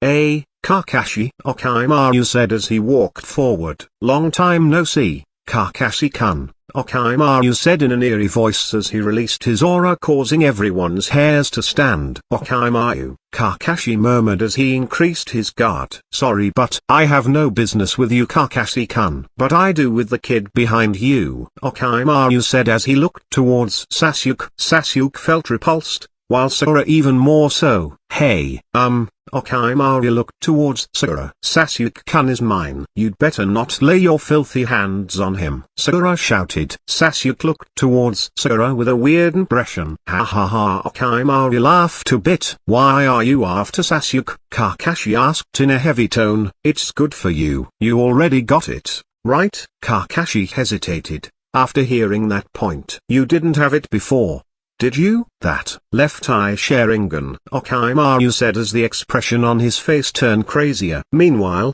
Karen, who stood by the side, found the entire matter surprising, especially the part where Okimaru had mentioned that Kakashi had a Sharingan, which was one seemed to be borrowed. Naruto had already told Sasuke the story behind the incident, so he had no thoughts about it per se. I wanted to, Okimaru continued. What's your purpose? Kakashi asked. The recently built Sound Village. That's my village, you see. You already understand, don't you? Okimaru asked.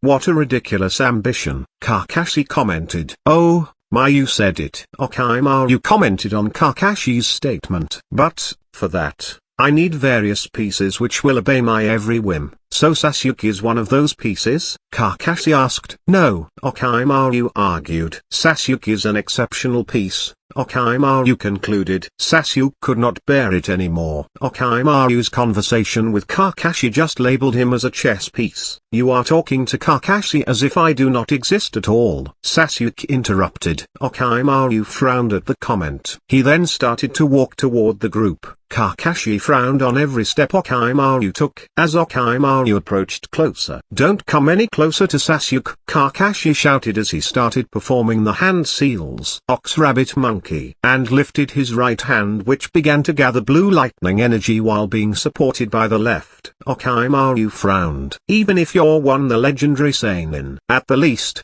I can kill you as you kill me, Kakashi said with resolve as he placed his life on the line. Ha ha ha ha ha ha ha ha ha. Okimaru laughed in a mocking tone, causing Kakashi to be stunned. You're going to kill me? Why don't you try? Okimaru said as he unleashed a massive amount of killing intent towards Kakashi. A few meters away. There he is. An ANBU agent said as the group arrived near Kakashi and his group. See, Orochimaru frowned as he turned around and left. Wait, ANBU agent called out. Bang! Kakashi fell on his knees while sweating profusely. I can kill you as you kill me. Am I an idiot? Kakashi asked himself as he stared the ground. Sasuke saw Kakashi fall onto the ground. He stared at the kneeling Kakashi and then towards the direction Orochimaru went. Kakashi lost his footing just after standing up to him. But Naruto, despite having a small body, fought on par with that monster for an hour. Sasuke thought to himself.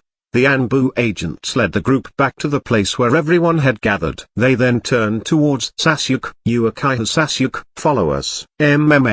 Sasuke agreed and went along with them to the Hokage. Back in the exam hall, Gaara had finally finished powering up. Hiya, I'm finally able to emerge. Shukaku shouted through Gaara as it finally woke up. Chapter 39, Uzumaki Bloodline. This chapter is updated by novels.pl. He has finally emerged, I see, Kurama commented. Shukaku found his vision strange. He bent down to check his body, only to find that the sand was very little for the full body size revival. See, there is no sand here at all, Shukaku commented, after which he observed the surroundings. Shukaku spotted Naruto, who was staring right at him. Haha, right away. The guy I wanna kill is you, Shukaku shouted excitedly, after which, it started running towards Naruto. In Naruto's vision, Shukaku appeared as Gaara with two huge hands and a tail, barely able to move his body, as it ran towards Naruto. Naruto joined his hands together. Nine Tails mode. Naruto activated the bright yellow-red cloak around him. Damn it, it's the Nine Tails bastard, Shukaku commented as it stopped in one place. Shukaku raised one hand in the air, and then let it fall onto the tiny stomach. Wind style. Air bullets. An immensely compressed burst of wind generated a huge amount of shockwaves which caused the tatami tiles on the battle floor to fly away. Naruto lunged forth a huge chakra hand that stopped the air bullet. Shukaku stared at Naruto, who was in complete control of Kurama's power, and said, ha ha ha. While I have gained freedom, it looks like you have had a bad fate, you Nine-Tails bastard. Your submission to this human is a disgrace to us tailed beasts. Shukaku provoked Kurama. Naruto, let me take over. I want to teach this bastard raccoon a good lesson. Kurama asked Naruto, feeling its pride was on the line. Are you sure? Naruto asked, since he felt the situation was a bit troublesome. Yes, I have been waiting for this kind of an opportunity for a very long time. Naruto agreed to Kurama, after which they exchanged places. Shukaku saw Naruto's facial expression change, as the three lines on either side of his cheeks become thicker. It's been a long time since your last lesson, ya raccoon bastard. Kurama spoke through Naruto. Shukaku was shocked. You willingly submitted to that brat? Kurama smirked at Shukaku. Why don't you stick and find out? Kurama said as he sent a huge hand towards Shukaku. Kurama, don't harm Gaara, Naruto pleaded. I know. The big hand reached towards Shukaku and swatted it away like a pesky fly. Damn it. This is what I hate about you the most, Kurama. You always want to prove that the beast who has more tails is stronger, Shukaku said in a grieving voice. Naruto, Shukaku is really weak now. You can easily handle him if you wish, Kurama said as he exchanged his place with Naruto once again. That was fast, Naruto thought as he looked towards Gaara. Shukaku struggled to get up again, but he slowly felt like losing consciousness. Darn. It hasn't been long since I emerged, Shukaku shouted, unwilling to disappear. Soon Gaara gained consciousness and looked towards Naruto. Uzumaki Naruto. Gaara stared at Naruto with hatred. Why do you fight against me? He asked, feeling his anger pulse through his head. Hokage-sama. An ANBU agent showed up next to Hiruzen, reporting to the third. The sealing team should be here in less than 5 minutes. Tell them to report here first, when they arrive. Yes. The agent accepted the order and disappeared. Hokage-sama, who is handling the boy inside? Anko asked. Keep this under wraps. It's Naruto, Hiruzen said in a low voice. Hokage-sama. Another group of ANBU agents appeared with Sasuke in tow. Hiruzen nodded. Kurenai was next to Asuma.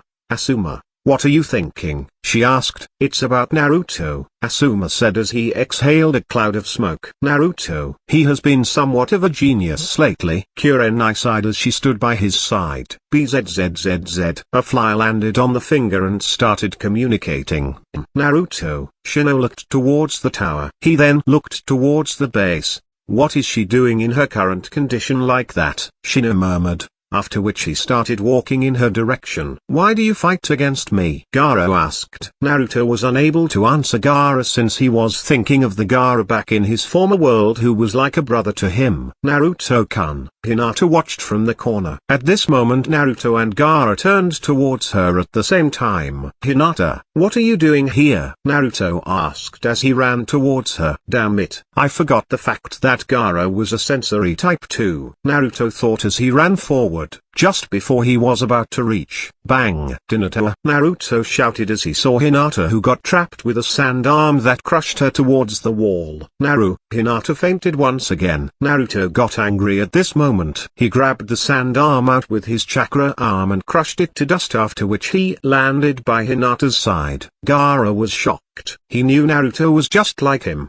who possessed a monster. However, he was not aware of the amount of power Naruto wielded, nor his ability to control the power perfectly. I want an answer, Gaara shouted. People abandoned us. They abandoned us because we hold monsters. Yet why do you fight for them? You are supposed to fight for yourself. You are supposed to love only yourself. Gaara spoke while Naruto used his power to heal Hinata. After he healed her a bit, her rosy complexion had slowly regained. Naruto looked towards Gaara and then started walking towards him. The pain of being all alone is unbearable. I have been in the same place you are standing at right now. But soon, I met people who are very important to me now. I won't allow those important people to get hurt, Naruto said with anger in his eyes. Slowly he looked back towards Hinata with a gentle expression. They are the ones who saved me from the hell of being all alone.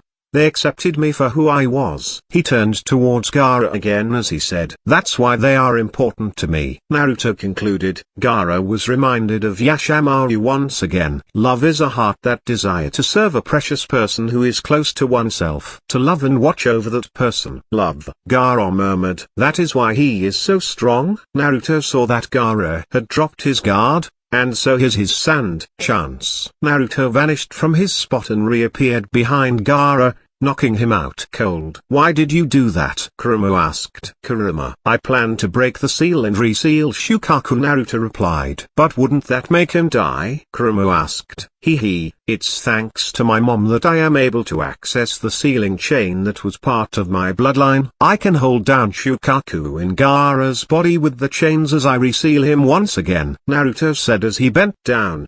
He thought back to one of the conversations he had with Gaara in the previous world. Gaara mentioned that he finally knew what sound sleep meant after losing Shukaku. Seems like the seal the Sand Village had placed on him is unable to hold Shukaku back on its own. The seal has only covered the physical aspect but not the mental aspect of the technique, thus resulting in Gaara to deal with the burden of keeping Shukaku in check by diverting his consciousness. Naruto explained as he observed the seal on Gaara's tummy. Naruto then placed his hands together as he concentrated. Huh? Why are the chains not appearing? Naruto asked himself. Boom. Naruto felt something explode in himself with an excruciating pain across his heart. Ah! Naruto shouted. About a minute later he finally calmed down. I can't fail here, Naruto thought. Naruto then concentrated once more. Adamantine sealing chains. Click, click, click, click. Sounds of clicking were heard as the chains appeared and embedded themselves onto Gaara's seal. It works,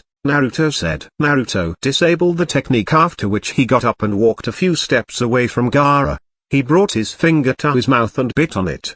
Blood started to trickle down drop by drop. Naruto bent down to start writing the characters on the floor one by one in a formation around Gaara. A few minutes later, done, Naruto said as he got up. He then walked over to Gaara again. It's time to end one of Gaara's biggest trouble. Adamantine sealing chains. Chapter 40. Problem solved. Meal on the line. This chapter is updated by novels.pl. Outside the tower, Shino stood near the entrance receiving reports from the insects on what was going on. The genins, jounins, and even the ANBU members have left the hall. But Naruto is inside all alone with the sand guy. Hinata has also run inside now, Shino murmured to himself. He then turned towards the direction in which the evacuated people and the Hokage was. There is something more to this than meets the eye. Hokage-sama, the sealing team, is on standby. We await your orders for dispatch, ANBU agent reported. Hiruzen nodded. Sasuke stood by the side and heard the conversation. Looks like Naruto is handling everything by himself inside. Does the third know Naruto's secret? Sasuke thought as he looked towards Hiruzen. Inside the tower hall, seal. Naruto shouted, upon which the characters that were written in blood on the floor slowly got sucked towards the place where the adamantine chains were holding Shukaku. Gaara grunted in unconsciousness, while Naruto held onto his body to hold Gaara in place. The characters were being sucked in a steady pace, which also increased the pain felt by Gaara slowly. "Aha!" Gaara shouted, following which, the characters had finally finished flowing in, and a seal mark was formed in its place. Phew. Naruto heaved a sigh of relief. It's done. Naruto felt proud of his work. Gaara, from today onwards you can get your perfect sleep. Naruto was happy for Gaara. He then walked towards Hinata and carried her in his arms. Naruto walked out of an alternative exit away for the evacuated crowd, which was noticed by an ANBU agent. The ANBU agent reported this development to Hiruzen. It's over then. Hiruzen smiled. Naruto has performed meritorious service. Hiruzen turned towards Anko and the other examiners. Round up all the Jounins and the Genins. Conduct the 10th round, after which I will address the plans for the next stage in the hall. Yes. The examiners and Anko replied together and dispersed. Anko approached Baki. Hokage-sama requires you and your team's presence in the tower hall, she conveyed, after which she jumped towards another direction. It couldn't be. Baki looked towards the tower in disbelief. What will happen to the plan now? Temari and Kankuro approached Baki. Is everything all right? Kankuro asked. They have called us in, Baki replied. Kankuro and Temari were shocked. Soon everyone made their way in, including the medics and the injured ninjas. Gaara finally gained consciousness and stared about. Gai saw Gaara get up again, as though the battle between him and his favorite disciple was one that had no significance at all. Gai gritted his teeth and made his way to the medics. Naruto, I want to meet you in my office after everything is over, Hiruzen said in a low voice. Okay. Naruto nodded and walked towards the direction of his team. Minato, your son has already become a splendid ninja. In places where the leaf dances, a fire burns. The shadow of the fire will illuminate the village. Hiruzen thought as he watched Naruto's departing back. Are you the teacher of that young man? A man in a white full body suit asked as he pointed towards Lee, who was lying unconscious on the stretcher. Gai nodded. The boy's body contains comminuted fractures and muscle tears to his entire body. Recovery will likely take quite some time. The medic ninja reported. This is the effect of forcefully opening all the way up to the 5th gate on the first try. Gai thought. I advise a bed rest of minimum of 2-3 months, accompanied by a lot of supplements and special recovery pills. No matter what, the boy should not even think about training in the first month. That is all, the medical ninja concluded. Gai bowed down to the medical ninja as he left the scene. Meanwhile, Naruto watched the interaction from far. Super thick brows sensei should understand that it is the best possible outcome that could have happened to thick brows if he wanted to take on Gaara.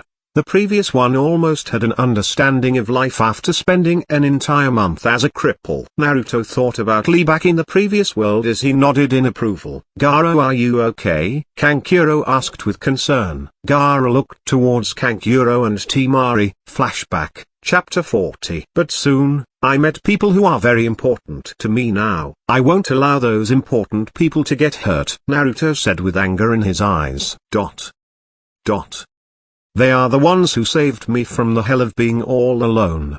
They accepted me for who I was. That's why they are important to me. Naruto concluded. Temari Kankuro. I'm sorry for everything before. Kankuro and Temari looked at Gaara with wide eyes. What in the world just happened? Kankuro approached Gaara slowly and placed his hand on Gaara's shoulder. You have nothing to apologize for. Gaara lifted his face to see Kankuro with a bright smile across his face. At this moment he knew that the man standing in front of him had genuinely cared about him. Thank you. A tear dropped from the side of his eye. After a few minutes, everyone took their places by the standing area. Hiruzen noticed this and approached the stage. The problem from earlier has now been settled. The last match will continue as per schedule. Hiruzen announced, after which Hi-8 took over. Chuji knew at this point his time was up, since he was the only one remaining to face the sound guy. He crouched down on his legs. I plan to forfeit, Chuji said. So that means you plan to forego all you can eat BBQ, too, then? Asuma said. What? Come on, Chuji complained. Asuma stepped beside Chuji and got on his knees as he said, don't worry Chuji. If things start getting ugly, I will step in and stop the fight for you just like the others did for Hinata. Okay? Prime beef tongues, short ribs. You can eat whatever you want, Asuma concluded. As soon as Chuji heard the bet on the table, he summoned his courage that was derived from the food menu he had imagined, which powered him up to the extent that he started to burn with fighting intent. BQ, all you can eat, Chuji shouted while he cheered himself up. Back on the stage. Then, the 10th and final round is next. Both contestants come forward. Hi-8 announced. Chuji and Dosu both walked towards the center of the stage as they stared at each other. I'm gonna win and have some barbecued beef, Chuji thought. Meanwhile, Dosu thought, in any case, I need to last until the main tournament and battle Sasuke, or I will not have met your expectations, Okimaru-sama. I can almost see through it.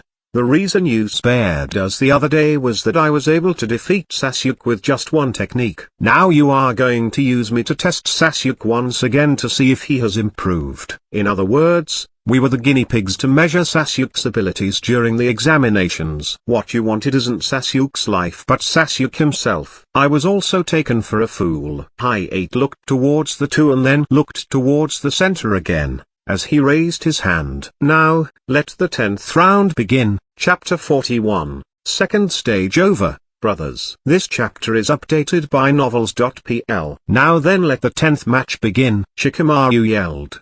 Do your best, Fatso, Ino added. The nerve for her to call me that. Damn it. Those two better watch out. I'll end this match quickly and turn you into mincemeat, Chuji spoke in anger. Then let's not play around. I'll finish you off quickly. Mr. Fatso, Dosu said in a respectful voice. Chuji couldn't let the comment slide by. You bandaged cucumber roll. I know his Achilles heel all too well from my last battle with him. Those holes in his arm emit a pulsing sound. So, Chuji joined his fingers. Ninja art. Expansion jutsu. Chuji body along with his clothes expanded into a giant ball. Followed by the hidden leaf style taijutsu. Chuji withdrew his limbs one by one, after which, chakra started to flow out like a jet. All I have to do is to prevent him from aiming at my ears. Human boulder jutsu. Hooray for the big boned people, Chuji shouted as he rolled his way over towards Dosu. What kind of funny technique is this? Moreover, hidden leaf style? Is there a clan that has this kind of jutsu as their base? Dosu thought as he kept jumping back, avoiding the giant rolling Chuji while slowly guiding him towards the wall. Boom. Chuji rolled his way over, only to hit the wall. Dosu succeeded in his plans and jumped towards Chuji. The way you are, you can barely move, can you? He then raised his right hand where his sound tool was located on. That's where I attack, Dosu announced as he landed on the ground near Chuji and thrust his left hand straight into Chuji's clothes, finally making contact with Chuji's body. It's no use, I'm wearing earplugs, Chuji said in a muffled voice. Like that's going to help you, Fatso. Dosu laughed in his mind as he said, no, this is the end. He then tapped the sound generating tool using his left hand, which created minor sound waves that sent triples across Chuji's body, finally incapacitating him. Chuji then landed on the ground, with his eyes in spirals like a fainted Pokemon. The human body is made up of 70% water, and water is able to transmit sound waves. In other words, your whole body is like one big ear. Dosu concluded after he defeated Chuji. Cough, cough. The winner is Kainyuta Dosu. Hi-8 announced. Okaimaru-sama. No, Okaimaru. I'll have you know that I'm more than a mere guinea pig, Dosu thought in his mind as he walked away. Meanwhile, the medics arrived near Chuji. I want to eat meat, Chuji blurted pitifully. Oh man. The sound guy went easy on him, too. Shikamaru sulked. It's alright. Although he lost, the least we could do is take him for some BBQ beef. Asuma comforted Shikamaru. Cough, cough. It's finally over. Hi-8 felt relieved as he announced. All the 10 genins who have passed the second stage, please assemble here. Hi-8 said as he pointed to the battle floor in front of him. With this, the preliminaries for the third exam is completed. To everyone who has advanced to the final round of the third stage of the Chunin exams, congratulations. I will now hand over to the third Hokage. Hi-8 concluded and left the stage. At long last,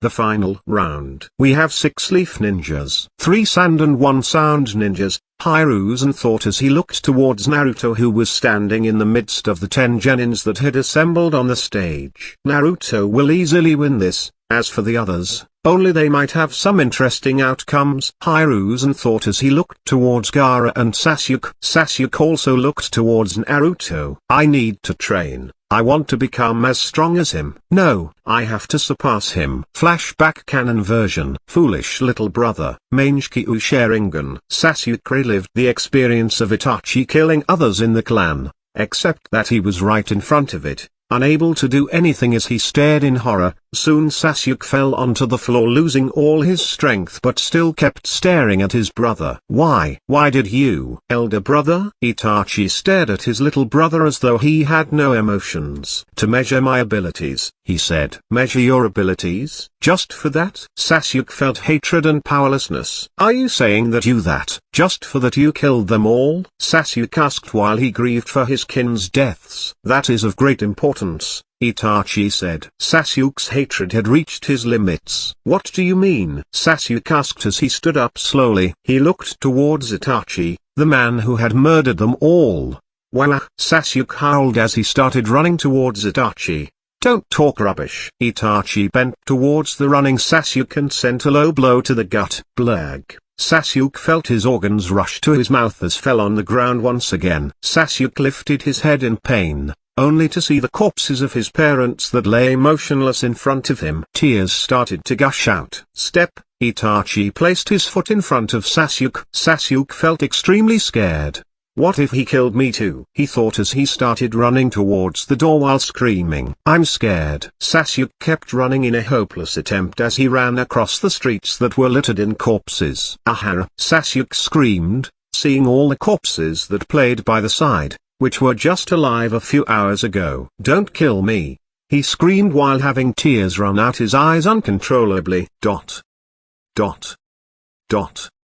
No way. Sasuke thought as he came to a stop, only to see Itachi standing in front of him once again. Don't kill me, Sasuke begged. Itachi stared down at the little brother of his. You are not even worth killing. Sasuke finally felt a sense of hope, yet a sense of shame, despite which he could only watch his elder brother in fear as he spoke. Foolish little brother. If you want to kill me, begrudge me, hate me, and keep on surviving in that unsightly manner, just continue fleeing and hang on to your life. I don't believe it. Sasuke interrupted. This is too unlike you, brother. I mean, the reason I acted as the big brother you desired was because I wanted to measure your vessel. Itachi interrupted. You have the potential to become my opponent in order for me to measure my vessel. You hated me, and you continued to have the desire to surpass me. That's exactly why I will allow you to live, for my own benefit. You are someone who could be able to use Mangekyou Sharingan just like me. However, on one condition, that you must kill your closest friend. One day, when you have the same eyes as I do, come and stand before me. Sasuke thought as he saw Naruto. Flashback chapter 28. They are known as the eyes that reflect the heart. The fact is that the Senju clan was perceived as the clan that preached love and the Uchiha as the clan that followed power. But the truth was that there was no clan that felt love more than the Uchiha clan. Naruto concluded, love. Sasuke thought as he remembered his childhood days. Sasuke, I hope this has broadened your mind. I'm sure that no one in the Uchiha clan ever realized this truth as such. Even you were unaware of it though you had awakened your Sharingan. Sasuke nodded as he thought back to the time when he first confronted Naruto, awakening his Sharingan as a result. I am sorry, I cannot tell you anything about your brother, even if we are going to talk with Shikamaru tomorrow. But I can tell you this, I will tell you the truth about your brother if you defeat me in battle one day. Sasuke looked towards Naruto feeling hope rise up in his heart once again, as he regained his former expression of arrogance once again. Prepare to lose, Sasuke said as he walked back. Do you believe that I am from the future? Naruto asked again. Naruto. Sasuke glared at him, feeling hopeless from his elder brother's pressure. I will surpass you. Chapter 42. The long-awaited reunion. This chapter is updated by novels.pl. Hiruzen then finally looked towards Orochimaru. I have been patient with Orochimaru all this time. He still wishes to test my patience by attacking that boy. Next will probably be the last. Even the Buddha loses patience when insulted or hit in the face 3 times. Hiruzen thought. The final round is where each one of you will show off your battle skills in front of everyone. I want you to satisfactorily demonstrate and show off your ability as representative of your respective lands. Accordingly, the final round will commence 1 month from now. This is so that there's a suitable period of preparation. That is to say, along with the announcement of the conclusion of the preliminary match to each country's feudal lords and ninja leaders, readying the summons for the final round requires preparation time. Not to mention the time it takes for you examinees to prepare. This old man always has such a roundabout way of saying things. Kankuro thought as he interrupted Hiruzen. I don't quite get what you're trying to say. What do you mean? Kankuro asked. In other words, in order to know your adversary, in order to prepare yourself, time is necessary. Time to analyze what you learned about the adversaries in the preliminaries. Time to take stock of your successes. The battles until now were like actual battles. It simulated situations in which you can't know your adversary. However, this is not the case in the final round. Some of you might have already revealed everything in front of your rivals. So in the spirit of fairness and equality, you will have a month to train yourself to further your skills. Now that that's done, I'd like to let you take your leave. However, there is one more important matter to take care of. This geezer. Kankuro felt impatient. At this moment, Anko approached in front of the genins. I want you all to calmly take one slip of paper from the box that Anko is holding. Hiruzen concluded. I'm going to go around in order take only one, Anko said, after which she walked towards all the 10 contestants one by one. Soon she had finished distributing the numbers. Good. Everyone has taken a number. Then, from left to right, tell me the number on your slip of paper. Ibiki asked. I'm 8. Dosu said. I'm 1. Naruto said. I'm 4. Sasuke said. I'm 10. Sakura said. I'm 7. Temari said. I'm 5. Kankuro said. I'm 3. Gaara said. I'm 9. Shikamaru said. I'm 2. Neji said. I'm 6. Shino said. Very well. I will tell you about how the final round tournament will work. Hiruzen said, after which he turned towards Ibiki. Ibiki, bring forth the pairings. Ibiki walked to the front and displayed the pairings. First match, Naruto vs. Neji. Second match, Sasuke vs. Gaara. Third match, Kankuro vs. Shino. Fourth match, Temari vs. Dosu. Fifth match, Shikamaru vs. Sakura. The pairings indicate a chance of 5 contenders surviving. In the case they survive, the remaining 5 will be made to draw lots again, in which the unlucky player would be made to fight another extra match. This is going to be troublesome. I have to fight a Kunoichi. Moreover, it is Sakura, and I thought Ino was a headache enough. It is such a drag. Shikamaru thought. Good. I will use this 1 month to stand up to Naruto again. Neji thought, perfect. Gaara will be the perfect benchmark for my new training. I will make it to the top and face Naruto. Sasuke thought, I'm so relieved to know that won't be in the same section as Gaara. Kankuro thought, could I ask a question? Shikamaru raised his hand. Go ahead. Hiruzen said, does this mean that there will only be one winner of the tournament? That only one of us will be able to become a Chunin? Shikamaru asked.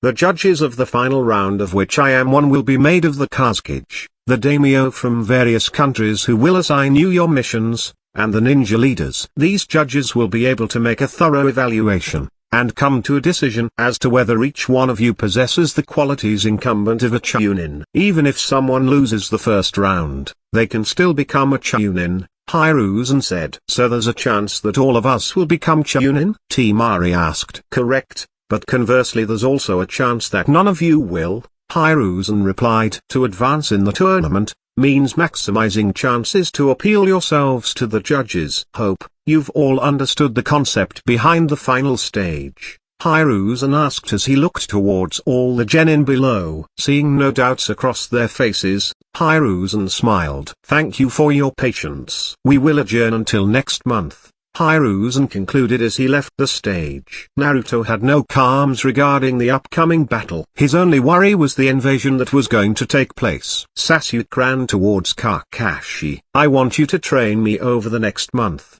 no matter what, Sasuke insisted as he looked towards Kakashi. Truthfully, I already had a plan regarding your training, Kakashi said. Then we have no time to lose, Sasuke concluded and started running towards the exit. Seems like the battles in the second stage has pushed him to this, though more than half of it is done by Naruto, Kakashi thought as he looked towards Naruto. Naruto. The third passed a message saying that you are to wait in front of his office in another 2 hours. Yes, Kakashi-sensei, Naruto saluted. Sometimes, I really do wonder if you are a kid or a grown-up boy, Kakashi thought as he left the tower. Karen, aren't you supposed to find your other 2 teammates? Naruto asked as he turned towards Karen. Karen hesitated as she looked towards Naruto. Sakura, who stood by the side of both of them, read the situation. Naruto, I will wait for you 2 outside the tower, Sakura said as she began to run towards the exit. Sakura-chan. Naruto tried to stop her, but she had already left. What is it? Naruto asked. The thing is, Karen thought for a bit before she explained her situation. What?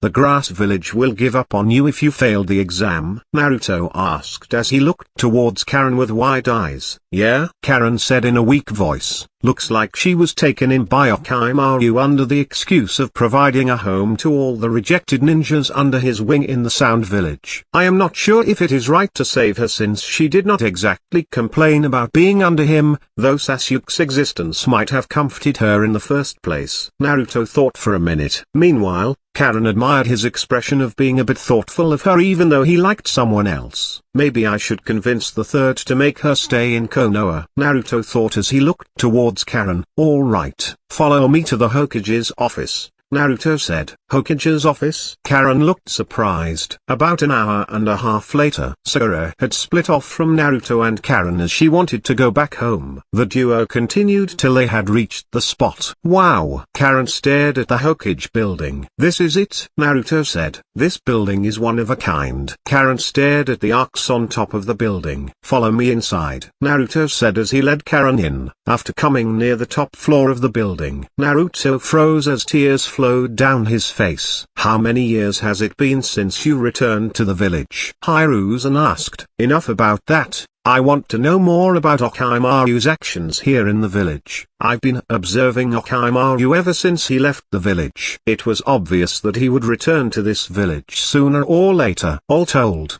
at first I was concerned only about him. But, what is it? Hiruzen asked. He joined an organization. If it is the same as Itachi, then it has to be that one. Hiruzen thought. It's a small organization known as Akatsuki made up of 9 ninjas. Until recently, they weren't making any dramatic moves except some cloak and dagger activities. But, The biggest concern is the members of the organization. Almost all of them are listed on the bingo book, or less rank deviant criminals. That Itachi is also among them. Hiruzen gesture with his hand for the man to continue. But recently, Orochimaru pulled out of the organization, and at that time, other members of the organization went in action in different areas, in pairs gathering jutsus and things. You're saying that Minato's child is on their list of fancy? Yes, the man concluded. Meanwhile, outside the office. Why are you crying, Naruto? Karen asked with concern. Naruto wiped his tears away and gave a radiant smile as he looked towards the Hokage's room door. It's Sage. Chapter 43, Like Father, Like Son. This chapter is updated by novels.pl. It's possible, Jiro replied, because it's one of the spirits who possess the strongest chakra. Hiruzen thought for a minute. What has got you thinking? Jiro asked. You said you wanted to know Orochimaru's movements here in the village, right? Hiruzen asked. Yes. Hiruzen inhaled from the smoke pipe and let out a small cloud before he continued. You remember the team led by Minato? Hiruzen asked. Jiro nodded. I put the boy, Kakashi, in charge of a new team of genins who are a lot like the old team. Uzumaki, Naruto, Uchiha Sasuke and Haruno Sakura. They were exactly like Minato's old team of Kakashi, Rin, and Obito. Naruto took after Obito, Sasuke took after Kakashi and Sakura. Sakura is not like Rin, Hiruzen thought. This was decided before the academy until Jiro asked. Until the boy, Naruto changed. It's like he evolved. The boy is the same old, but at the same time, he has become a splendid ninja. Hiruzen smiled. Say it, old geezer. Geezer? There was a name I mentioned now amongst those three, Uchiha Sasuke. I have heard the rumors. The boy survived the massacre. Precisely. Orochimaru is now after the boy. Jiro thought. What is it? Hiruzen asked. There's just a nasty feeling regarding that particular part. Why? Hiruzen asked. Orochimaru did not leave the organization on a pleasant note. He had gone after Uchiha Itachi and was later forced to leave abruptly, which they considered as a betrayal. Jiro frowned. Why is he going after the last two Uchiha brothers? Hiruzen thought. So what happened to the boy now? Jiro asked. The Uchiha brat. The funniest thing was that Naruto stopped Orochimaru from making any advances on him. Jiro was shocked. What? Hiruzen indicated for him to calm down. One of my subordinates, Sanko, confronted him the same evening the incident took place. Flashback chapter 26. I've heard of some excellent ninjas in this village, so I thought I'd put dibs on it. But who knew a progeny of the fourth would stand in my way? It's kind of an unexpected twist you would come across in a story though. Orochimaru sulked. But fighting with the kid, he is a pure genius. Too sad the kid was not a Uchiha. That boy is the son of the fourth Hokage. You fought with him? Anko thought back to Naruto's words and still found it hard to believe. Yes, and not only that, the brat is in full control of the Nine Tails. He is also capable of using all the Fourth's techniques, the Flying Thunder God, the Rasengan. Orochimaru praised Naruto. Jiro was getting surprised by the moment. His life for the past decade went in chasing after Orochimaru, though he still took his time to write books and search for his supposed fated student. Jiro. What is it? Jiro asked slowly, still being shocked from what he had heard earlier. My guess is Naruto must have met Minato and Kushina when training to get control over Nine Tails. Indeed. Jiro agreed. Jiro. Hiruzen interrupted. Even if Naruto is capable to a certain extent, it does not mean he will be able to take care of himself. I had appointed Kakashi in hopes of looking after him, but the boy has surpassed him. Though it remains that he was able to go toe-to-toe with Orochimaru, it does not mean that the boy can live watching his own back. Jiro nodded. Sooner or later, Naruto will have to deal with things alone, but it remains that he is young and I want you to take care of him for a while. Hiruzen said. Meanwhile outside the door, Naruto had finally managed to calm himself down. Naruto, is everything okay? Who is Sage? It's nothing really. Naruto tried to avoid the subject while Karen started to wonder, who the mysterious figure behind the door was. "All right, I will take care of the boy. But there is one more thing I want to tell." "What is it?" Hiruzen asked. "It's about Akatsuki's latest movements. They are trying to recruit one of those S-rank criminals from the Hidden Stone. From what I have intercepted, their target seems to be a man named Deidara," Jiraiya concluded. "All right, I will send some people to investigate the matter." Knock, knock, knock. "Coming," Hiruzen said. Naruto entered the room. He had already calmed himself down since he knew in advance that Jiraiya would be here while Karen waited outside.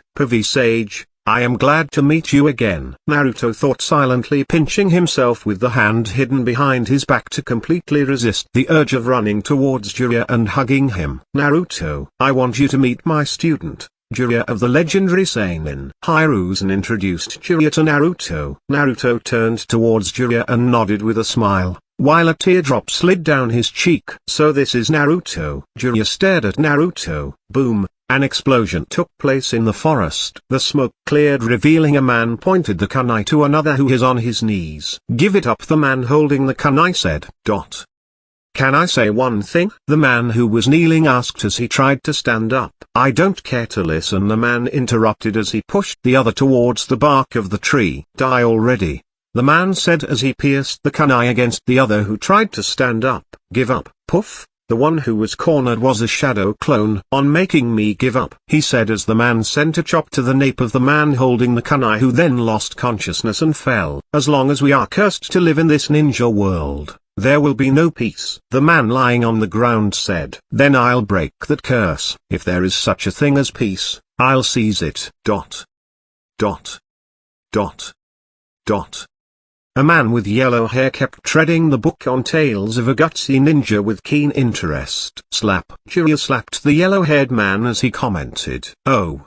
You were reading my Tales of Gutsy Ninja? But it's my first published work." "The sentences are childish, and I didn't do a good job," Jiraiya said as he scratched his head while turning a bit embarrassed. The yellow-haired man was naturally Namikaze Minato. "No, I don't think so. This tale is wonderful," Minato complimented Jiraiya. "Oh?" Jiraiya's interest got piqued as he wanted to hear a review. "The main character of this book, I thought his determination to never give up was really cool.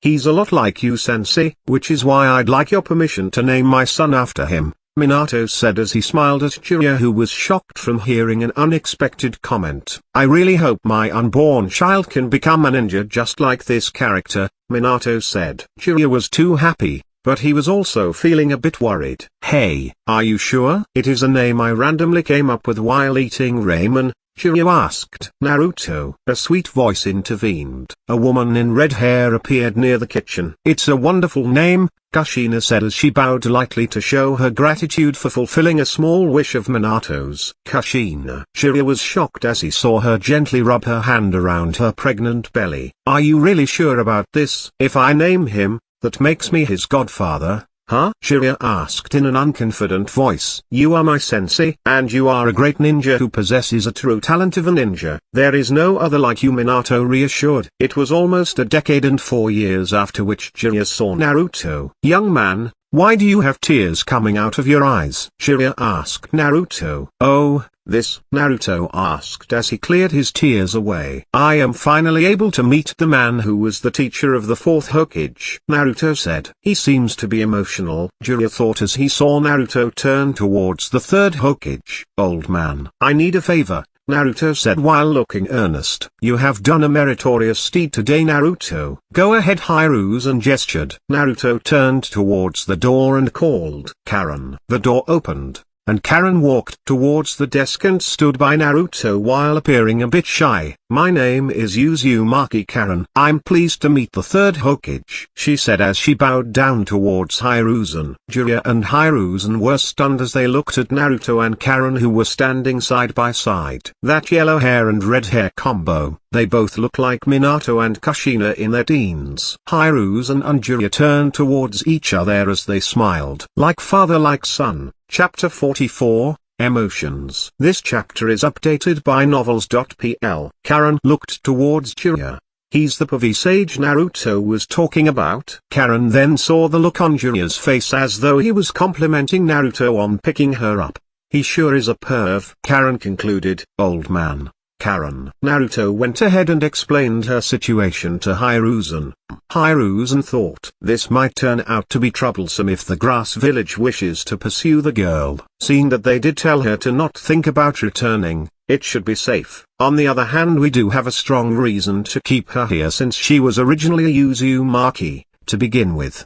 But the problem is if she knows the grass village's secrets. Hiruzen looked at the duo. You said you were Uzumaki? Hiruzen confirmed again. Yeah? Karen stuttered as she corrected her glasses.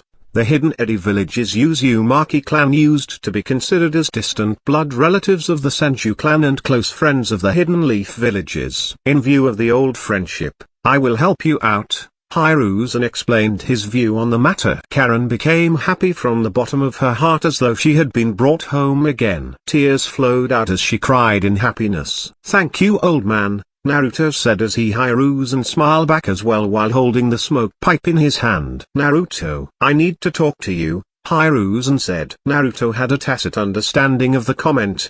He walked Karen out of the room and closed the door. Naruto, Jiraiya here will be taking over your training. He will educate you in the arts of infiltration and espionage, Hiruzen said. Infiltration and espionage. Is he planning to employ me under ANBU? Naruto thought. Young man, I want to hear you introduce yourself. Jiraiya spoke in a loud voice. Yes, sir. My name is Uzumaki Naruto. My favorite food is miso ramen. Cup ramen. My dream is to become the greatest Hokage. Naruto concluded as he recited all 3 lines in one breath. Jiraiya closed his left eye and looked towards Naruto with his right. Aren't you going to ask me to introduce myself? Oh boy. It has been a long time since I have seen him do this. Naruto screamed with glee in his heart. Please let me know of your greatness, Naruto asked in a happy voice. Thank you for asking me. Jiraiya placed a leg in the front as he bent his knees in a horse stance position and raised his 2 arms with open palms, with one facing Naruto and the other in the opposite direction, and spoke in a proud voice. People know me as the Mountain Toad Spirit Sage who acquires immortality, also commonly called the Mountain Sage. Cough. Hiruzen coughed in an attempt to remind Jiraiya of his imagery in front of Naruto. Naruto's eyes gleamed with stars as they totally admired Jiraiya's performance. Jiraiya understood that his first impression had been established perfectly and approached Naruto. Naruto, pack up your bags and meet me at the village gates by 5 p.m. today evening. We will be going on training for a period of 3 weeks. Jiraiya spoke as he approached the door. Meanwhile, Naruto was on cloud 9. Getting to hear the rare yet familiar words he had always wanted to hear as he nodded in happiness. Jiraiya left the office, while Naruto turned back to the 3rd Hokage. What is it, Naruto? Hiruzen asked. It's about Karen. Naruto explained Karen's ability to Hiruzen. Hiruzen thought for a while and then finally arrived at a conclusion. I will let her train some basic medical ninjutsu for now. I have a person in mind, but it depends upon her training, Hiruzen said. I have one more person whom I would want to recommend for the same training. Old man. Naruto said. This boy has a lot of requests today. Hiruzen thought. Go ahead. It's Sakura from my team, Naruto said. Naruto, medical ninjutsu cannot be learned by everyone. Hiruzen said. I am sure she has a good talent for it, Naruto said as he walked towards the door. Bring that girl in on your way out, Hiruzen said. Naruto nodded to his order. He opened the door and sent Karen in. Hiruzen spoke to Karen about her living arrangements and training while Naruto waited outside the door impatient to meet Jiraiya again. Karen walked out of the door. Yo. Naruto smiled towards Karen. Karen and Naruto walked together until Naruto reached his house. Usually a boy would be the one to walk the girl home, Naruto said as he scratched his head feeling shamed. Karen blushed upon his comment. Karen. Yes. Karen sprung up as though being awakened from her daydream. Show me your arms,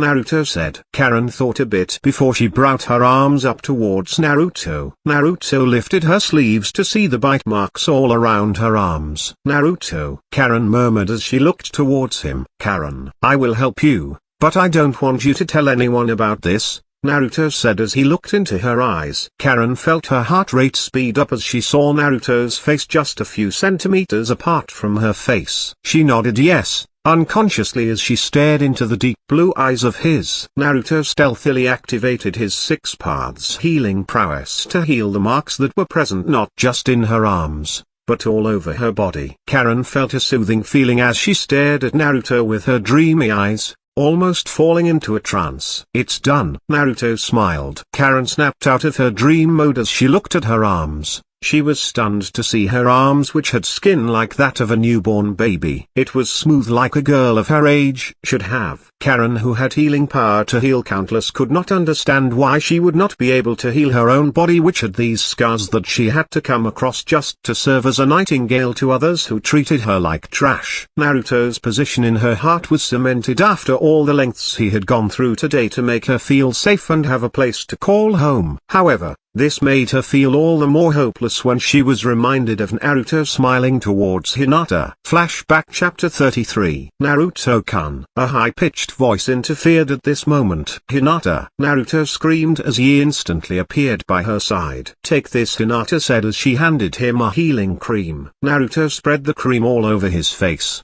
and it had instantly healed him. Huh? Karen and Sakura were shocked at how fast it worked. Thank you. Naruto smiled as he looked at Hinata. Karen felt her hopes die down, as she knew this smile all too well. Naruto took the opportunity to bring Hinata over to a separate spot, a few meters away. Flashback chapter 35. Bleg. Hinata spurted out blood. Hinata. Naruto screamed, almost feeling the same impact on his heart. Ha! Hinata exhaled as she slapped Nejai's palm aside to send a palm towards him. Ha! Nejai exhaled as he sent a palm in a manner of an uppercut, which completely caught Hinata off. Hinata was sent flying. Not now, not now, Naruto repeated to himself, barely able to keep himself controlled. Sasuke, Shikamaru, and Karen noticed Naruto trying hard to maintain his anger. Knowing that she could not run anymore, she unconsciously injected some chakra onto the seal Naruto gave her. Poof! Naruto appeared behind her, while at the same time the Jounin appeared around Nejai. Hinata fell into Naruto's arms. Naruto-kun. You did well, Hinata. Take some rest, Naruto said to her, after which she lost her consciousness. Naruto then placed his hand over her chest as he healed her heart, which was injured by Nejai's palm strike using his 6 paths power. Stealthily, Karen looked towards Naruto. At this young age, he can love a girl like a man would love a woman. Truly, she is blessed, she thought. Naruto, Karen called as she set herself in motion. Naruto raised his head. Chu. Naruto's eyes widened. Karen had kissed him on the cheek. Thank you, Karen said as she looked towards Naruto with tears flowing out her eyes. She then turned around, walking away slowly. Karen. Naruto stared at her departing back, which looked pitiful as she walked away silently, weeping to herself as she left the street. Bang! Sasuke punched the bark of the tree he was standing on as he observed Naruto and Karen from a distance. Flashback chapter 30. Naruto. Who is that girl? Sasuke asked while they set traps for a beast. Oh, her name is Karen. Naruto introduced her and started to talk about who she was to Sasuke back in his world. She was also in the Akatsuki with me? Sasuke asked. Yes. Was she a strong fighter? More like a super nerd version of Sakura who would shamelessly stick with you, along with her abilities to heal. It was you who had rescued her from Orochimaru back then, Naruto said. Flashback chapter 33. However, what Sakura did not know was Ino walking by them at the moment as she slipped a bit and fell on Sakura. Ah, sorry Sakura, she shouted as she fell. The impossible had happened. Karen stared at Sakura with wide open eyes, whereas Sasuke turned back too. WTF? Sasuke thought since Naruto had already told him that he would marry Sakura in the near future. Sakura kissed Naruto. The reason I acted as the big brother you desired was because I wanted to measure your vessel. Itachi interrupted. You have the potential to become my opponent in order for me to measure my vessel. You hated me, and you continued to have the desire to surpass me. That's exactly why I will allow you to live. For my own benefit. You are someone who could be able to use Mangekyou Sharingan just like me. However, on one condition, that you must kill your closest friend.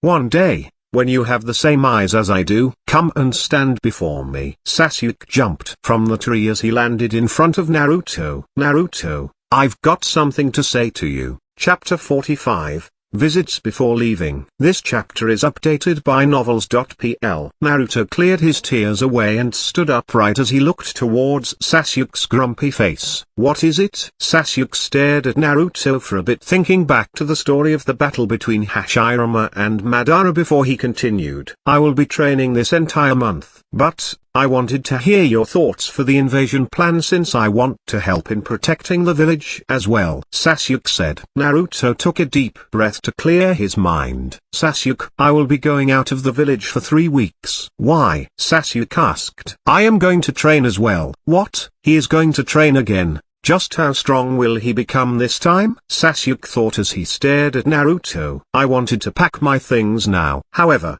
since you have reminded me, I want you to accompany me to Shikamaru's house. Naruto started walking towards the direction of the house while being followed by Sasuke. Nara Clan District. Knock, knock, knock. Yes? A middle-aged woman appeared at the door. Is Shikamaru at home? We are looking for him, Naruto said with a smile. Oh, friends of Shikamaru, please wait.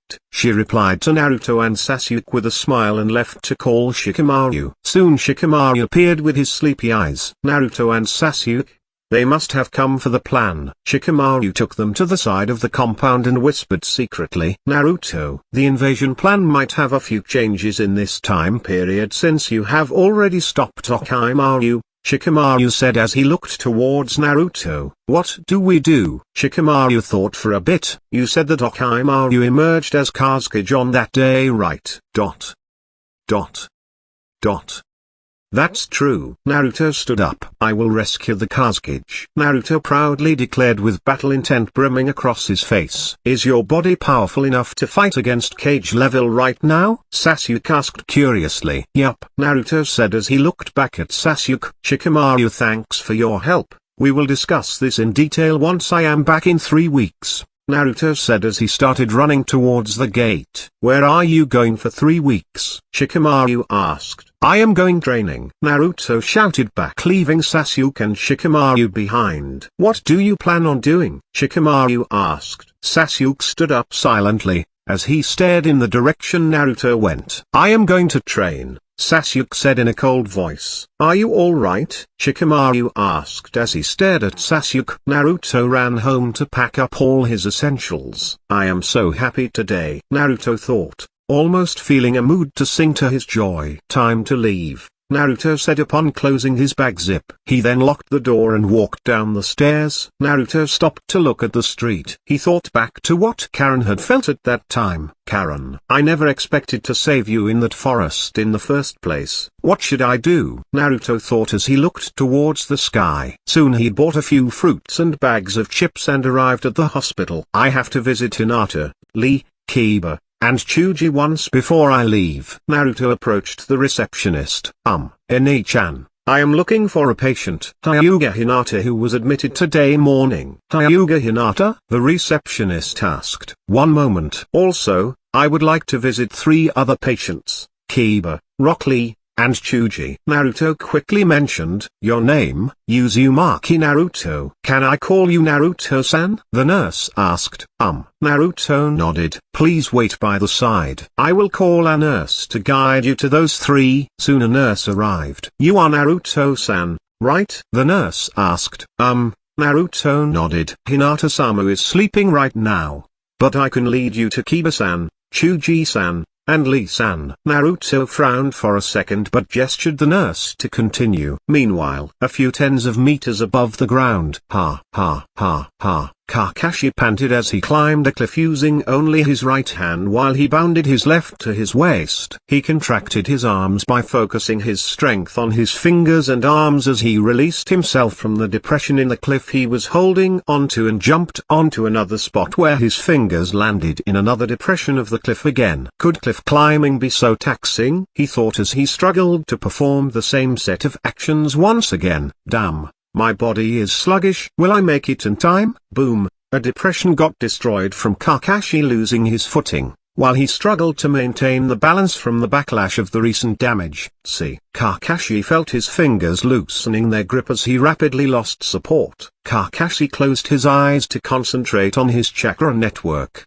He was able to speed up the chakra activity across the network voluntarily. Open! Kakashi shouted in his mind as he temporarily removed one of his natural body strength limiter, upon which he forced his arm to contract to build enough power for a split second and pulled himself to jump across a considerable distance, just enough to land him on the edge of the peak. Ha ha ha, Kakashi panted as he raised his head slowly to see a familiar figure in front of him. Huh? Kakashi reacted. Yo! Sasuke greeted Kakashi. You finally made it here, Sasuke. Soon they arrived in front of Rock Lee's room. Knock, knock. Lee-san, I am coming in, the nurse said as she entered the room. Lee struggled to sit upright on his mattress upon their arrival. The nurse ran to him and helped him up. Lee-san, there is a friend who wants to meet you. Huh? Lee raised his head. Yo! Naruto greeted him. Naruto sat by the chair beside Lee's bed while Lee looked at Naruto. Naruto lifted a basket to present Lee with the fruits he bought for him. I wish you a speedy recovery. Thick brows. Lee accepted the basket and kept it by the table beside him. Lee turned towards Naruto. Naruto-kun, thank you for warning me today, Lee said as he bowed his head a bit. It's all right. Naruto quickly interrupted as he got up from his chair to prevent Lee from bowing. I just wanted to drop by to see you before I go for training, Naruto said as he headed towards the door. Training, huh? Lee thought,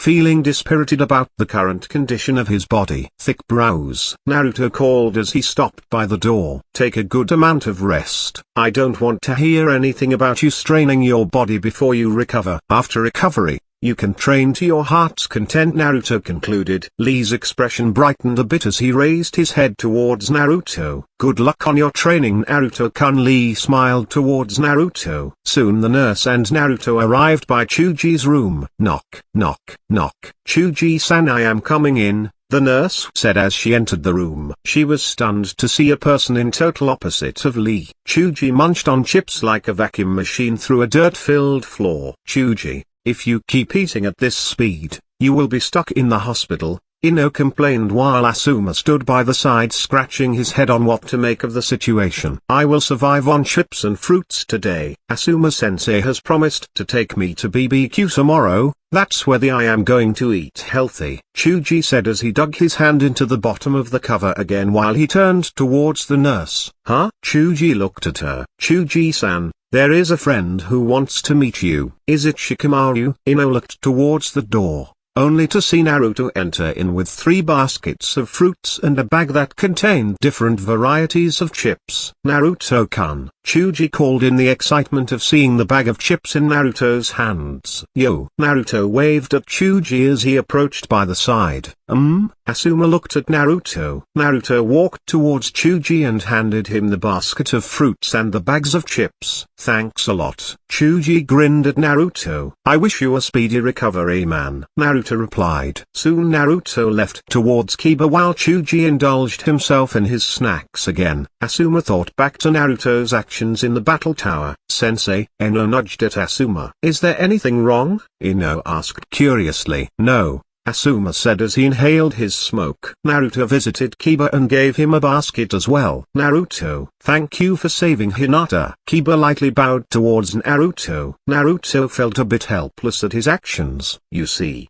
their problem has been there since birth, Kiba said as he looked towards Akamaru who was sleeping by his side. Naruto and Kiba talked for a while before Naruto left. Ine-chan. Yes? The nurse looked towards Naruto. Can you lead me to Hinata's room? I want to leave this basket for her. I will leave without disturbing her. The nurse thought for a bit before she nodded to Naruto's idea. Naruto entered the room quietly. He saw Hinata lying on the bed with her eyes closed and a blanket over her. Naruto smiled as he walked to the table beside her and left her a basket. He turned towards the nurse. Ine-chan, can you get me a small piece of paper and a pen? Sure. The nurse nodded as she left the room and came back with the items. Naruto wrote down a message for Hinata on the paper and left it by the basket. Soon he came out of the building. As he made his way to the exit, Naruto stopped midway as he looked at Shikamaru. Shikamaru went to visit Hinata? Shikamaru asked. She was sleeping,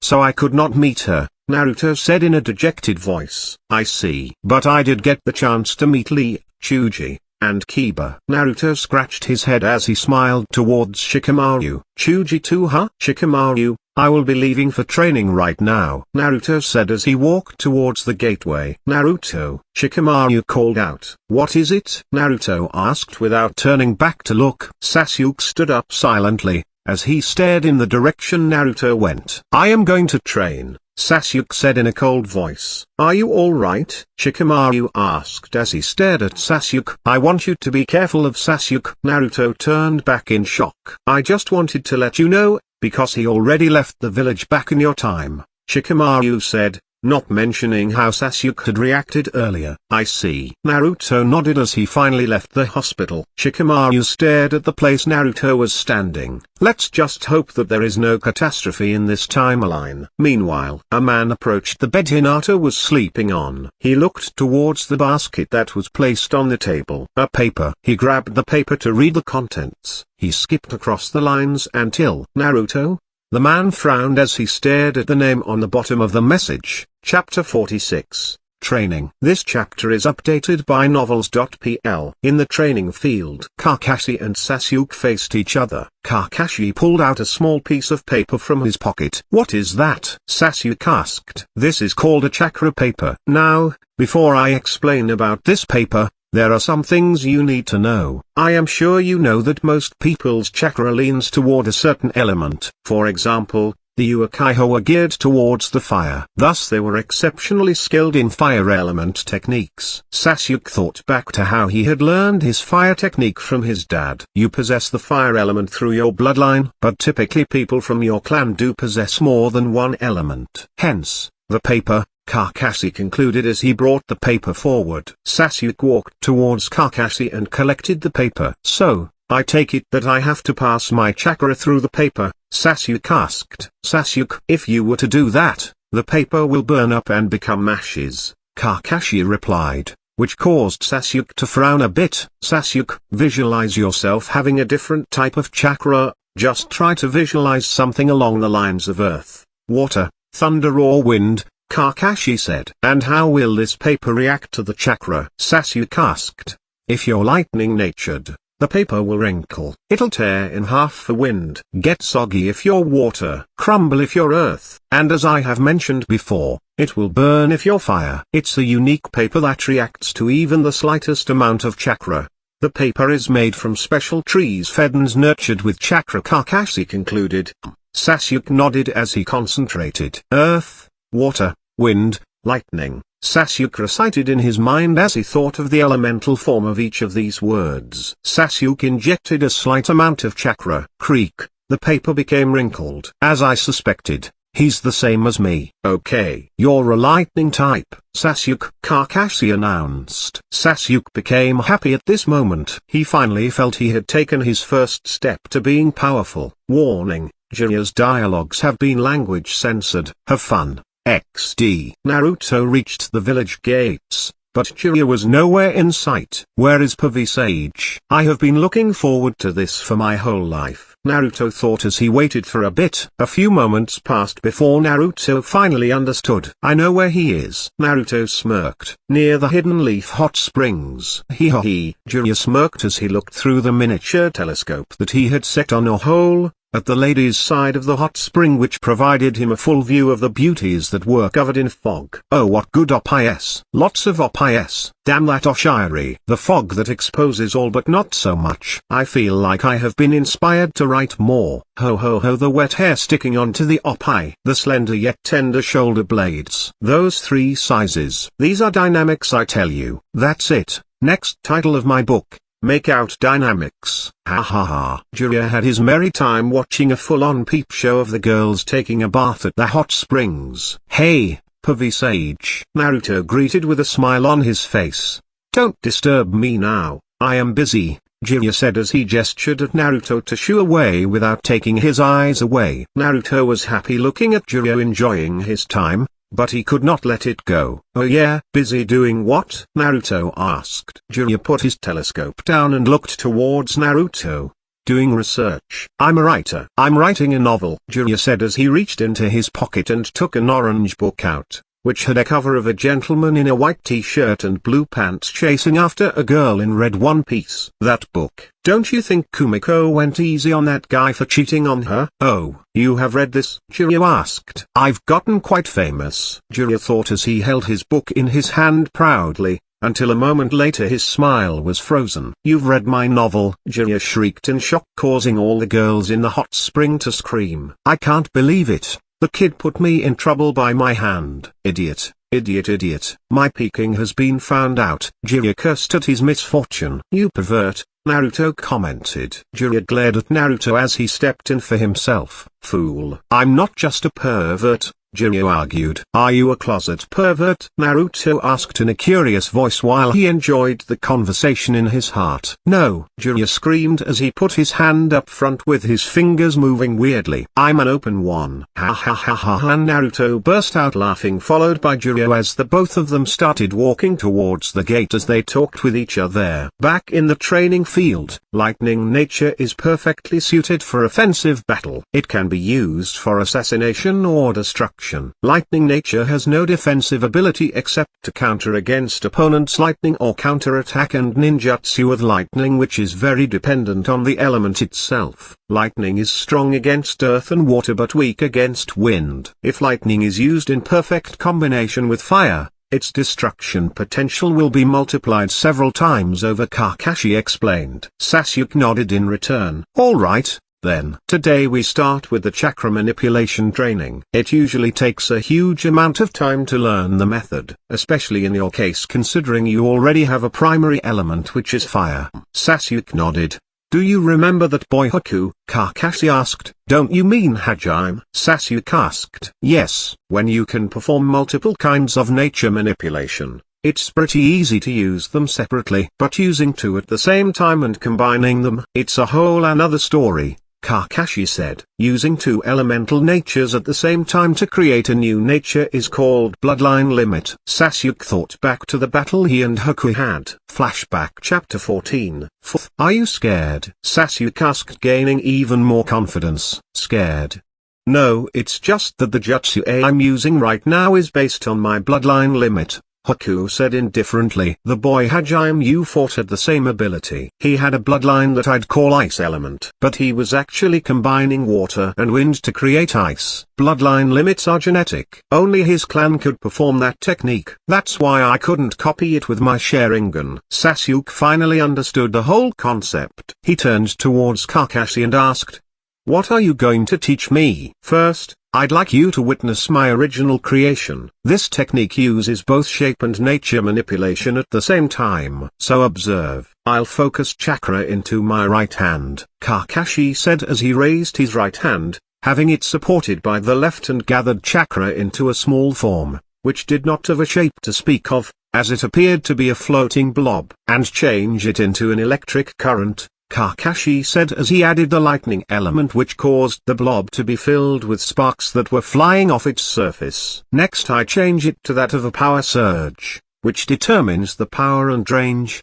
Kakashi said as he powered up his entire technique. Sasuke stared at the round electric chakra orb in Kakashi's hand, causing him to swallow his greed which was thirsting after power. Kakashi then shut off his technique. By the end of your training, even if you are unable to master the Reikiri technique, I am going to teach you only the nature manipulation part of it. The technique will be known as Chidori. Hidden Rain Village. There was a heavy rain. In a tower located away from the city, 3 members were gathered in the room. Even Okimaru, with pain keeping a keen eye out, can't take any major action, a masked man said as he descended the stairs from the front balcony. By the way, the member you brought in earlier, Kisame Hoshigaki, has been teamed up with Itachi. A woman with blue rose up her hair spoke. Yes, that's fine, the masked man replied. Eventually, we'll have the others form teams too. That's why we need another new member. Deidara, the rogue ninja of the Hidden Stone Village. It's the perfect time to bring him in. Zetsu. The masked man turned towards another man in the shade with black robes depicting red clouds all over and a face that's part black and part white. with two huge green covers on either side of the face that looked like a part of a flytrap on an insectivorous plant. Tell Sasori, Itachi, and Kisame to go get Deidara. Yes, Zetsu replied as he sank into the ground. Pain. You and Kakazu will accompany those three, the masked man said as he turned toward the front balcony and stared through the heavy rain. Chapter 47, Recruitment. The boss is here. This chapter is updated by novels.pl. The trio left the Hidden Rain village and headed towards the outskirts of the Hidden Stone village. Somewhere in the forest. Over the? Sasori asked. Yeah, Itachi replied. The five entered the house with an open door. They stepped into a spacious hall that was surrounded by statues on both sides, with a man sitting in the center with his back against the trio at the end of the hall. We are from Akatsuki, Sasori announced. Akatsuki? Deidara asked as he turned his head to see the three standing behind him. Sorry, but that really has nothing to do with me, Deidara said as he turned back to shaping his clay. The only thing I want to do is concentrate on my art, Deidara said as he admired his creation in his hand. Art? Sasori asked. The art I create with clay that I make myself. It can also explode, and when it does, it makes its existence more sublime. And that's when it finally becomes true art. Because art is an explosion, Deidara concluded. And I have to take this Brett on as my partner? Sure, he's full of energy, but he seems like the type to die young, Sasori said as he looked towards Itachi. It's our leader's orders. His talent will be very useful, Itachi said. How do you know about my talent? Deidara asked. We know you're raiding anti-government factions of neighboring nations with bombings. You're a rogue ninja, but what is your purpose? Itachi asked. Purpose? I don't need a purpose. I take commissions to cause explosions using my art, Deidara replied. He's annoying, Sasori commented. Is he done? Kisame asked Itachi. Who knows? Itachi replied as he stepped out of the group. I'll handle this. Itachi bent his head down as he said, Sharingan. What? You want to fight? Deidara asked as he turned back. Yes, and if I win, you'll become a member of the Akatsuki, Itachi said confidently. Don't underestimate me or my art, either. Deidara threw his spider-type clay which he had just created towards Itachi. Deidara raised his up hand with a hand seal. Itachi saw the spider fly towards him as he jumped backward. Ha! Deidara shouted, causing the clay to explode, right before which Itachi had dodged to the side. Boom! Deidara dug both his hands into the purse on either side of his hips. The hands collected the clay and started to shape the clay into little spiders. Have a taste of my supremely awesome, cool and ultimate art, Deidara said as he set about 6 spiders that crawled in top speed towards Itachi. The battle went on while the trio behind Itachi watched a figure that was standing in a daze. Itachi, finish it up, Pain ordered. Itachi understood as he sped up his genjutsu. You're much better than I expected. However, Deidara paused, upon which a clay-based huge centipede climbed out of the ground as it wound around Itachi. This is the end of you. Deidara smiled as though he had everything in hand. Before you do anything, you should take a look at yourself, Itachi said in a calm voice.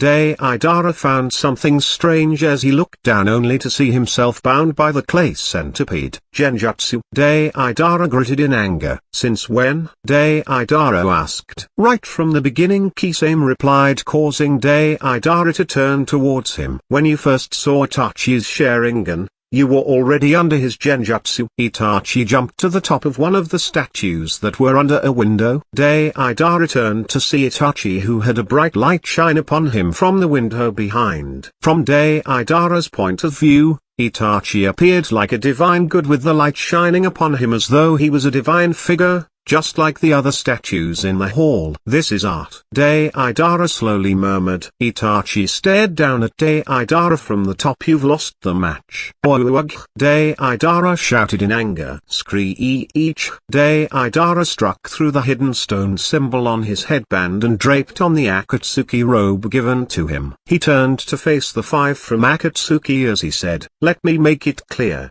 I won't stop in my pursuit of art. Deidara made his stance on the matter. Pain walked towards Deidara as he said, now that you're a part of the Akatsuki, I expect you to fulfill your missions. Pain held his hand towards Deidara, signifying that he wanted to give something. Deidara brought his hand under Pain's. An item dropped. Deidara saw that it was a ring. A gem was on the ring with the kanji character for blue. Deidara wore it on his finger and then pointed towards a direction as he spoke. You over there. He pointed towards Itachi. I'll never get caught up in your genjutsu again. Deidara declared. Now that you're one of us, I'll doubt that I'll have to use my genjutsu on you, Itachi said. I don't mind giving you a taste of my art. Deidara tried to provoke. Leave it at that, Sasori interrupted. Pain looked at Sasori as he ordered. Partner up with Deidara and go kill Okaimaru. It's about time, Sasori said as he hauled his body forward. Hyuko form. Who is this Okaimaru? Deidara asked. I'll tell you on the way, Sasori said as he led Deidara away. You Akatsuki sure like to order guys around. Deidara complained. Hey, hurry up, Sasori said. I know, Deidara said as he followed behind. Pain looked towards Itachi and Kisame. Itachi and Kisame, go to the hidden grass village. What about my partner? Kakazu asked. Wait just a while longer. I am currently keeping an eye on the hidden steam village. There is an interesting subject there. Sasori and Deidara walked through the forest. I've ordered Kabuto to keep me updated through several ways, Sasori said as he approached a stone. Sasori placed his fingers on the stone in a peculiar manner. Grrrr. The stone moved from its place, revealing a small space beneath it. A scroll was kept inside. Sasori bent down to retrieve the scroll. Shifting hideouts.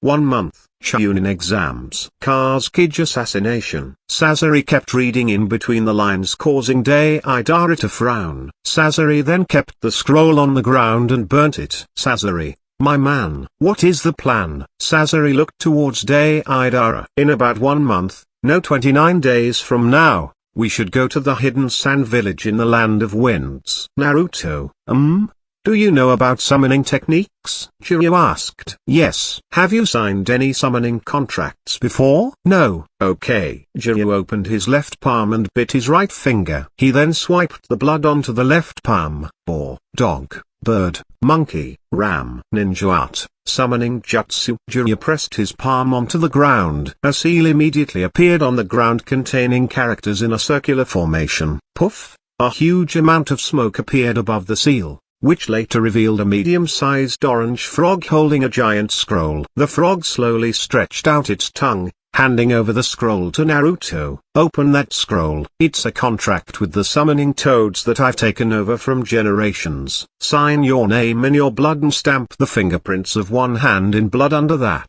Jiraiya pointed to a specific part of the scroll. Naruto bit on his finger and wrote his name in blood while also being reminded of the first time he did it. It has been a long time since I have seen Gamabunta boss in action. Naruto then performed the seals. Boar, dog, bird, monkey, ram, ninja art, summoning jutsu. Puff! Jiraiya almost had his eyes pop out. I can't believe it. First try, and he had to summon the most troublesome one of them all. Jiraiya thought as he saw the smoke reveal a hidden figure underneath. Not good. Jiraiya swiftly reacted by erasing his presence and blended in with the bushes. Jiraiya, where the hell are you? You dare to summon me for tricks? Gamabunta yelled as he searched for Jiraiya. Hey, little brat. Naruto frowned a bit. I knew frogs used to be grumpy, but man, I did not see that one coming. Yes? Naruto asked. Where's Jiraiya? Naruto smirked as he pointed towards Jiraiya who was hiding in the bushes. Naruto, Jiraiya screamed. Jiraiya. Gamabunta screamed back, shutting Jiraiya up. In the Great Sage Hall of Mount Myoboku, I sense a great change is about to begin. This storm is much more than just changing the world. The student of Jiraiya boy was supposed to bring either great destruction or great peace. That was the vision I had seen. The new vision now involves the otherworldly. Has Jiraiya boy come in contact with that fated student of his? The great elder thought as he looked towards the sky from his seat in the hall.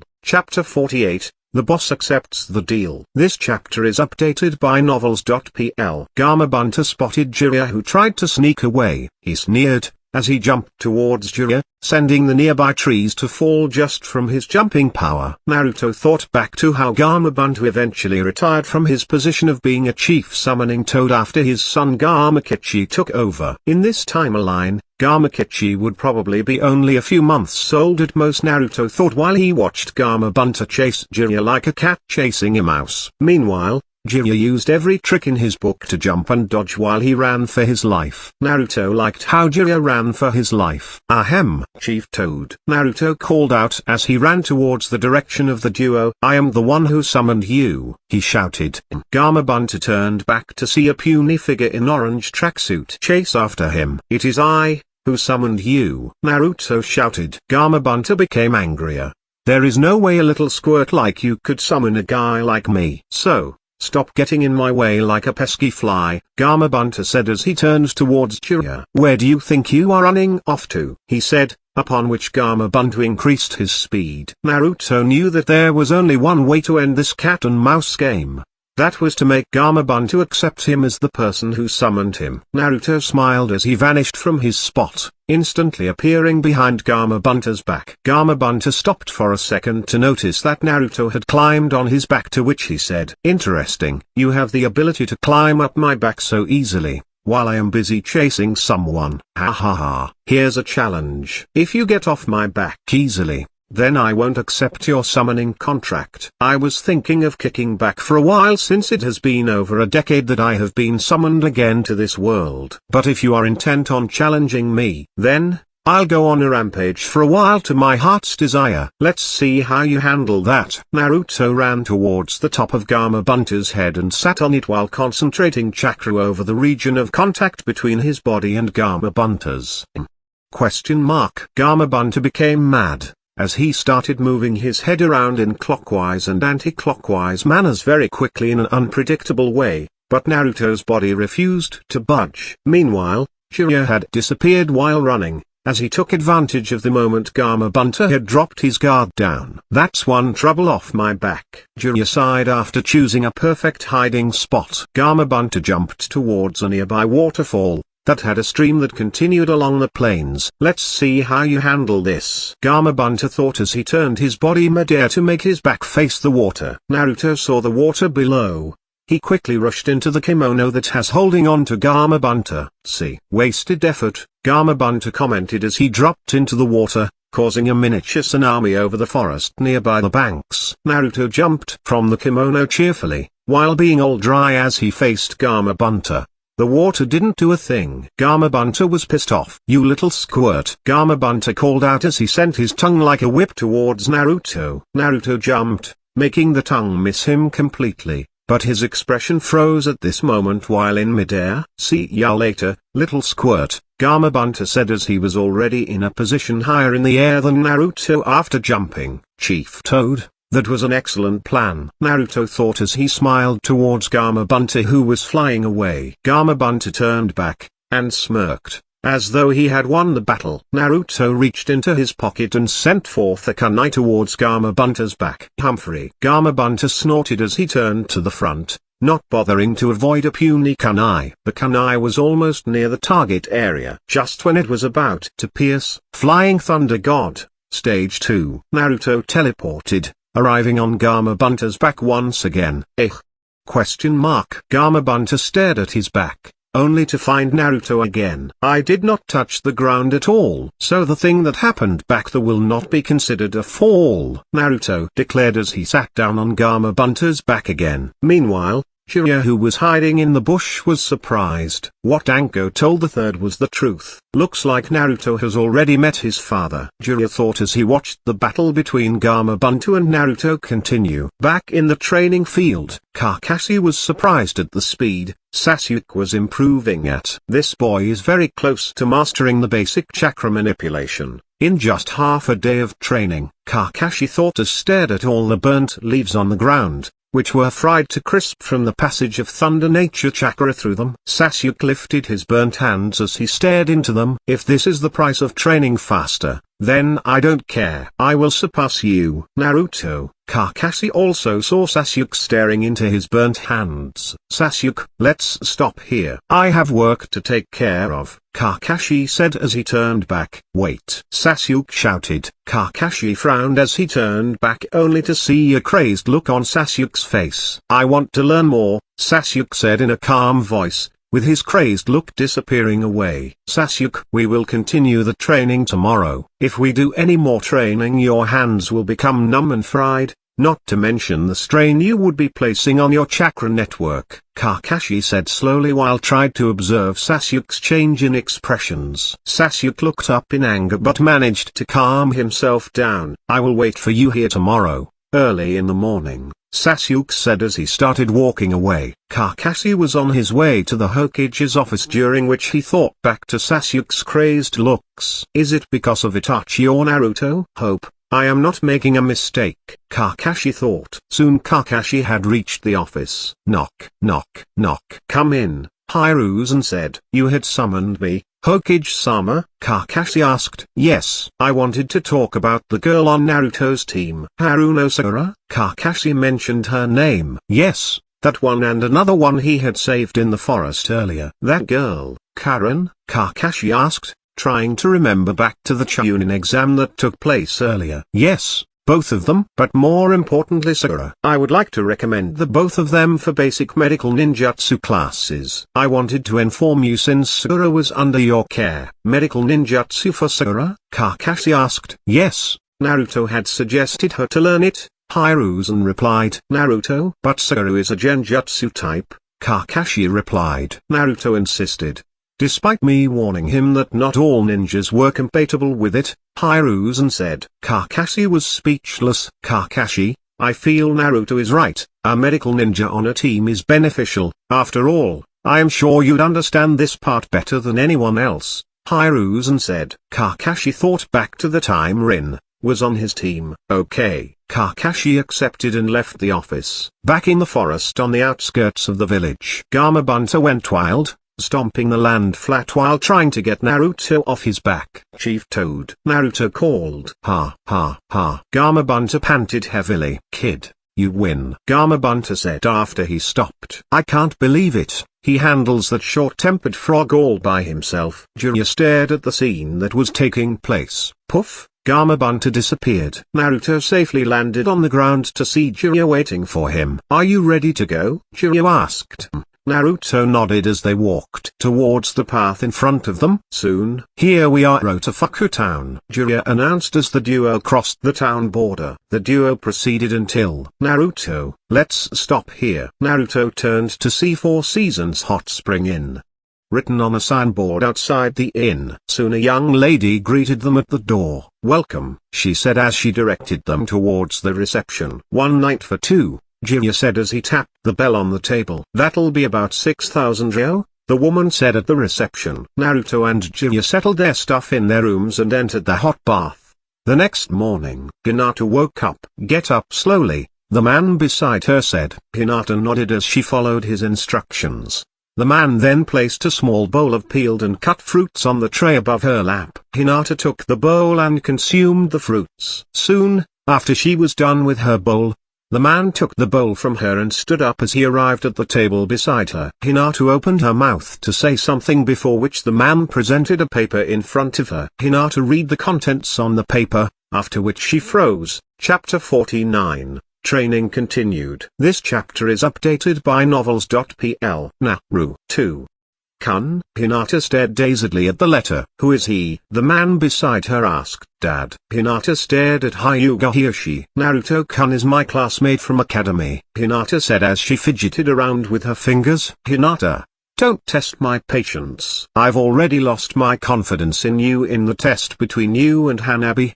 My father forced me to think for the sake of the well-being of the clan. If it weren't for that, you would still be training to take over." I had not lost hope, even when I handed you to Kurenai-sensei thinking that real-world experience would teach you, that it would make you stronger, Hiyoshi said as he thought back to when he had declared that Hinata would lose her position of the clan successor. It was very shameful for him, considering the fact that he had still felt guilty about taking the position of the main branch. while his own blood brother who was birthed seconds after him was forced to the side branch. He felt even more guilty when he had to use the seal on his brother to keep the aggressive emotions in check. Kei has already given me all the information there is about that boy. Hyuga was the caretaker of Hinata. He would accompany her side since childhood, and even during her time at the academy, Ko would accompany Hinata everywhere after she would leave the academy grounds. Kei had spotted Naruto numerous times by accidents or by coincidences.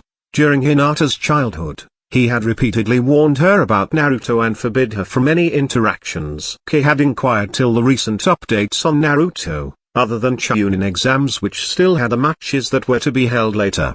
The boy does not possess the qualifications to look at you. On the other hand, you make sure to fail me in every expectation, Dad. Hinata shouted. Say anything about me, and I would not blink an eye about it. But, I will not tolerate any words against Naruto-kun. Hinata made her stance clear. She stood up in anger, while also surprised at the intense emotion that was displayed on Hinata's face. She no longer had the face to remain. He stomped towards the door, before which he stopped as he said, "You never stood up for yourself. You would even willingly lose towards your younger sister. But you would stand up for a stranger." Hinata, are you still my daughter? She asked, after which he closed the door and left. Hinata stared at the letter, then her left ring finger, and started to cry silently.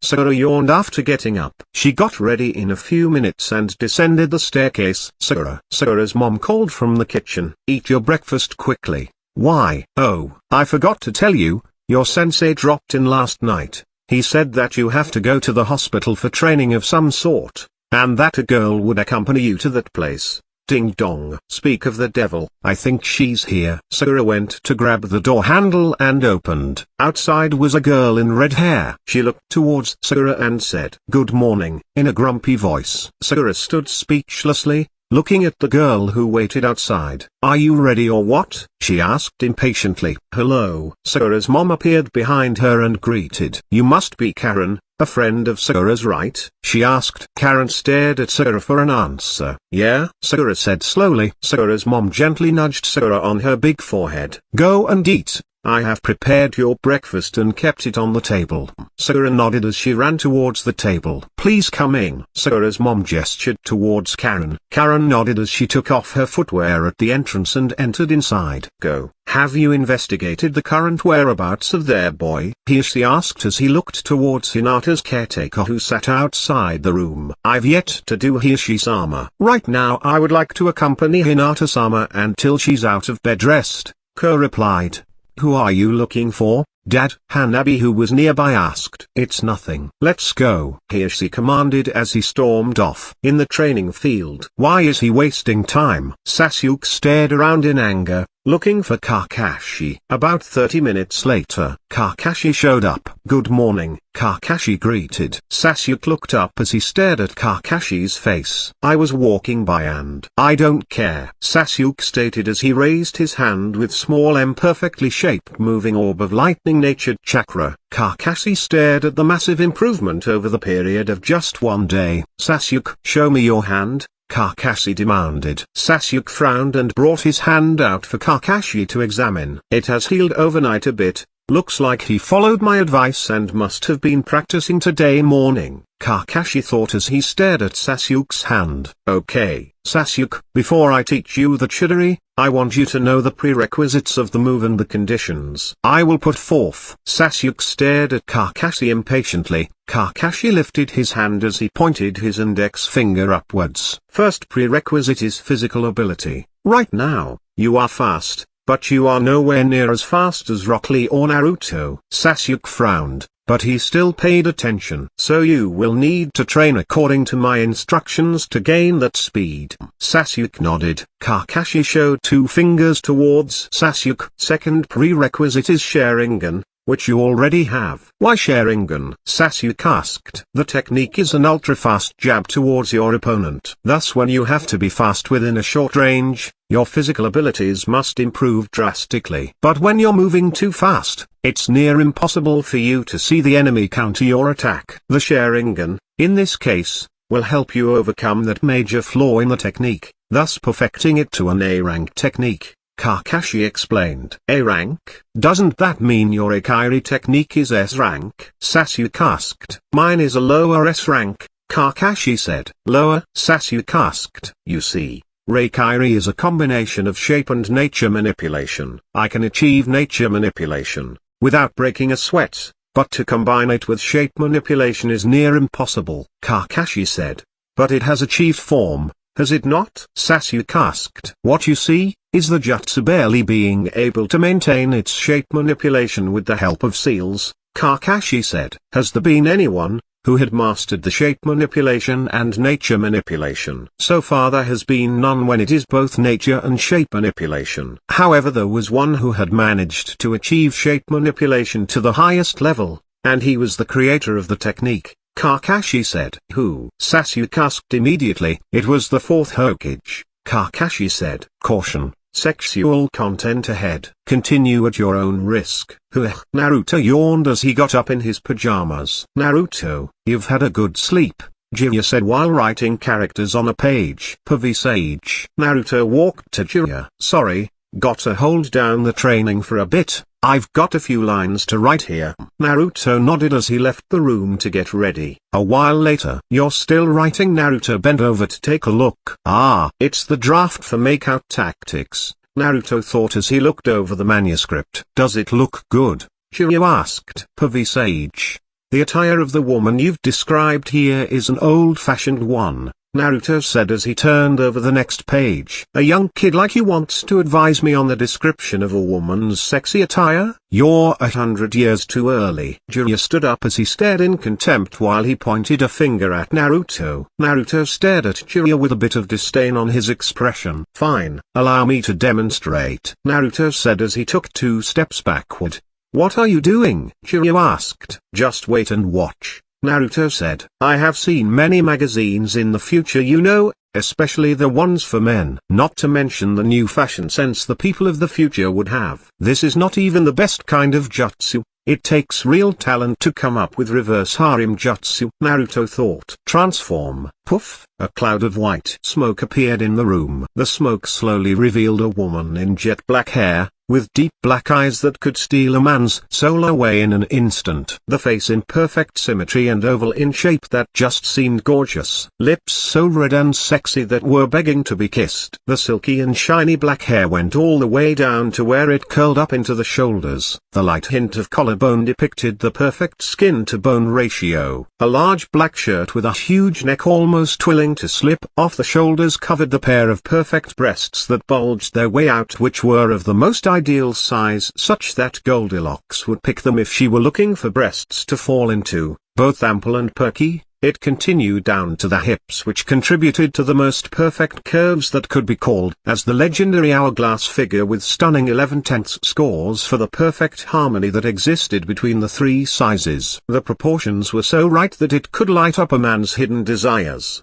Blue jeans shorts that were so short was hung up to the hips, which showed legs so long, sexy and beautiful that could have men lusting after them all night and still beg for more. Dot. Dot. Dot. Dot. Dot. Dot. Dot. Dot. Dot. Dot. Dot. Dot. Dot. Dot. Dot. Did Jiraiya faint? Did Jiraiya petrify? Did he launch off into space with blood as a fuel? Find out next time on Chapter 50, Conditions. The Shadows That Lurk. This chapter is updated by novels.pl. Author's note.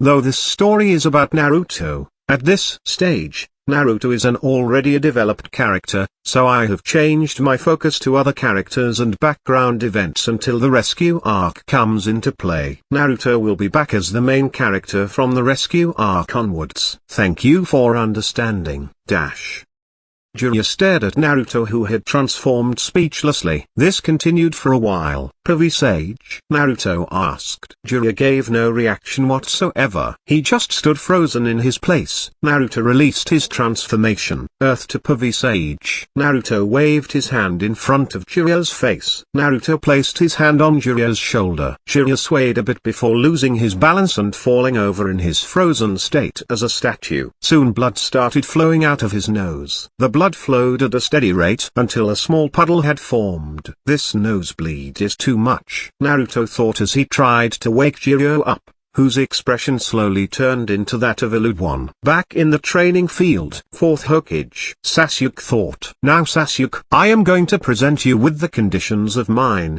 Kakashi said as he held up his finger. 1. You will only use this technique when the situation demands it. Sasuke nodded. Kakashi put up 2 fingers towards Sasuke. 2. You will never use this technique against a comrade from your village, Kakashi said. Sasuke froze at this moment. Flashback. You are someone who could be able to use Mangekyou Sharingan just like me. However, on one condition. That you must kill your closest friend.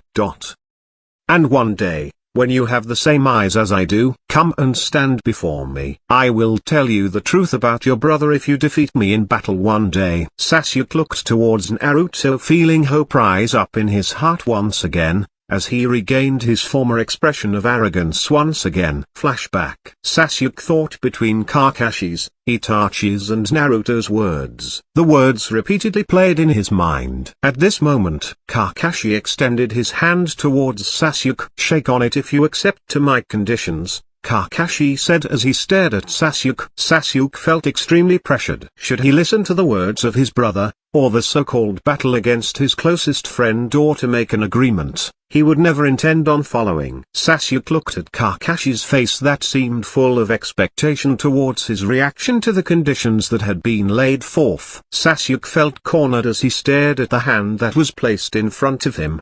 The Chunin exam. The revenge. The battle. The promise. Sasuke felt his mind about to burst as he subconsciously raised his hand while facing the high pressure from the burdens he carried. He gritted his teeth in anger, with his eyes tightly closed. Unknowingly, his hand fell onto Kakashi's hand. Good. Kakashi nodded. Sasuke abruptly opened his eyes to see his hand on top of Kakashi's palm. Sasuke looked up to see Kakashi smiling at him. However, at this moment, he felt even more pressure fall into him, as though his body would crumble on the spot if he had any more decisions to make regarding such matter. In a cave below a mountain far away. Kabuto. Yes. Orochimaru-sama. Have you prepared the 5 bodies yet? Orochimaru asked as he kept 4 kunais by the side of the table with talismans attached to them, which had characters written in blood. Kabuto walked towards Orochimaru as he pointed out in a particular direction. Orochimaru and Kabuto then walked together towards the place Kabuto had pointed. They arrived at a small room which was barren, with about 5 human bodies lying on the floor that had been bound up in ropes, while they lied down in almost complete silence,